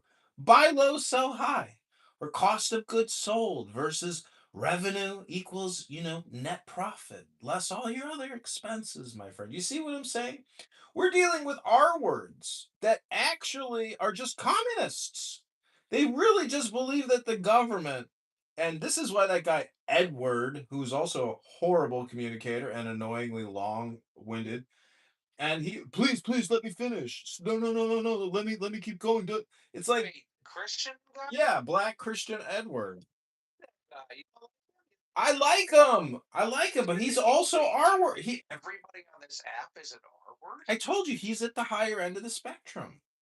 He's less R word than the severe left R words. Than me. If you're on this app, by definition, you must be R word. You wouldn't be here if you weren't R word. You see what I'm saying? Even the guy that invited me to this app, who's like a hardcore Democrat, and he did give me my money back because I gave him $10K, and I said, if you don't give me my money back, this is what I'm gonna do. Because I wanted to invest in a business with him, and he ended up doing nothing and just taking my money. So I said, give me my money back. He said, no. I said, all right, well, this is what I'm going to do if you don't give me my money back. And then he gave me my money back. Because he knew my threats weren't empty, and he knew there could be serious repercussions if he didn't give me my fucking money back. So he gave me my money back. Anyways, I'm just saying that to come on here and not read a book, but if you got the time to come on here and say the N-word, after getting your dick called small, like, bro, that's not an environmental problem. That's a your choice problem.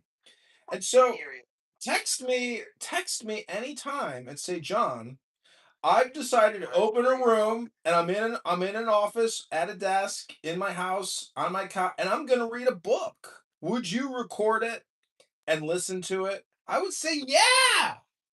Right away, my friend. Any time of the day. Instead, I got to hear you on my YouTube live, which you could get my YouTube live suspended saying that kind of shit. So I've asked you before, please, no hard R, just soft H. Okay? Oh, I don't want to. I don't want to.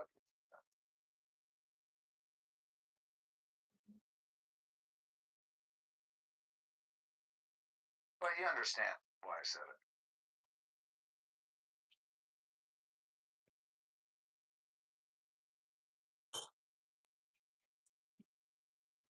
I also, if you're interested, I did put the link in the chat to my new license plate mockery video, which I posted yesterday, and it already has 12,000 views, and it has 1,700 likes. 12,000 views for license plate, bumper sticker, mockery.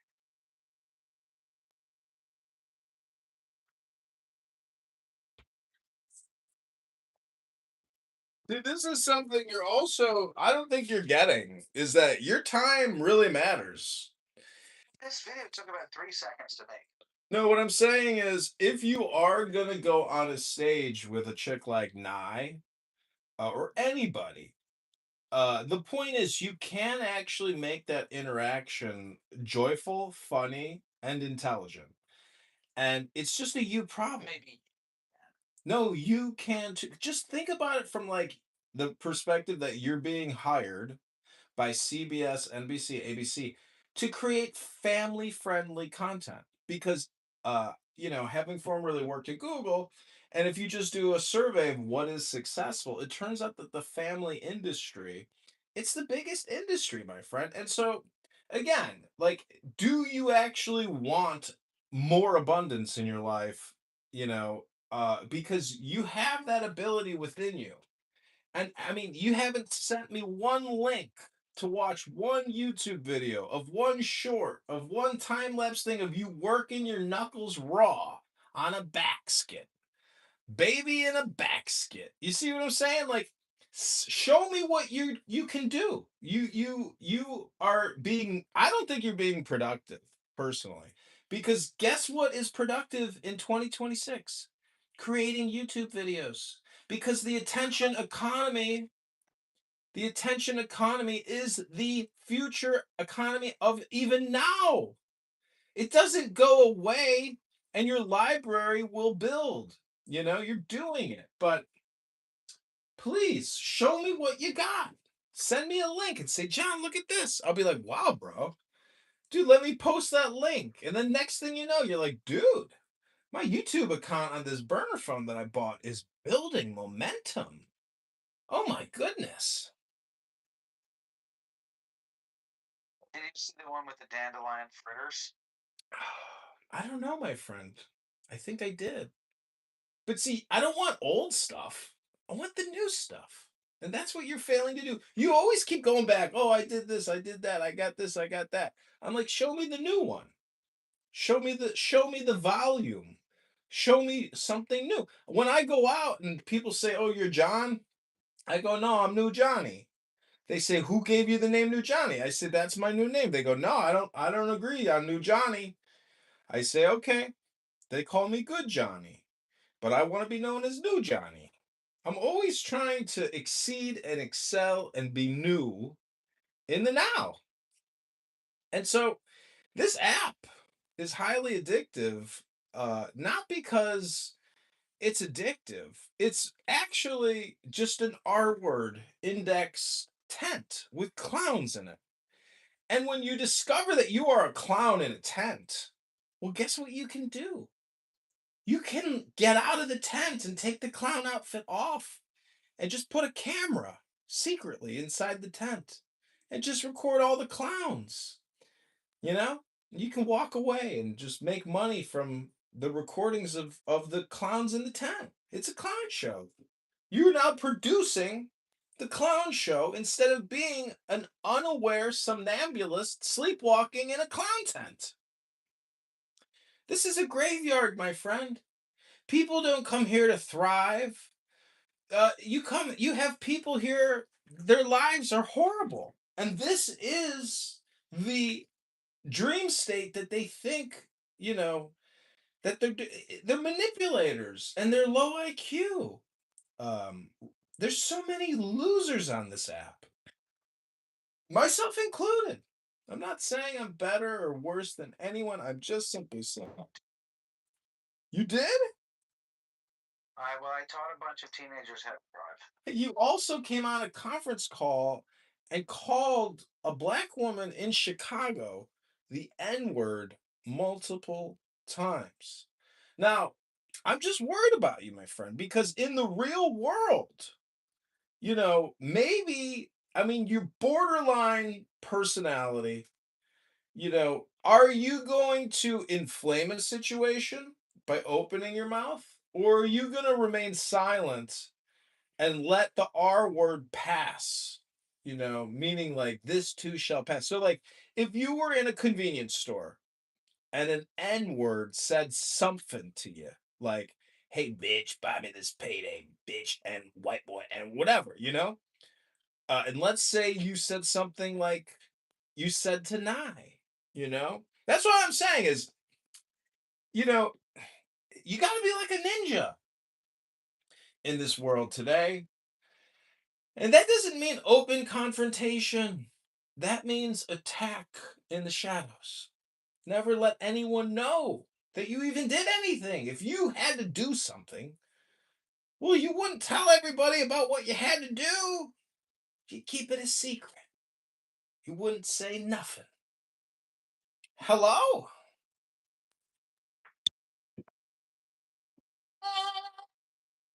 Is to see your joy, Lord. Again, the name of this house is Emotional Programming Objectivist because I read books. Unlike a lot of Jewish people I know, they don't read nothing anymore. I know this hot Jewish Israeli chick. She's like, "Oh, you should come to Hawaii with me, John." And I'm like, "Oh, have you read a book?" She goes, "No, not in 20 years." I'm not kidding. And I said, "Well," she says, "Do you have any book recommendations?" I said, "Just pick up a book and take a picture of a book and confirm with me that you can even still fucking read." And she's like, "Ha ha ha, very funny, John." I'm like, "No, it's for real. You are fucking R-worded out. Your brain is rotted." You know, this girl has 3 Siberian Huskies. She's spent the greater part of her life just picking up dog poop. And, for some people, that system works just fine. And if you got a lot of money, great. But part of life is using your brain to read books, to make your brain more intelligent, and to make your life even better. It works. They're programs that you can run through your brain. They're called books. And your brain isn't automatic, it requires work. And some people, I don't got time to read a book, but you got time to come to Clubhouse every fucking day. 12 hours a fucking day to run your fucking mouth. To listen to people, to debate people while you're supposedly working? My friend, read a fucking book.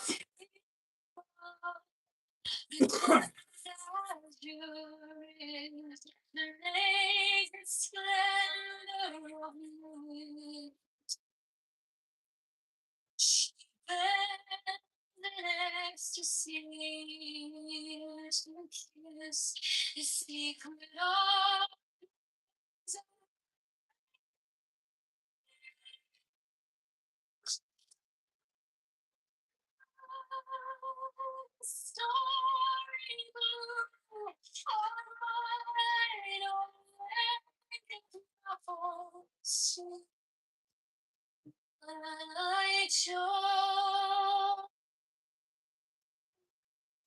is to see your child.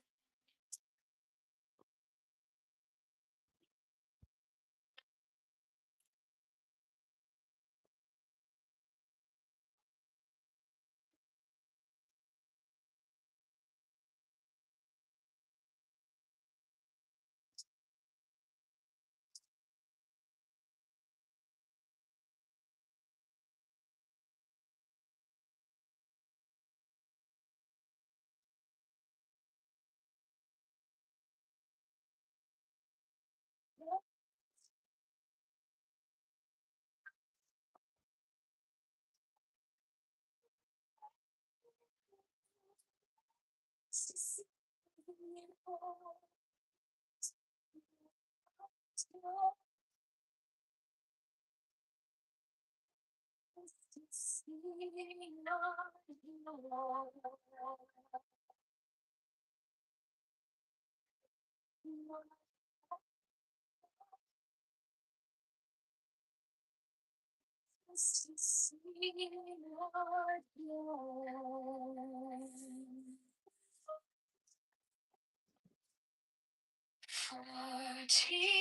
above, the gemmed azure is the naked splendor of new. She bends in ecstasy to kiss the secret ardors of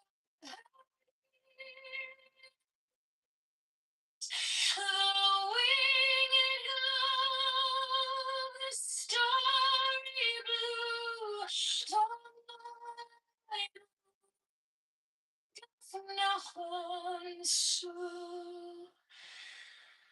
my joy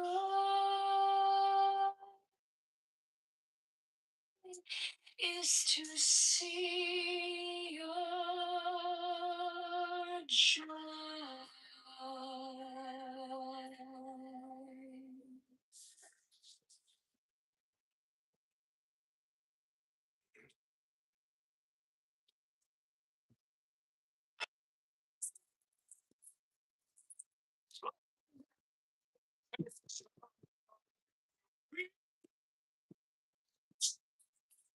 The unfurling of the company of heaven,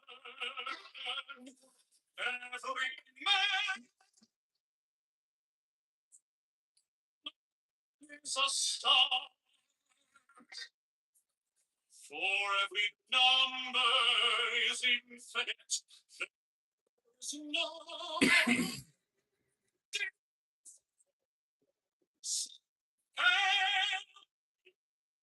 oh, what thieves in my life for the children of man.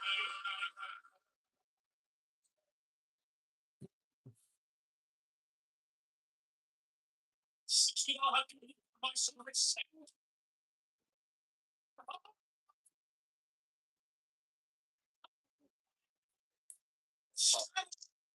Oh, it is gift.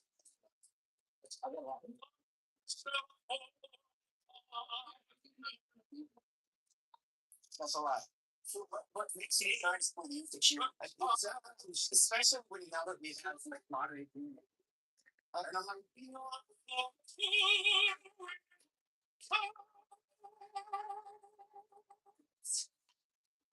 I worship the clouds and my light shed over.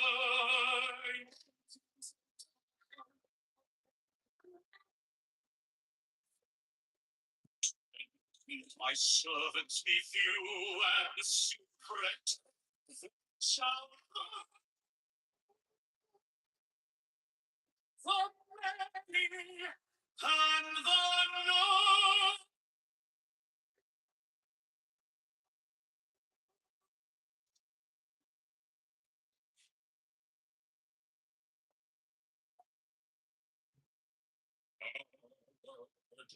The manifestation of new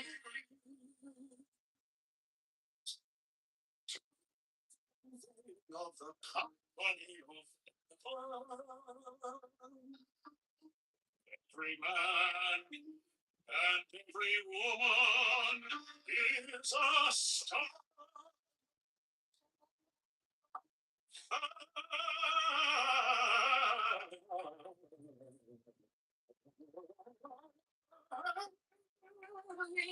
Number is infinite.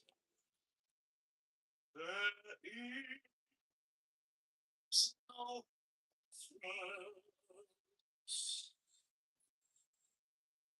5, help me, O warrior lord of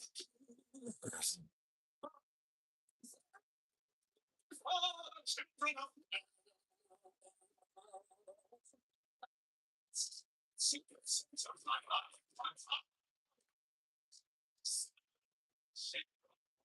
It is me why I was the minister of Polaka.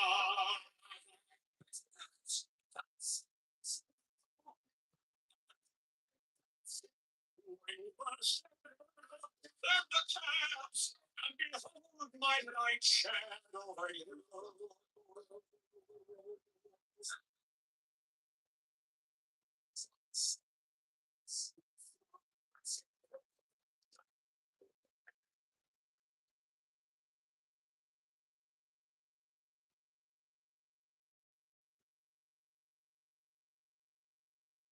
Mine is the head of the man, and my insight is keen as the hawk's. By my head I invoke.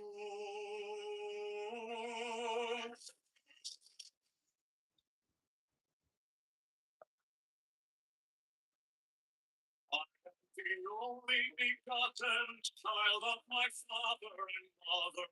My father is dead. Me with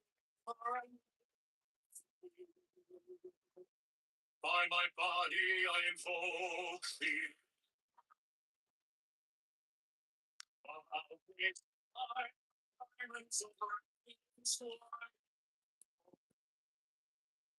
By the brightness I invoke thee.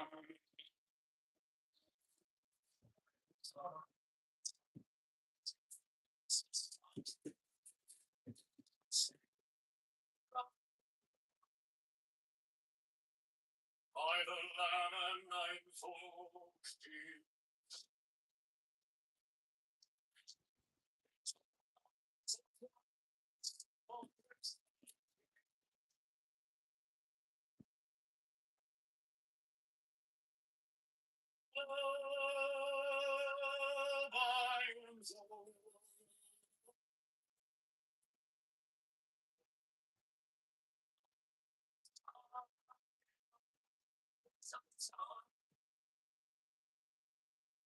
By the side I invoke.